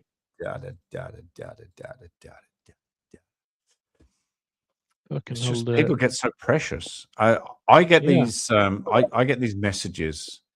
Oh shitballs. Oh yeah, that's like if your arm gets like that inside the cockpit, something's probably wrong. Yeah, you need to.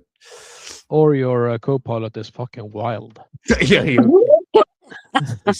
smacked off his tits on God knows what. Bless. All right. Oh, I was thinking that maybe it was not a he, and you were having some fun. Stop it now. Stop it. Yeah, behave yourself, Robin. Oh, Yeah. behave. Oh, behave.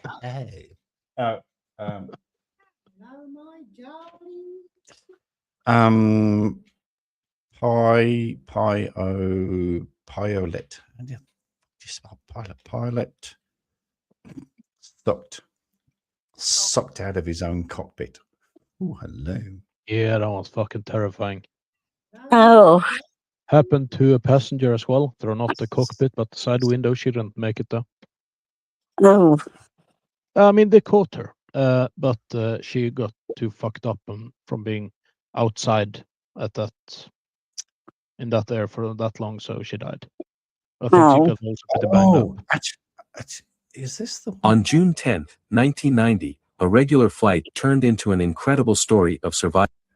I think this is the one I was actually looking for. No.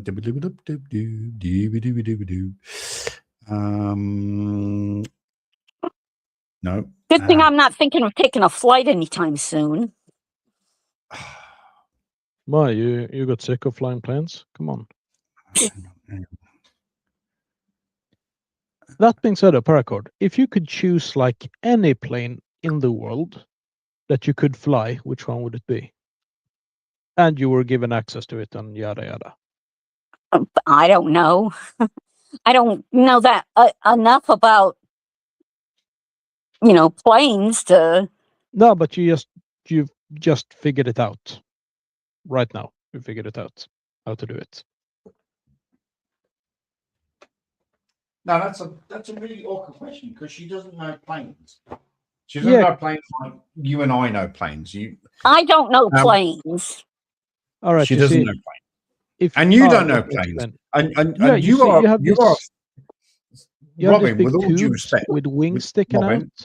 Robin, with all due respect, this is the man. This is the man that's talking about planes. This is the man that hates. Yeah. Detests flying. Hates. Why do I hate them? That's a story like this. No, because I know I hate them very specifically. The reason I hate them is because I have massive control issues. Like fucking enormous control issues. And I don't trust other people for shit. So you're trying to say that you've got two experienced pilots, or two, maybe three, depending on how big the flight is. And they've been through literally thousands of hours of training to fly a 150-ton thing in the air. I also agree. I don't understand how a plane flies, but so you're just trying to say that because these two geezers at the front of this thing are flying it, you don't trust them. Is that? I don't trust anyone, pretty much, and no, I don't trust them like that, unless I'm present in the cockpit, which I've been. So if you were present in the cockpit with these two pilots who have had again thousands of hours of training, and you were in the cockpit and you were watching them do what they do, I've been unless you were there, you would go, are you doing that? Is that the right button? Is that no? is that the no? It should be minus. No. In 2016, I took a course for this, and part of the course was basically flying to the mainland and back on. Can't remember the plane. It was a 3-letter French plane, quite small, and we were allowed to all of us who took this class. We were allowed to sit for a while in the cockpit mid-flight, and yeah, that was helpful. And that gave me, because I know that I could, in theory, kill the pilots and sit there myself and then crash the plane, and that would feel slightly better. Because I would have the option to do so. I'm not saying I would take the option because that seems rather counterproductive to my own survival, but I like the option. So I've even been sort of toying with the idea of actually taking a proper flying class, like going up in a 2-seater with a proper pilot, just so I can sit like just literally holding the stick, and just see how that affects me. And if I don't, crash the plane into the ground or something, then I know, yeah, it's probably good. I went up in a plane years and years and years ago. Yeah, Sean, you haven't oh, Sean's hearing nothing. That is weird, actually. Oh no, that was a wee while ago. No, it was 2 minutes ago. Oh, it was 2 minutes ago. Why are you not hearing anything? Did you all go silent? I think that's you, dude. It's definitely not me. Or maybe we just started talking really quietly, but our ears adapted to the point where we didn't even notice it. Yeah, we sort of just do this and just go, hi. We're just talking like this. Yeah. This is an ASMR channel now. This is it. Oh, yeah. This is what we're doing.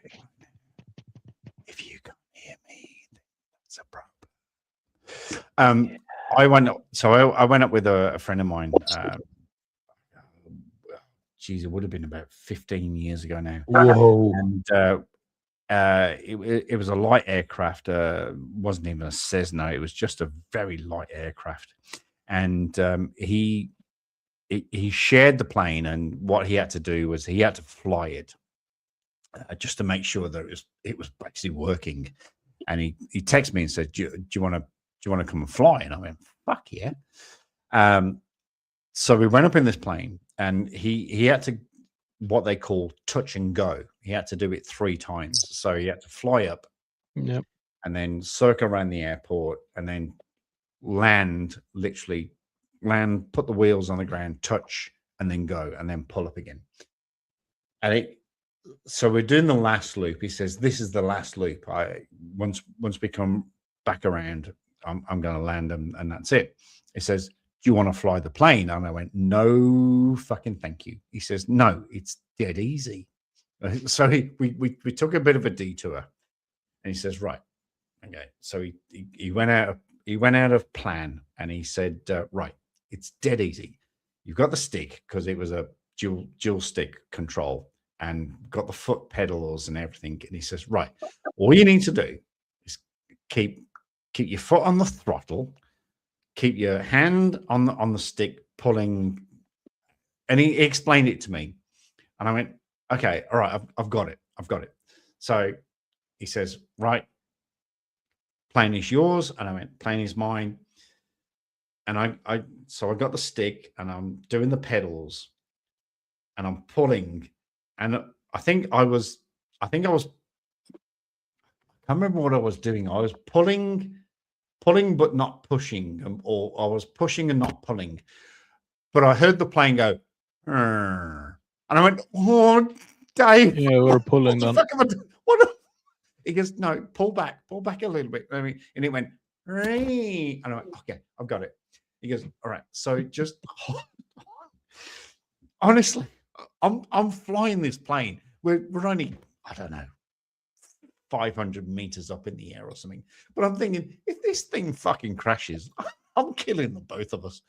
And he goes, "All right, you've got it." And it's going, and I go, "Oh, fuck, I've got it." And then it goes, all of a sudden it goes, "Dave, no, I don't like it. I don't like it. So he took control of it, and he brought us down.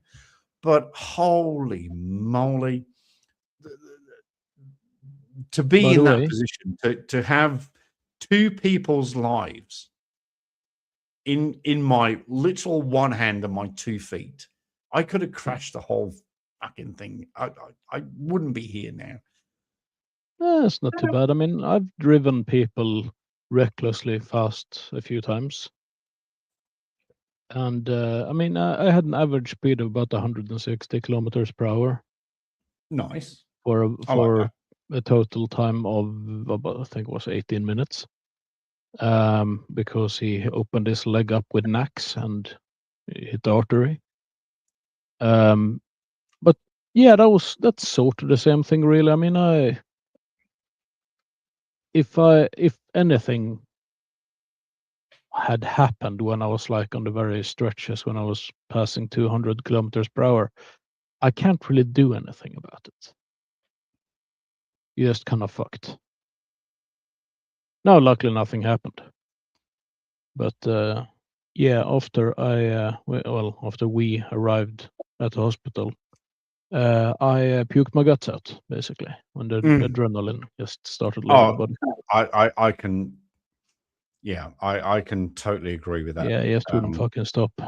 Fucking horrible. And then the shaking.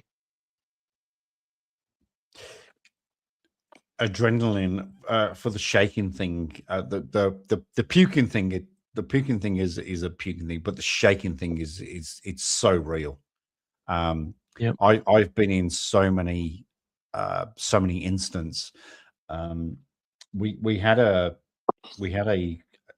guy that was over the A45, which is one of the main arterial roads in Birmingham, and he was on the other side of the barrier, and he was jumping. He wanted to go, and we set up we set up a.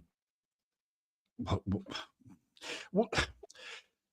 mean, it wasn't perfect, but we did what we thought at the time was best. So he was in the middle, and I was number one, what we call number one, and number two. So I was on his right hand side. Number two was on his left hand side. Number three was behind me. And number four was behind him, and we were inching towards this guy, inching. Number two was doing the negotiating. He was going, you don't want to jump, you don't want to do this, you don't want to. And this guy wanted to jump. This guy absolutely wanted to jump. And like I said, he was on the other side of the barrier, and we're on this side of the barrier because we can't obviously sneak up on the other side of the barrier. I mean, you could. Maybe. Oh, yeah, we could, and risk our lives. Yeah, you can see. Yeah, exactly. I mean, come on. Also, did you try reverse psychology? Did you try reverse psychology to convince him? Yeah. I bet it's awesome to jump. You should really go for it. Did you try that? I can't remember what number two said. Hey, your life is really messed up. I'd jump if I were you. Yeah. Do you know? I mean, come on. How good is life really? Probably these days. Probably, if I was in the same situation, if I was in the exact same scenario, that this guy is on the other side of the barrier and he wants to jump and he wants to end his life. Do you know what I would actually do? Literally right here, right now, at my time of life and my mental status, I'd probably actually go, do you know what? I'd probably jump on the other side of him and go, come on, dude, let's fucking do it together. Come on. Come on. I'll get my pension. Cannonball. I'll get paid. I'll be recognized as a fucking national hero. Come on, jump. And he'll be going, no, dude, no, no, don't do it. Fucking coward. Come on, let's fucking. Yeah, you're absolutely right. Reverse psychology. Absolutely. Or first you have to go up there. Do it. Let's just fucking go. Come on. No, first you need to ask him, hey, do you support Birmingham FC? Yeah. Oh, fuck off. Oh, wow. I can basically go, yeah, you got nothing to live for. Go Lions. That's right. Let's just do it. And I would grab his hand and just fucking go. Yeah, that's all right. Yeah, let's. Come on. And what would happen? Oh, you can guarantee this. We would hit the ground, and the first car that would run over me would be an Aston Villa fan. I can just guarantee it. I can just guarantee it. I can absolutely. It would either and then be they would cover you in an Aston Villa flag. It would be an Aston Villa fan or a West Coast Eagles fan.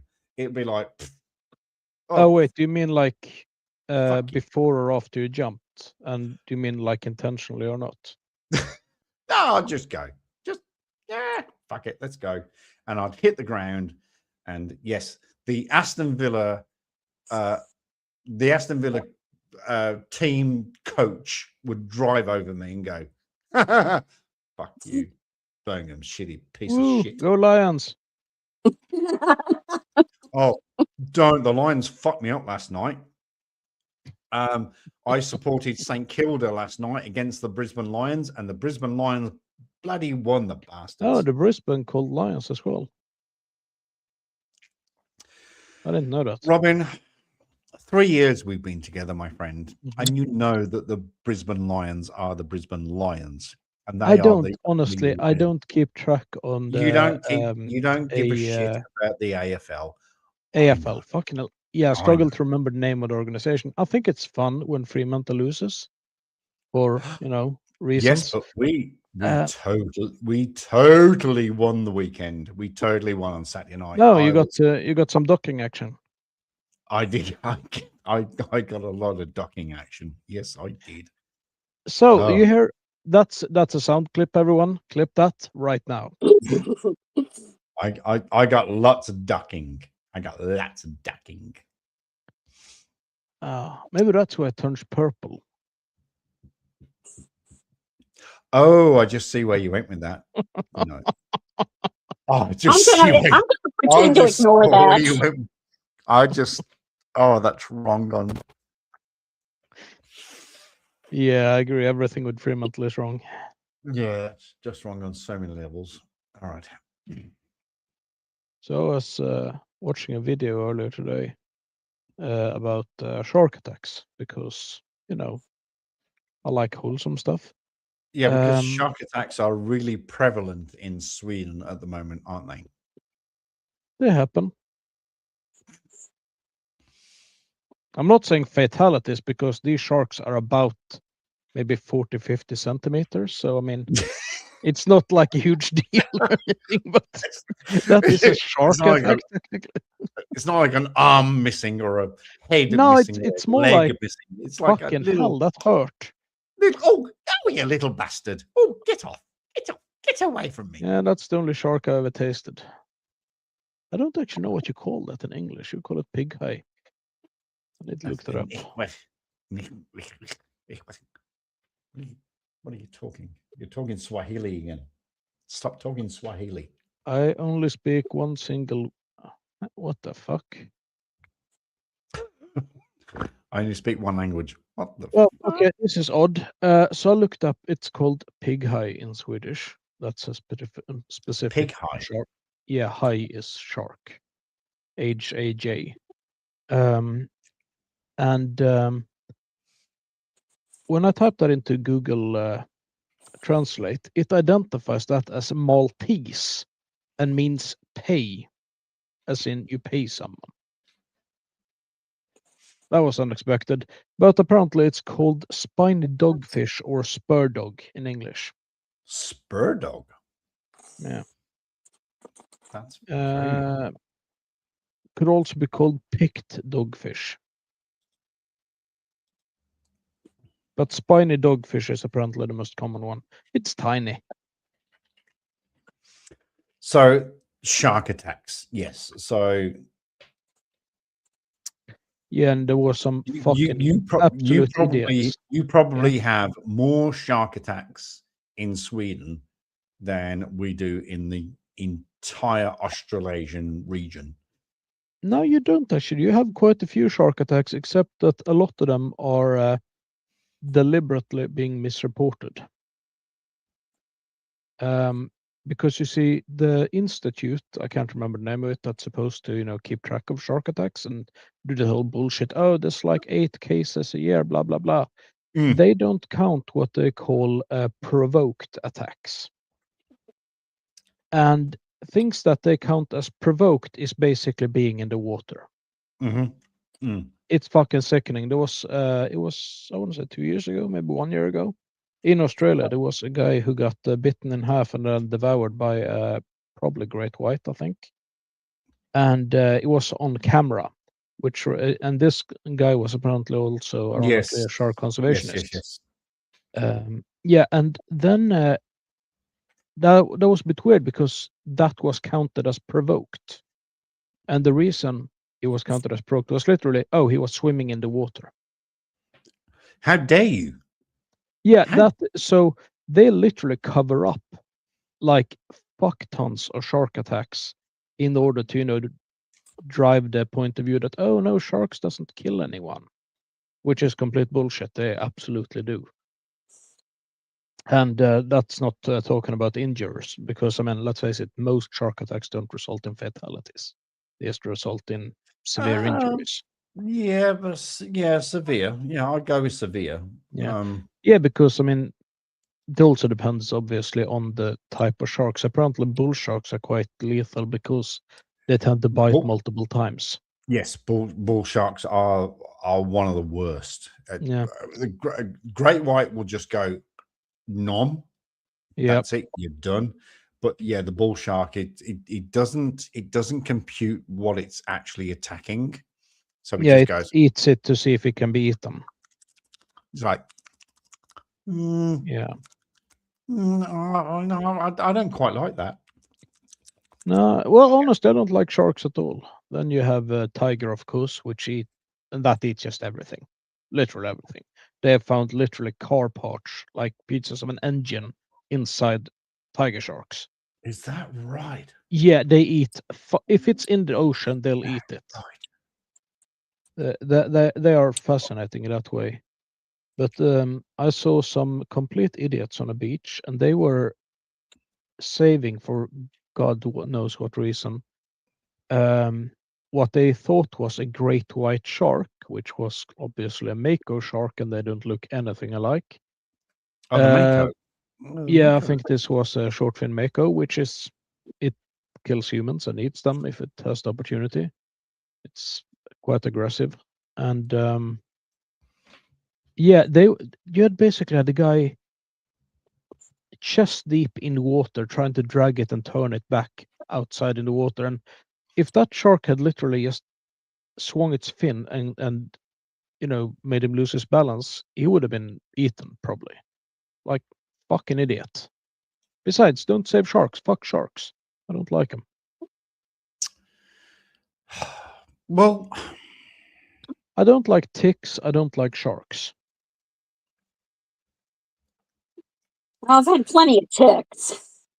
I'd rather have ticks than sharks, quite frankly. Sorry. Yeah. Did you say tits or ticks? Sorry. Ticks. Also, when it comes to tits, I would rather be surrounded. I would rather much rather be surrounded by tits. Absolutely. Fucking hell. By the way, I would prefer these tits should be attached to said women as well. I would find it a bit macabre if there was a bunch of dismembered tits just covering the walls around me. That's not my I'm glad thing. you straightened that out. Yeah. Thanks I'm just saying that's not my thing. Chuck, I don't judge you if that's what you're in. Well, actually, yeah, if you're into that, I would kind of judge you. But still. Well, if I'm into ticks or not, okay. No, if ticks. you're into like walls covered of dismembered tits. Ticks. Right. I think I found this video. I'm not 100% sure if this is the one, but Avery. The day started like any other, with British Airways Flight 5390 leaving from Birmingham Airport to Malaga, Spain. Captain Tim Lancaster and First Officer Alastair Atchison were in charge. Not long after takeoff, at a height of 17,300 feet, something terrible happened. The cockpit window suddenly broke, causing a rush of air and chaos. Captain Lancaster got halfway sucked out, held only by his seatbelt, and the cabin crew acted quickly to keep him safe. Facing this terrifying situation, First Officer Atchison... They're hanging on to his legs. Yeah, and also the cabin crew didn't do that. No, it's not the cabin crew. It would be the first also, officer. I'm pretty sure with strong... he's not hanging out on by his seatbelt. Because yeah, no, it's a bit that's long, not isn't it? that stretchy, is it? Yeah, it's a bit too long. Winds Yeah, and that's like freezing fucking cold, bungee jumping. working hard to keep the plane steady. Meanwhile, everyone also, back in the cabin was doesn't have doing to their be best to help the engines. captain get inside the cockpit. At last, they managed to land safely at Southampton Airport, saving everyone on June 10th. Oh, Southampton. Have you seen the plane afterwards? Like photos of it. Yeah. The roof above the window is just painted pink, basically, from all the blood. Oh, Yeah, it's like he got smashed up, but still he made it. Also, the fucking balls of the co-pilot. Now that's a fucking heroic effort. Yeah, of course. To be able to save him like that under those circumstances, with like you missing a fucking window in the plane. That's like, I like having windows at the front of my plane. It makes it more cozy to fly, I imagine. Well, I kind of like having and having windows. a half a pilot sticking out might be a bit Yeah, that would be distracting. I distracting. kind of like, yeah, exactly. I like having a pilot at the front of the plane. I kind Well, of like still have having one. windows everywhere. You know, I kind of Technically, like these things. technically, you have a pilot now even more in front of the plane. Well, He's literally in front of the plane now. he's literally in front of the plane. It's Oh. like, fucking hell. All right. That's another one. There were some other funny Could you flight stop stories. screaming in terror? It's distracting me. Yeah. Yeah, I'm just imagining me, like, assuming that I was driving, just one of my fares, like driving some sick person, all of a sudden they get sucked out through the windscreen, and then I have to hold on to their legs while Yeah, driving. That would exactly. be Yeah, really that's fucking distracting. uh, And I mean, that'd be- imagine if they like have walked through mud or something and I have to hold on to their boots. Then I get like all dirty. is he? Oh, by the way, I captured a dog a couple of days ago. Captured a dog? Yeah, it was running on the road. What the fuck is that sound, Chuck? No, it's okay. I'm just watching Retro. Retro's he's doing a marathon, and yeah, it sounded like, I don't know. How do we raid? How do we raid? I have him? no With idea. an adding machine tape, or adding machine. How do we raid? Yeah, something like that. Making a printout, Also, Chuck, for raiding, one thing you can look at, if you look up, we have to shut this down and then go over to his channel, don't yeah, we? That's how you or do a we raid. can, if we look up the raid on Lindisfarne, then the Danes, they crossed the North Sea on their boats, and then they plundered and plundered and slaughtered all the monks at Lindisfarne. Okay.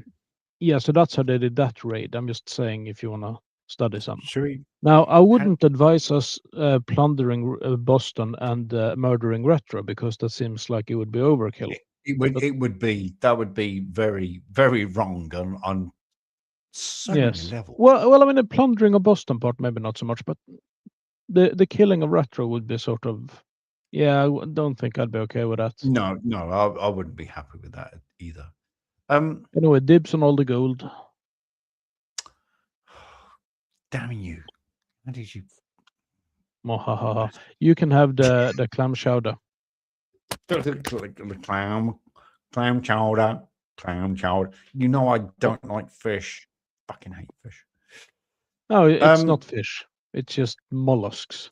Clam chowder. Oh, clam up. Clam up. Shut the clam up. All right. Okay. All right. We're gonna. I'm going to call this. We're gonna say goodnight. What are we gonna call this? We're gonna go over to. We're gonna raid. We are going to raid. We're gonna what raid. is it? What is our goal? Are we gonna like capture slaves? Are we gonna take valuables or just kill people? What's the purpose of the raid? Did you know did you know that the word Probably. nitty gritty, I've told you this before, nitty gritty is so racist. It's beyond racist. So nitty gritty refers to the lowest of the low of the low of the low of the low in the bottom of the boats where they did the rowing. They called them the nitty gritty because they did literally the nitty gritty, and it's so racist. Nitty gritty. That's not racist though. That's more classist. It than is. racist. It is. It's beyond racist. It's beyond racist, and people still use it to this day, and they don't understand what nitty gritty actually means because I looked it up.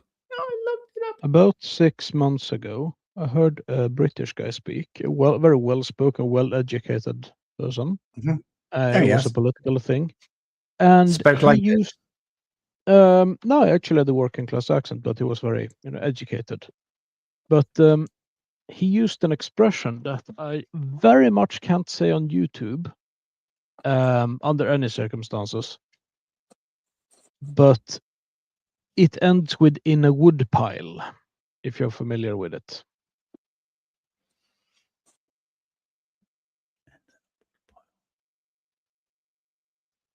I don't know. Yeah, it's basically when something is wrong. Then apparently the expression goes, "It's a in a wood pile." And yeah, it's a word you under no circumstances can say on YouTube these days. So yeah.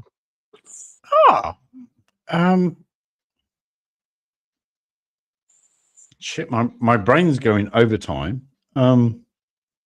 Let's just say it's connected to the transatlantic slave trade.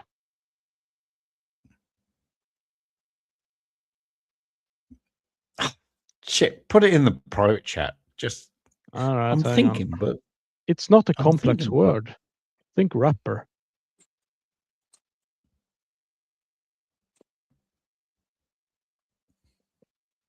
Are you talking about the N word? Yeah. No, it's probably not the N word. Yeah, it is. It is. Oh, it is. That is apparently an actual expression. Yes. Oh, which yeah. I had no fucking idea. I was like fucking. I'm also quite curious in how that becomes an expression in the first place. It seems an odd thing to say. Yeah. I won't say I ever used it, but I've heard it.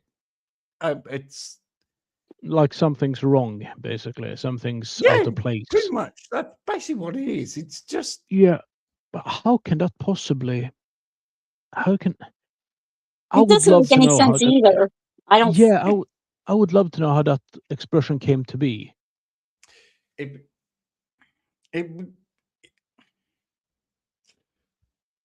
Google it. It might come up with something. I'm actually gonna do that. Let me do some research on it and let me.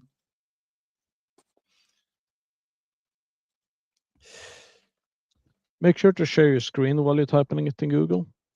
Oh, fuck off. Oh, fucking hell. Apparently, it's also a silent film from 1904. Oh. Did not know that.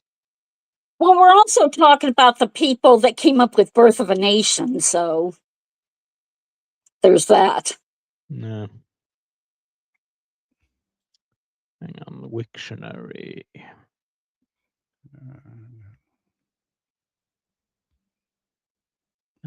Apparently, it disappeared from American English by the 1960s. I wonder why. It has continued to see occasional usage in the British English into the 2020s. Hello, Rosa Parks. What the? Ah, fuck Rosa Parks. I never liked her. Hey. No, she was. Come on. No, she took credit for others' work. I don't like that. She wasn't like remotely the first person to do it, the first black woman to make a stand like that. But because she looked educated, she was given all the focus, and basically everyone who came before her just got shafted, even though they did the real work. So I don't like her at all. She pisses me off.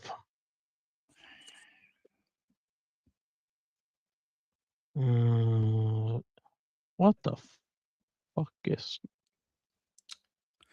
Right, the phrase means an unknown factor, something that causes things to turn out differently than would be normally assumed. Wood piles would be stacked loosely with spaces to avoid, and were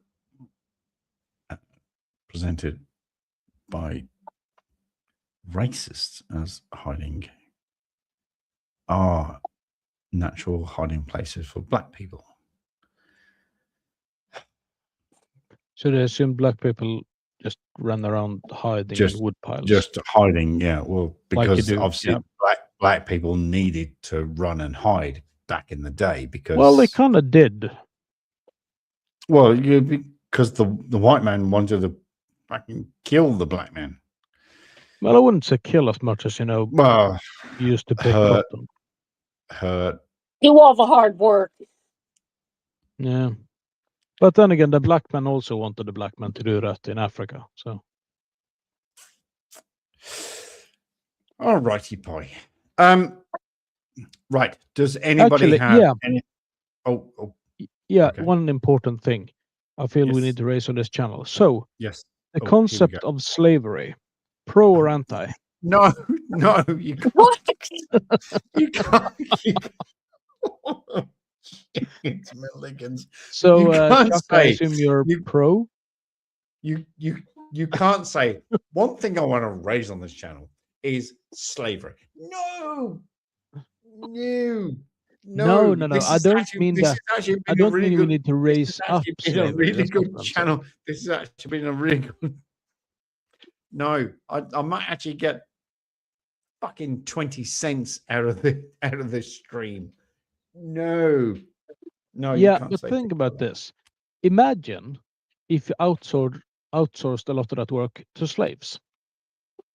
Then you make a higher profit. See what I mean? Well, of course you. So can I pin you down for pro-slavery?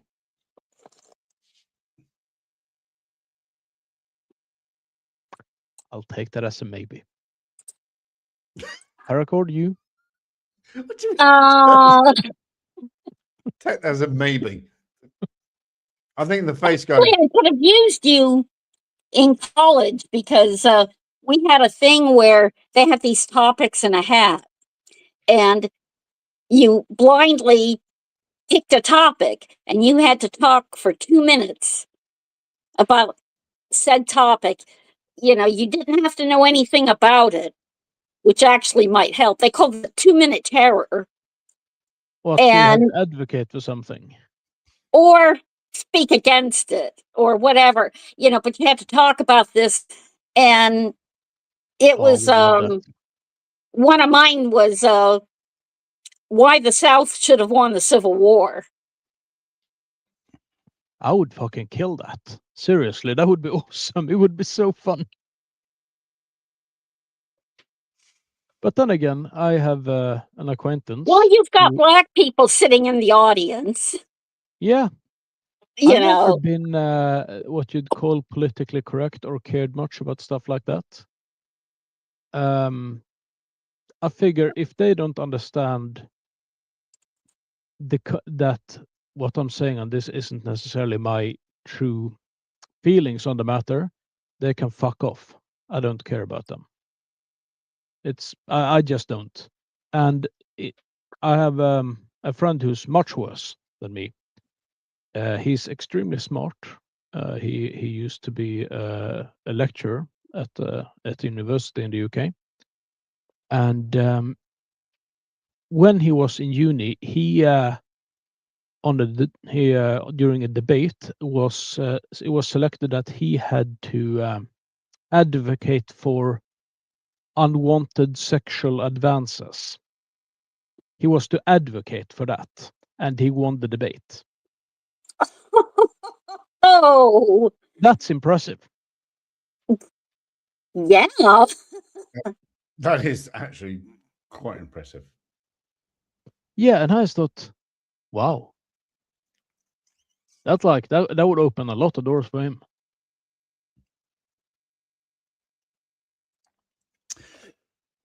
Or close a lot of doors. I'm not inviting him over. No, I don't think he's actually put that into practice though. Oh well, that's good. That I know of. And it's fucking fascinating. That argument I probably wouldn't win a debate. I'm not great at debating stuff, but I still enjoy arguing things just for the sake of it. I think it's fun.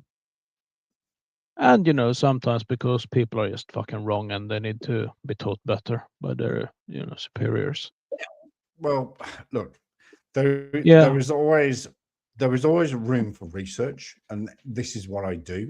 I will go on. If you give me something, I will research it. If I can prove it wrong, sorry, that's a really bad word. If you give me some information and I research it, and if I can prove it wrong, not say it's wrong, if I can prove it's wrong, then I will do so. I just love research. I slavery, and that's what this channel is all about.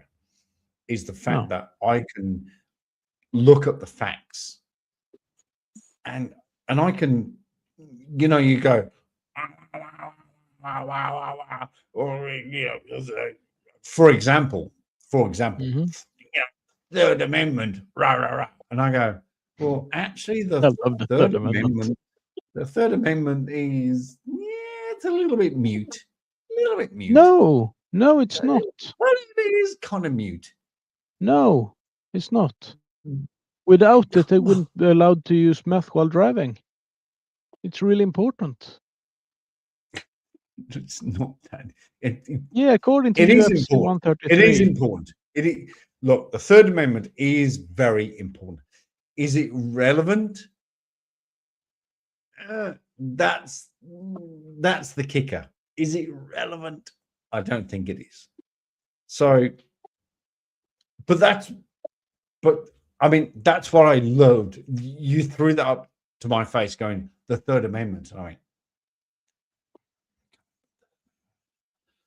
And that's why I did my research. And then that's where we are. Stuff like that just amuses me, the absurdity of it. Yes, I was just mocking you. I was just mocking you. Right. Ladies and gentlemen, time has come.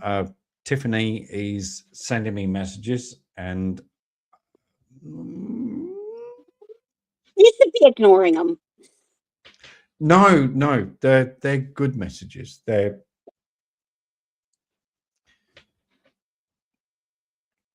There's a chance. I think there's a chance.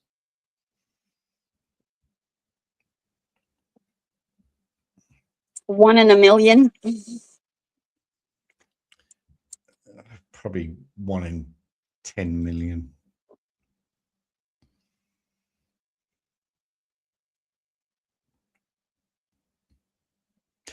Yeah, it's probably 1 in 10 million. All right, ladies and gentlemen, thank you so much for joining me on this extremely long. It's not that long. Was it 4 hours or something? No, it's only 4 hours, 20 minutes. Oh, you had more than that. Yeah. Yeah, I know. A lot. I know. I'm sorry. I'm just thinking about Tiffany. I'm sorry. I really am sorry. I'm just. Didn't we crack 11 hours last summer?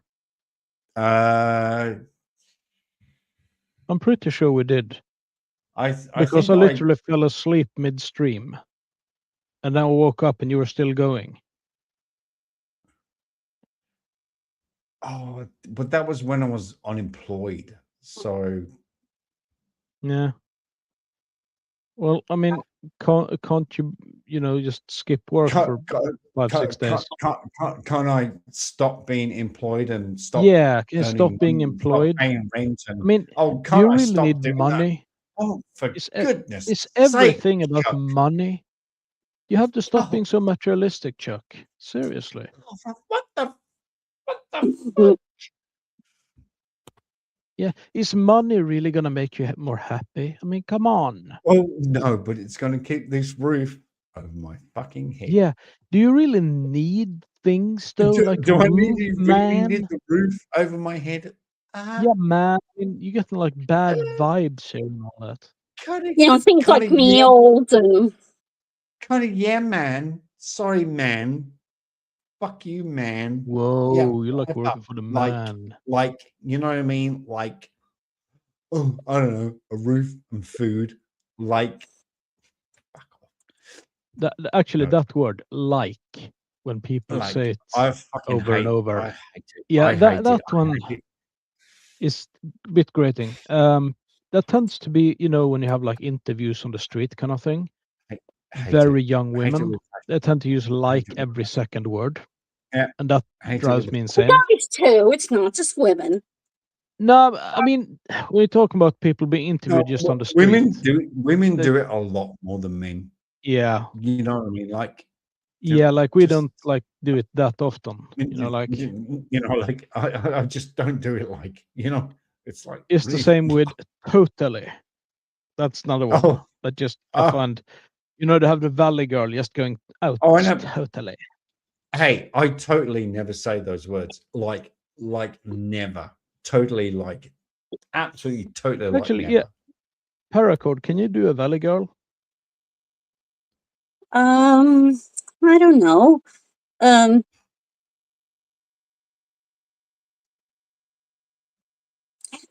don't know, man. Like it's totally tubular. Ooh, that was good. Tubular. That's That that's sounds a bit like- advanced for a Valley Girl, though, to be able to, use the word tubular. Tubular. That's musical. That's like. Well, that's let me tell you real quick. When I was in welding school, we had to work on something called a pipe joint. You know, joining two pieces of pipe. And he said, "Well, it's really nothing more than a tubular butt joint." And I raised my hand. I said, "Is that totally?" And he's like, "Huh? Totally tubular?" Totally tubular. Yeah, absolutely.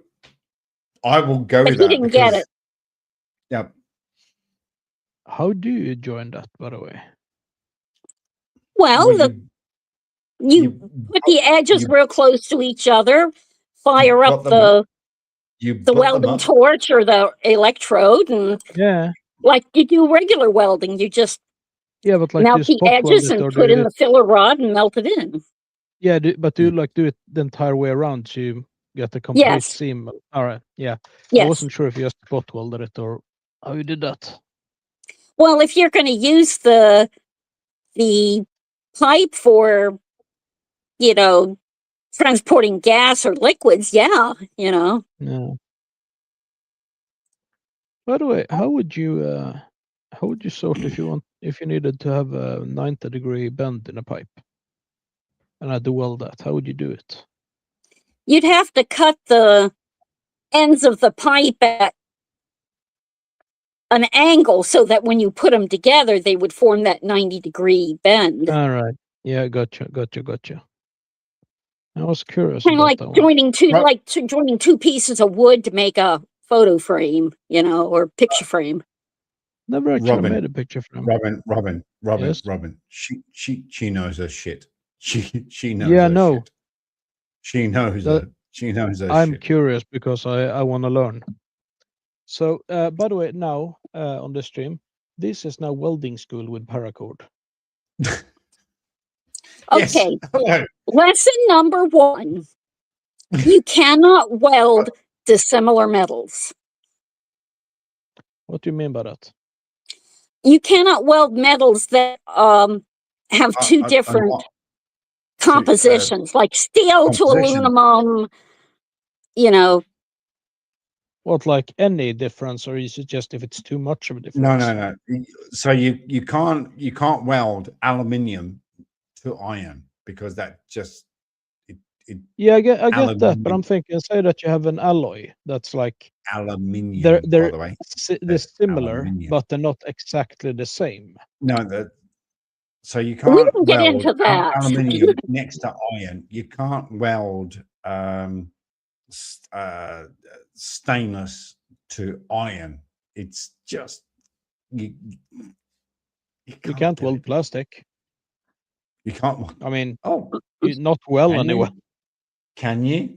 Can you? I don't Can you know. weld? Actually, Parkour, can you weld plastic? No, you can't. No. You can't weld plastic. I don't know. Is there like some plastic that's so heat resistant that it doesn't melt?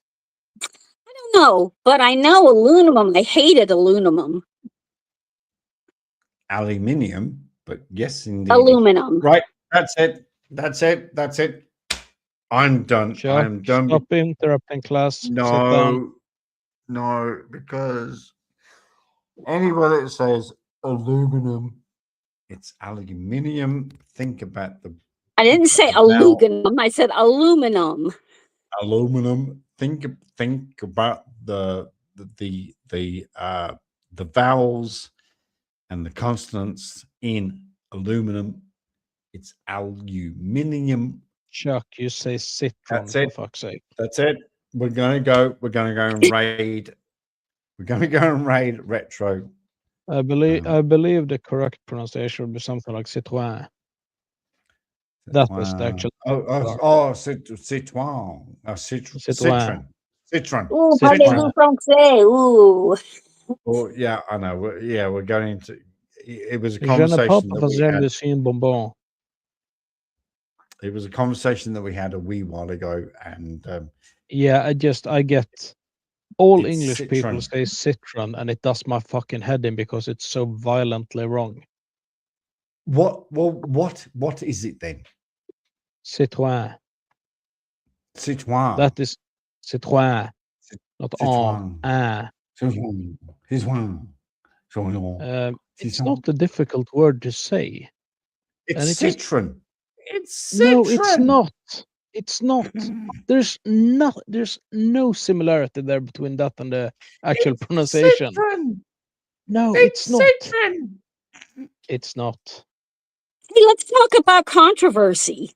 Oh, yeah, and the way you say you think there is a place in Belgium called Waterloo. That one does my head in as well. There is no fucking Waterloo. I know you. I know you hate this one. I know you. I know you. That hate one this does my head in. It's not. It's not Waterloo. It's Waterloo. Waterloo.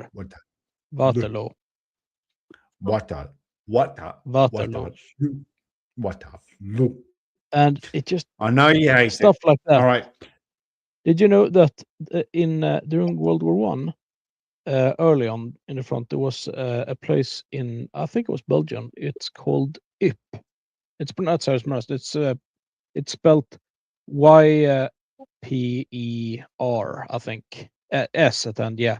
And the British soldiers came there and named it Wipers. Because it was too difficult to say Yp.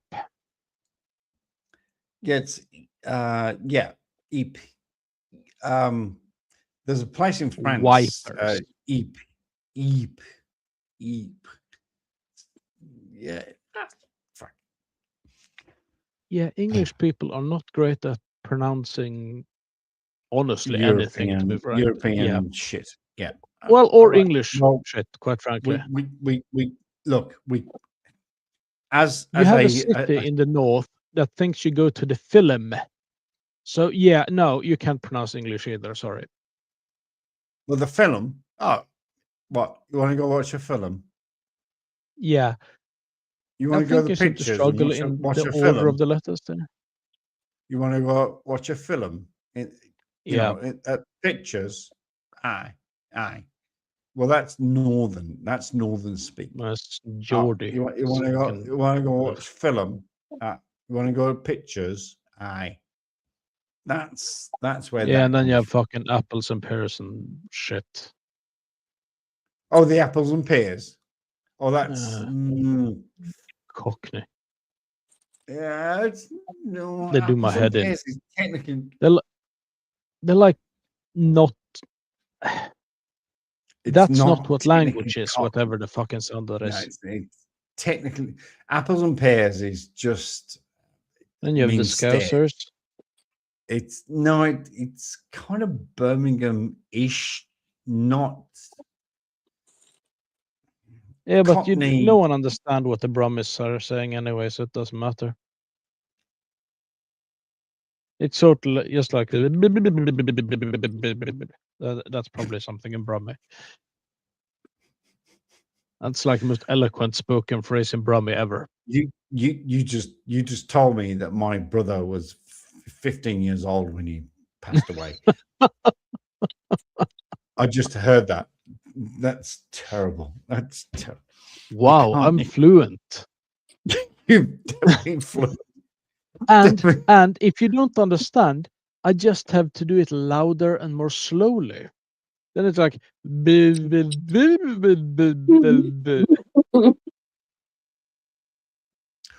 oh my.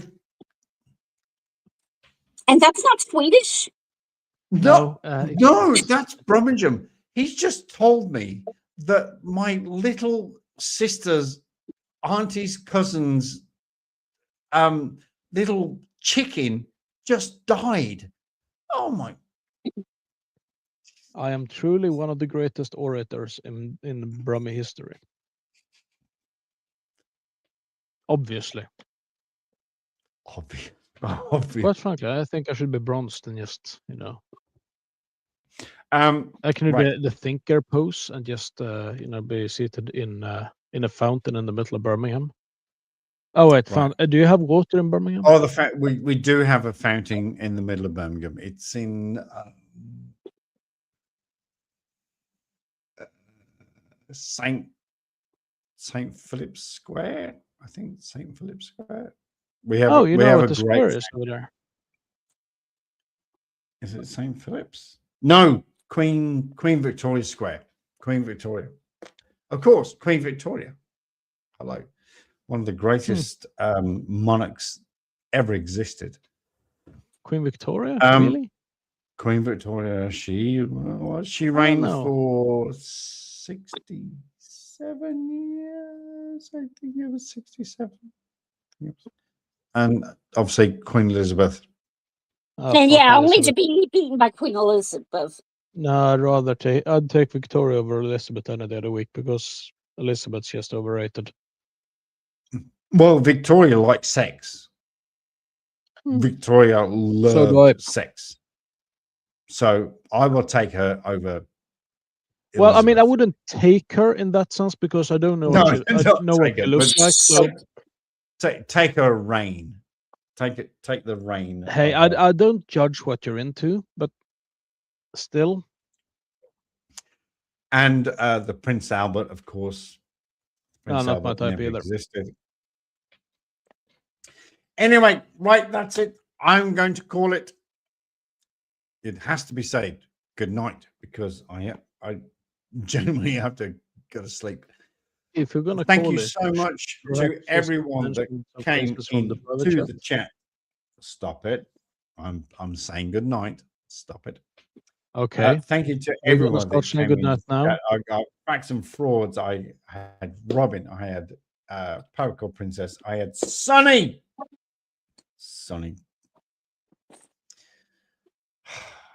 And there was Adam Anderson, and there were others. There were Dub, and I think there was a couple of others. But that's great.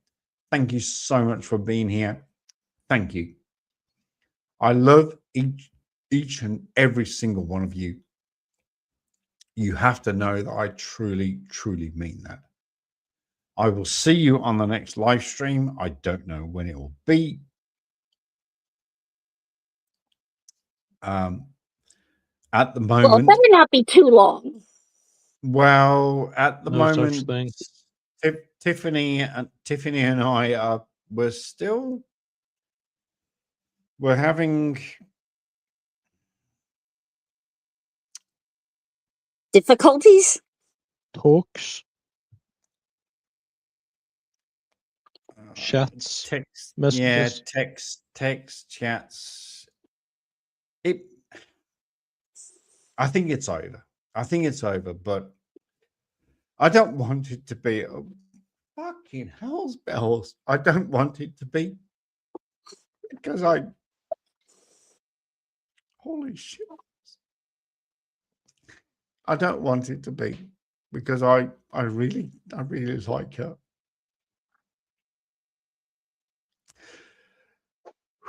But we're having communications.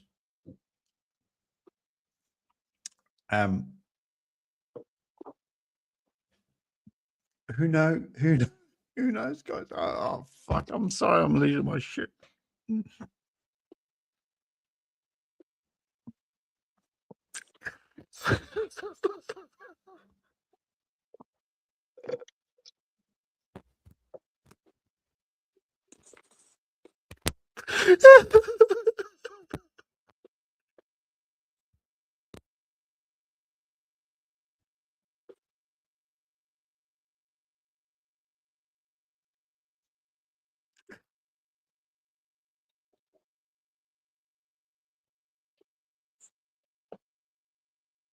Just relax. Take a couple deep breaths.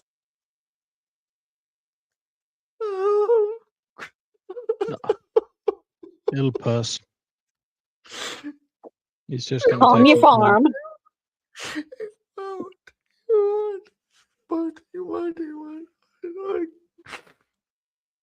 Oh, fucking hell.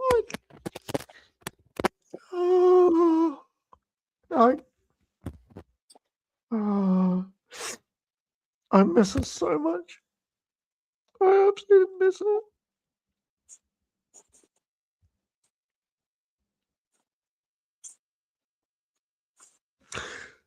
Well, try to take care and relax, and you may not want it to be over, but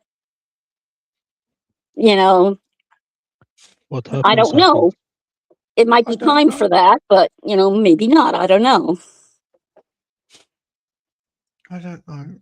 Robin, basically it was my fault. I didn't do anything wrong. I didn't do anything like physically wrong, nothing wrong.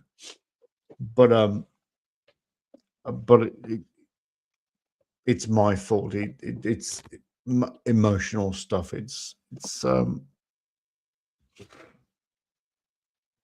I did stuff wrong. But then it's quite simply, well, if that's the case, then what's happened. Whatever it is that happened and what caused it. The only way is forward. Very simple. You need to feel what you need to feel right now. That's just gonna take its course, more or less. We don't know what happens in the future. And what happens. And whatever that may be, you will survive, you will adjust, and you will be able to push through it. And it won't hurt.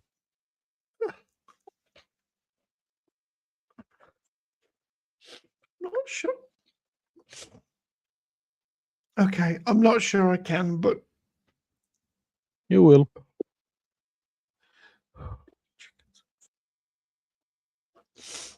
Okay, right. On that note, I'm sorry to end this on a really tearful note, but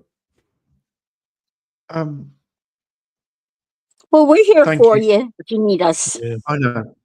Thank you. And I've got your emails, and I've got your messages, and I've got your contacts. I'm just so sad. I really don't want this to end. Might need to find you a good therapist. Somebody to talk to, help you work through this. I'm not that expensive. Or that good, really, but still cheap part I got. Your track record. I mean,